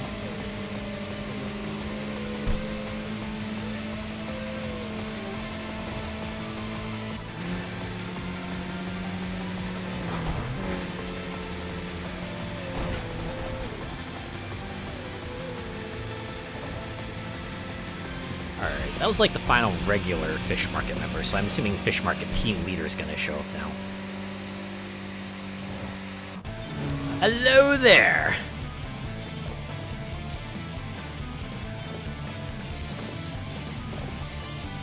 Golden Steer. Wait, Steer? Are you secretly a plant for the meat market? The steakhouse? Are you secretly part of like Team Steakhouse, perhaps?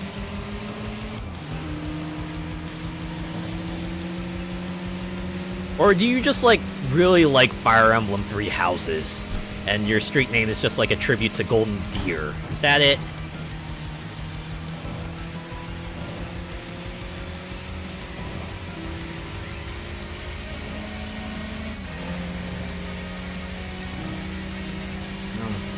Provided I don't crash, I think I got this in the bag. Of course, there's a saying that goes, don't count your chickens before they hatch. It's kind of funny because I'm not facing off against anyone named Chicken at the moment.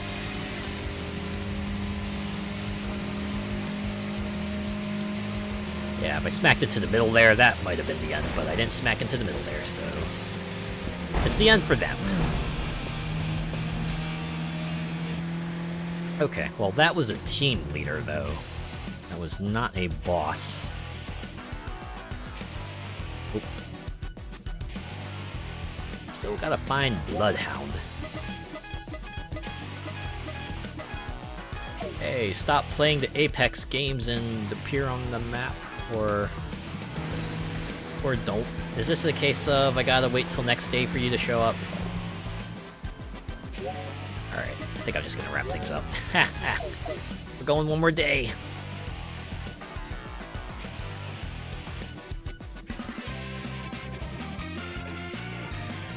Another 4 BP. A good amount of CP as well. Alright. See the new cars that showed up. Ah, the jackknife car. Alright. This is everything from Fresh Market. Let me scooch over. Sagami's sumo wrestler. A junior of the former leader, he was a former student sumo champion expected to become a future yokozuna, but had to give up due to an injury during training. Ah, bummer. He opened a chanko restaurant at his family's home in Sagami. After closing the restaurant, he hones his driving skills on the Shuto Expressway daily. Despite struggling with low win rates in the past, he persevered with the toughness that he prides himself on. In battles, he fully utilizes his physical endurance, but his large build is a disadvantage, causing concerns about his car's weight. I mean, yeah, I guess. Toyokazu Sekiguchi. Your livery's subtle, but I dig it. Yes, you are a Chanko restaurant owner. Alright, Golden Steer. As the disciple of the former leader, he took over the team. Since he drives an FD as his daily ride, his technique is advanced. Previously, he had concerns about his stamina, struggling with long drives or extended battles, but he overcame this through daily effort. He attends a sports club to gradually build his strength, and his focus has been sharpened through serious battle. Having truly graduated from being a rookie, he has renamed himself in honor of the former leader. Ryota Mabuchi. That's a pretty nice livery, though. Alright, the Fresh Market as a whole. A team formed by people who handle fresh fish from the port of the wholesale market and the front of the Chanko shop, led by Golden Steer, a disciple of the previous leader. Due to their private relationships, the team's unity is strong. Their creed is good manners, inherited from their predecessor. Their driving and settings are characterized by minimizing machine roll, avoiding sudden acceleration and deceleration, perhaps due to their profession in transportation. They worry about the fish smell ingrained in their bodies getting onto the seats. A valid concern. And for the boss, learn more about treacherous Jackknife. The legendary street racer, once known as one of the 13 Devils. Possessing a genius sense, his driving has been further polished by years of effort. Shining brilliantly, with a high aesthetic sense, he values his machine's appearance to be both intimidating and stylish. Featuring an eye-catching large muffler that symbolizes high power. He sees the resurgence of Swift Emperor and the new generation of street racers reappearing on the Shuto Expressway. To assess their abilities, he takes the lead in challenging them to battles. Toji Sakamoto, you are a futon manufacturer employee. Ooh, you're anything but soft. Sheesh. I'm guessing you don't do memory foam futons. Okay. Back to the garage. Back over to the right. Okay, one more time. Let's see if Bloodhound shows up now. Yes! Oh my god, and there's an exit right nearby as well. Perfect. We can take you on right away. So I have to assume this will be the immediate end once we take him out.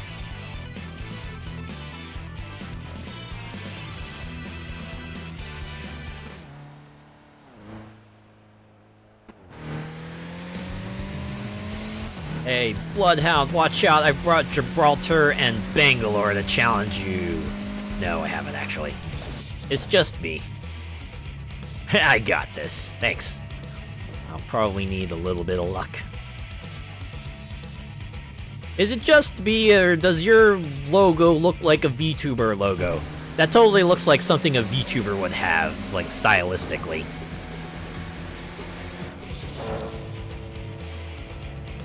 Like, I could totally see that being a VTuber logo. Is that... Hopefully I'm not the only one. Alright, let's go, Bloodhound. I'm smelling blood, too. Ah, jeez, okay. Just stay behind them! Stay behind them! Uh-oh. Okay, I think they've gained as much as they can gain. I need to... try to not screw this up. Ooh, look at you. Alright, so you're kind of big on the blocking thing. Alright.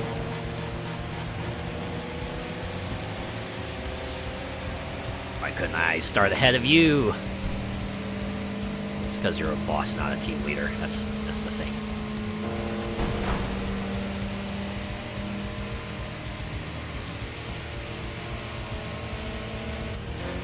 Hey, stop pulling ahead. Alright, they're gonna try to get... Oh, they're not gonna get behind me? Alright, fine. Their loss, not mine. Alright, now I have to not screw up.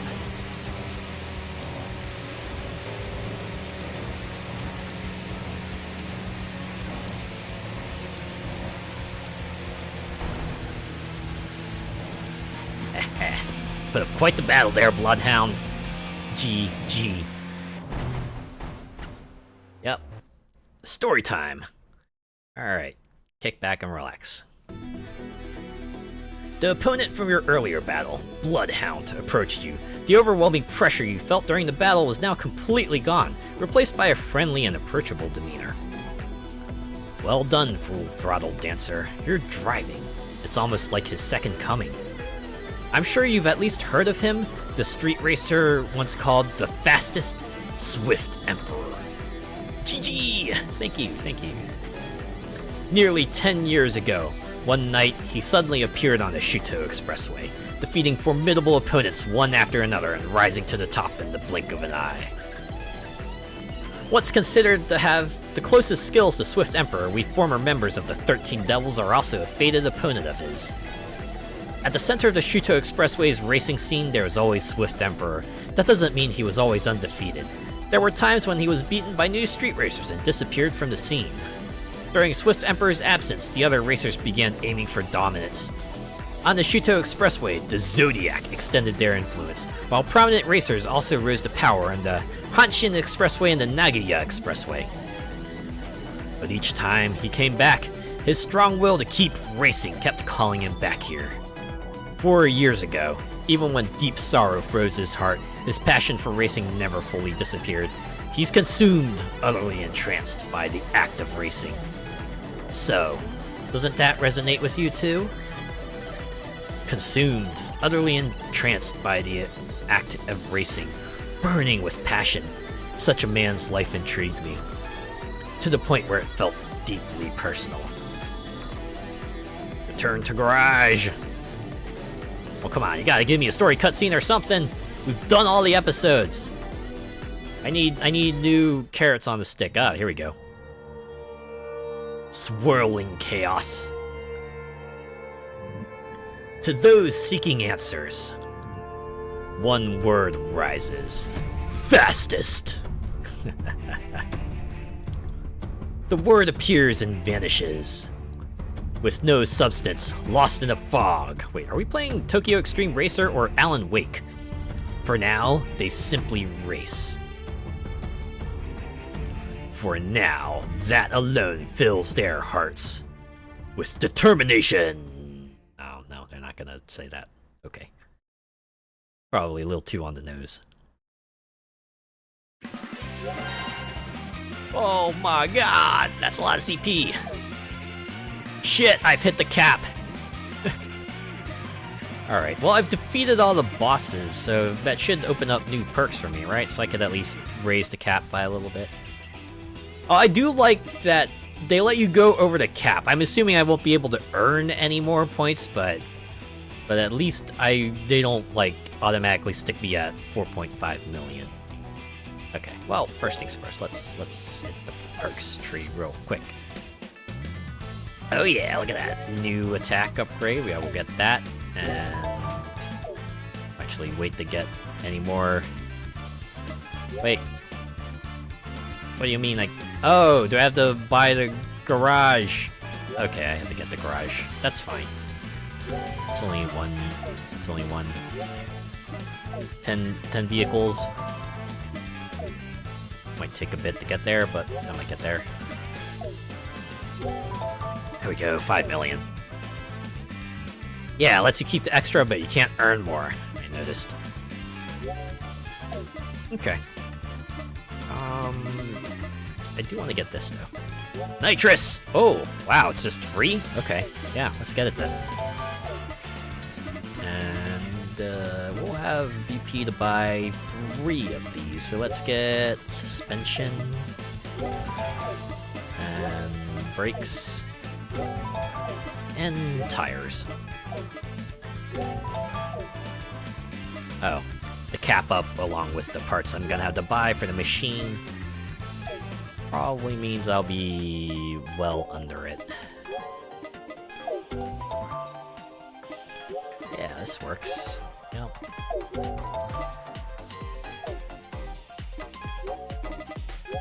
Level 3 tires, and finally, level 1 nitrous.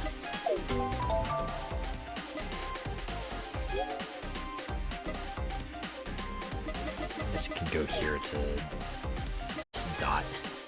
Taken care of. Off to the dealer. Let's see the Bloodhound car.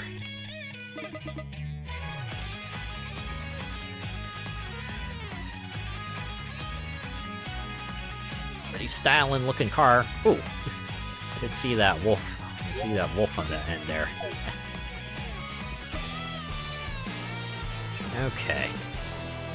One more bio. We did only fight the one guy. Bloodhound! One of the legendary street racers once known as the 13 Devils, his skilled techniques and aggressive driving still earned him admiration among young street racers. He excels in tactics that shake his opponents and waits for them to self-destruct under pressure. Having long admired Swift Emperor and pursued his lead, he now shares a bond that can be called friendship. He wishes to continue following the legend that Swift Emperor will create with the new generation of street racers. Shiro Sasaki! Oh, and you're a beverage manufacturer. So what, that means you, like, make sodas or beers or something like that, I'm assuming? Fell in the lab. Auto like from me for having a floof on his car? I thought so. I thought so. Okay, we're not actually gonna go out on the course, I just want to see what this new map is populated with. Oh yeah. Oh, okay. So the episodes are still running concurrently, they just have like new steps. Wow. All vastly different. So we have here Birth of the Legend is defeat specific teams, and then Return of the Bastards is defeat other specific teams, and then New Generation is just fight Eternal Polaris again. So hey, still plenty to do. Still plenty to do. Alright, let me save this real quick.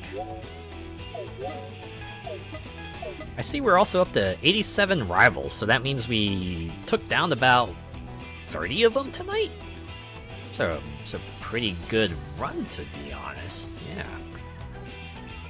Sadly, I have to head off now. It's 6:30 a.m. for me. Have a good night. Yeah, you have yourself a good morning. Have yourself a good next day.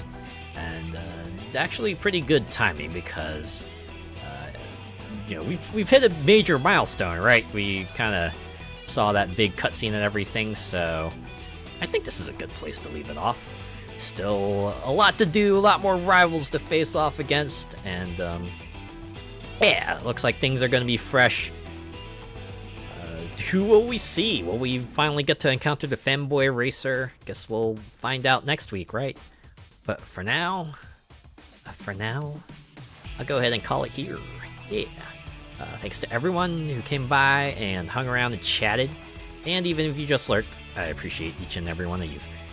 I'll be back on Friday, where I will check out Monster Train 2. Yeah.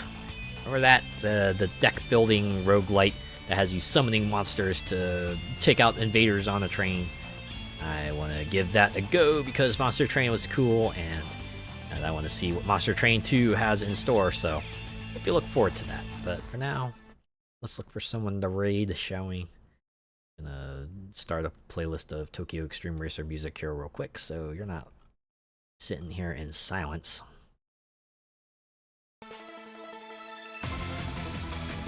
Yeah, you remember that battle music? I will go through some other tunes. Give it time. Okay. Let's see who is on tonight. On slightly longer than I usually am. Previously, I'd be wrapping up like maybe 30 minutes earlier, but just had that drive, you know, that drive to finally see another cutscene and finally kind of get past this leg of the game, right? And granted, it was only like 2 streams, right, compared to the first stream that it took to get through the first act. We'll see how long get through the second act takes, right?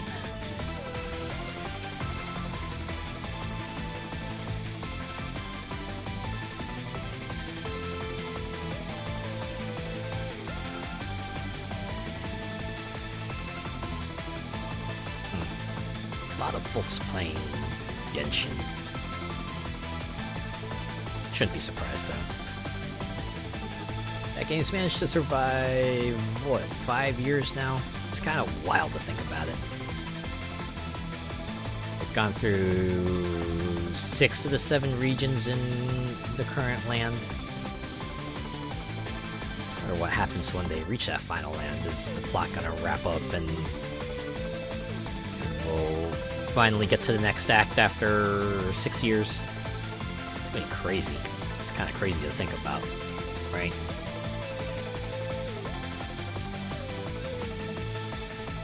Oh, you know what? Let's see who's playing Tokyo Xtreme Racer, if anyone.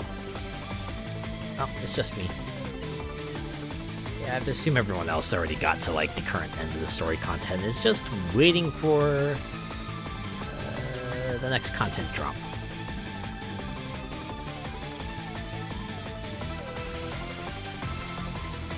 Okay, well, I think I found someone.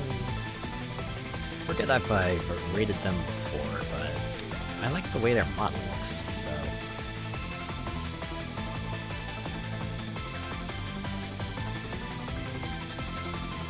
Alright, let's see if they have raids open. Alright, looks like they do. And Twitch is saying I have not rated them in the past 30 days, so I think we're good here. Alright. Raid message is going to be the usual.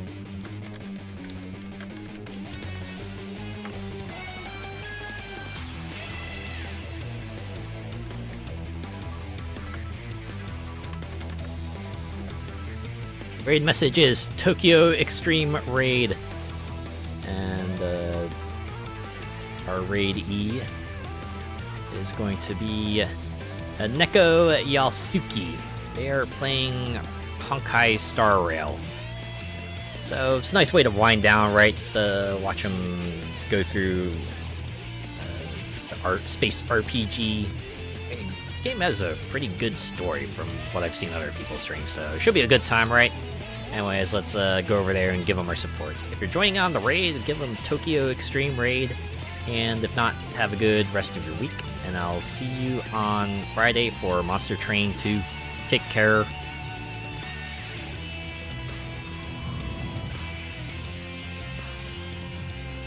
So here's hoping either next week or the week after will be the time we see Femboy Racer, right? Hopefully. It's gonna be a momentous occasion. I can almost feel it. Alright, see ya.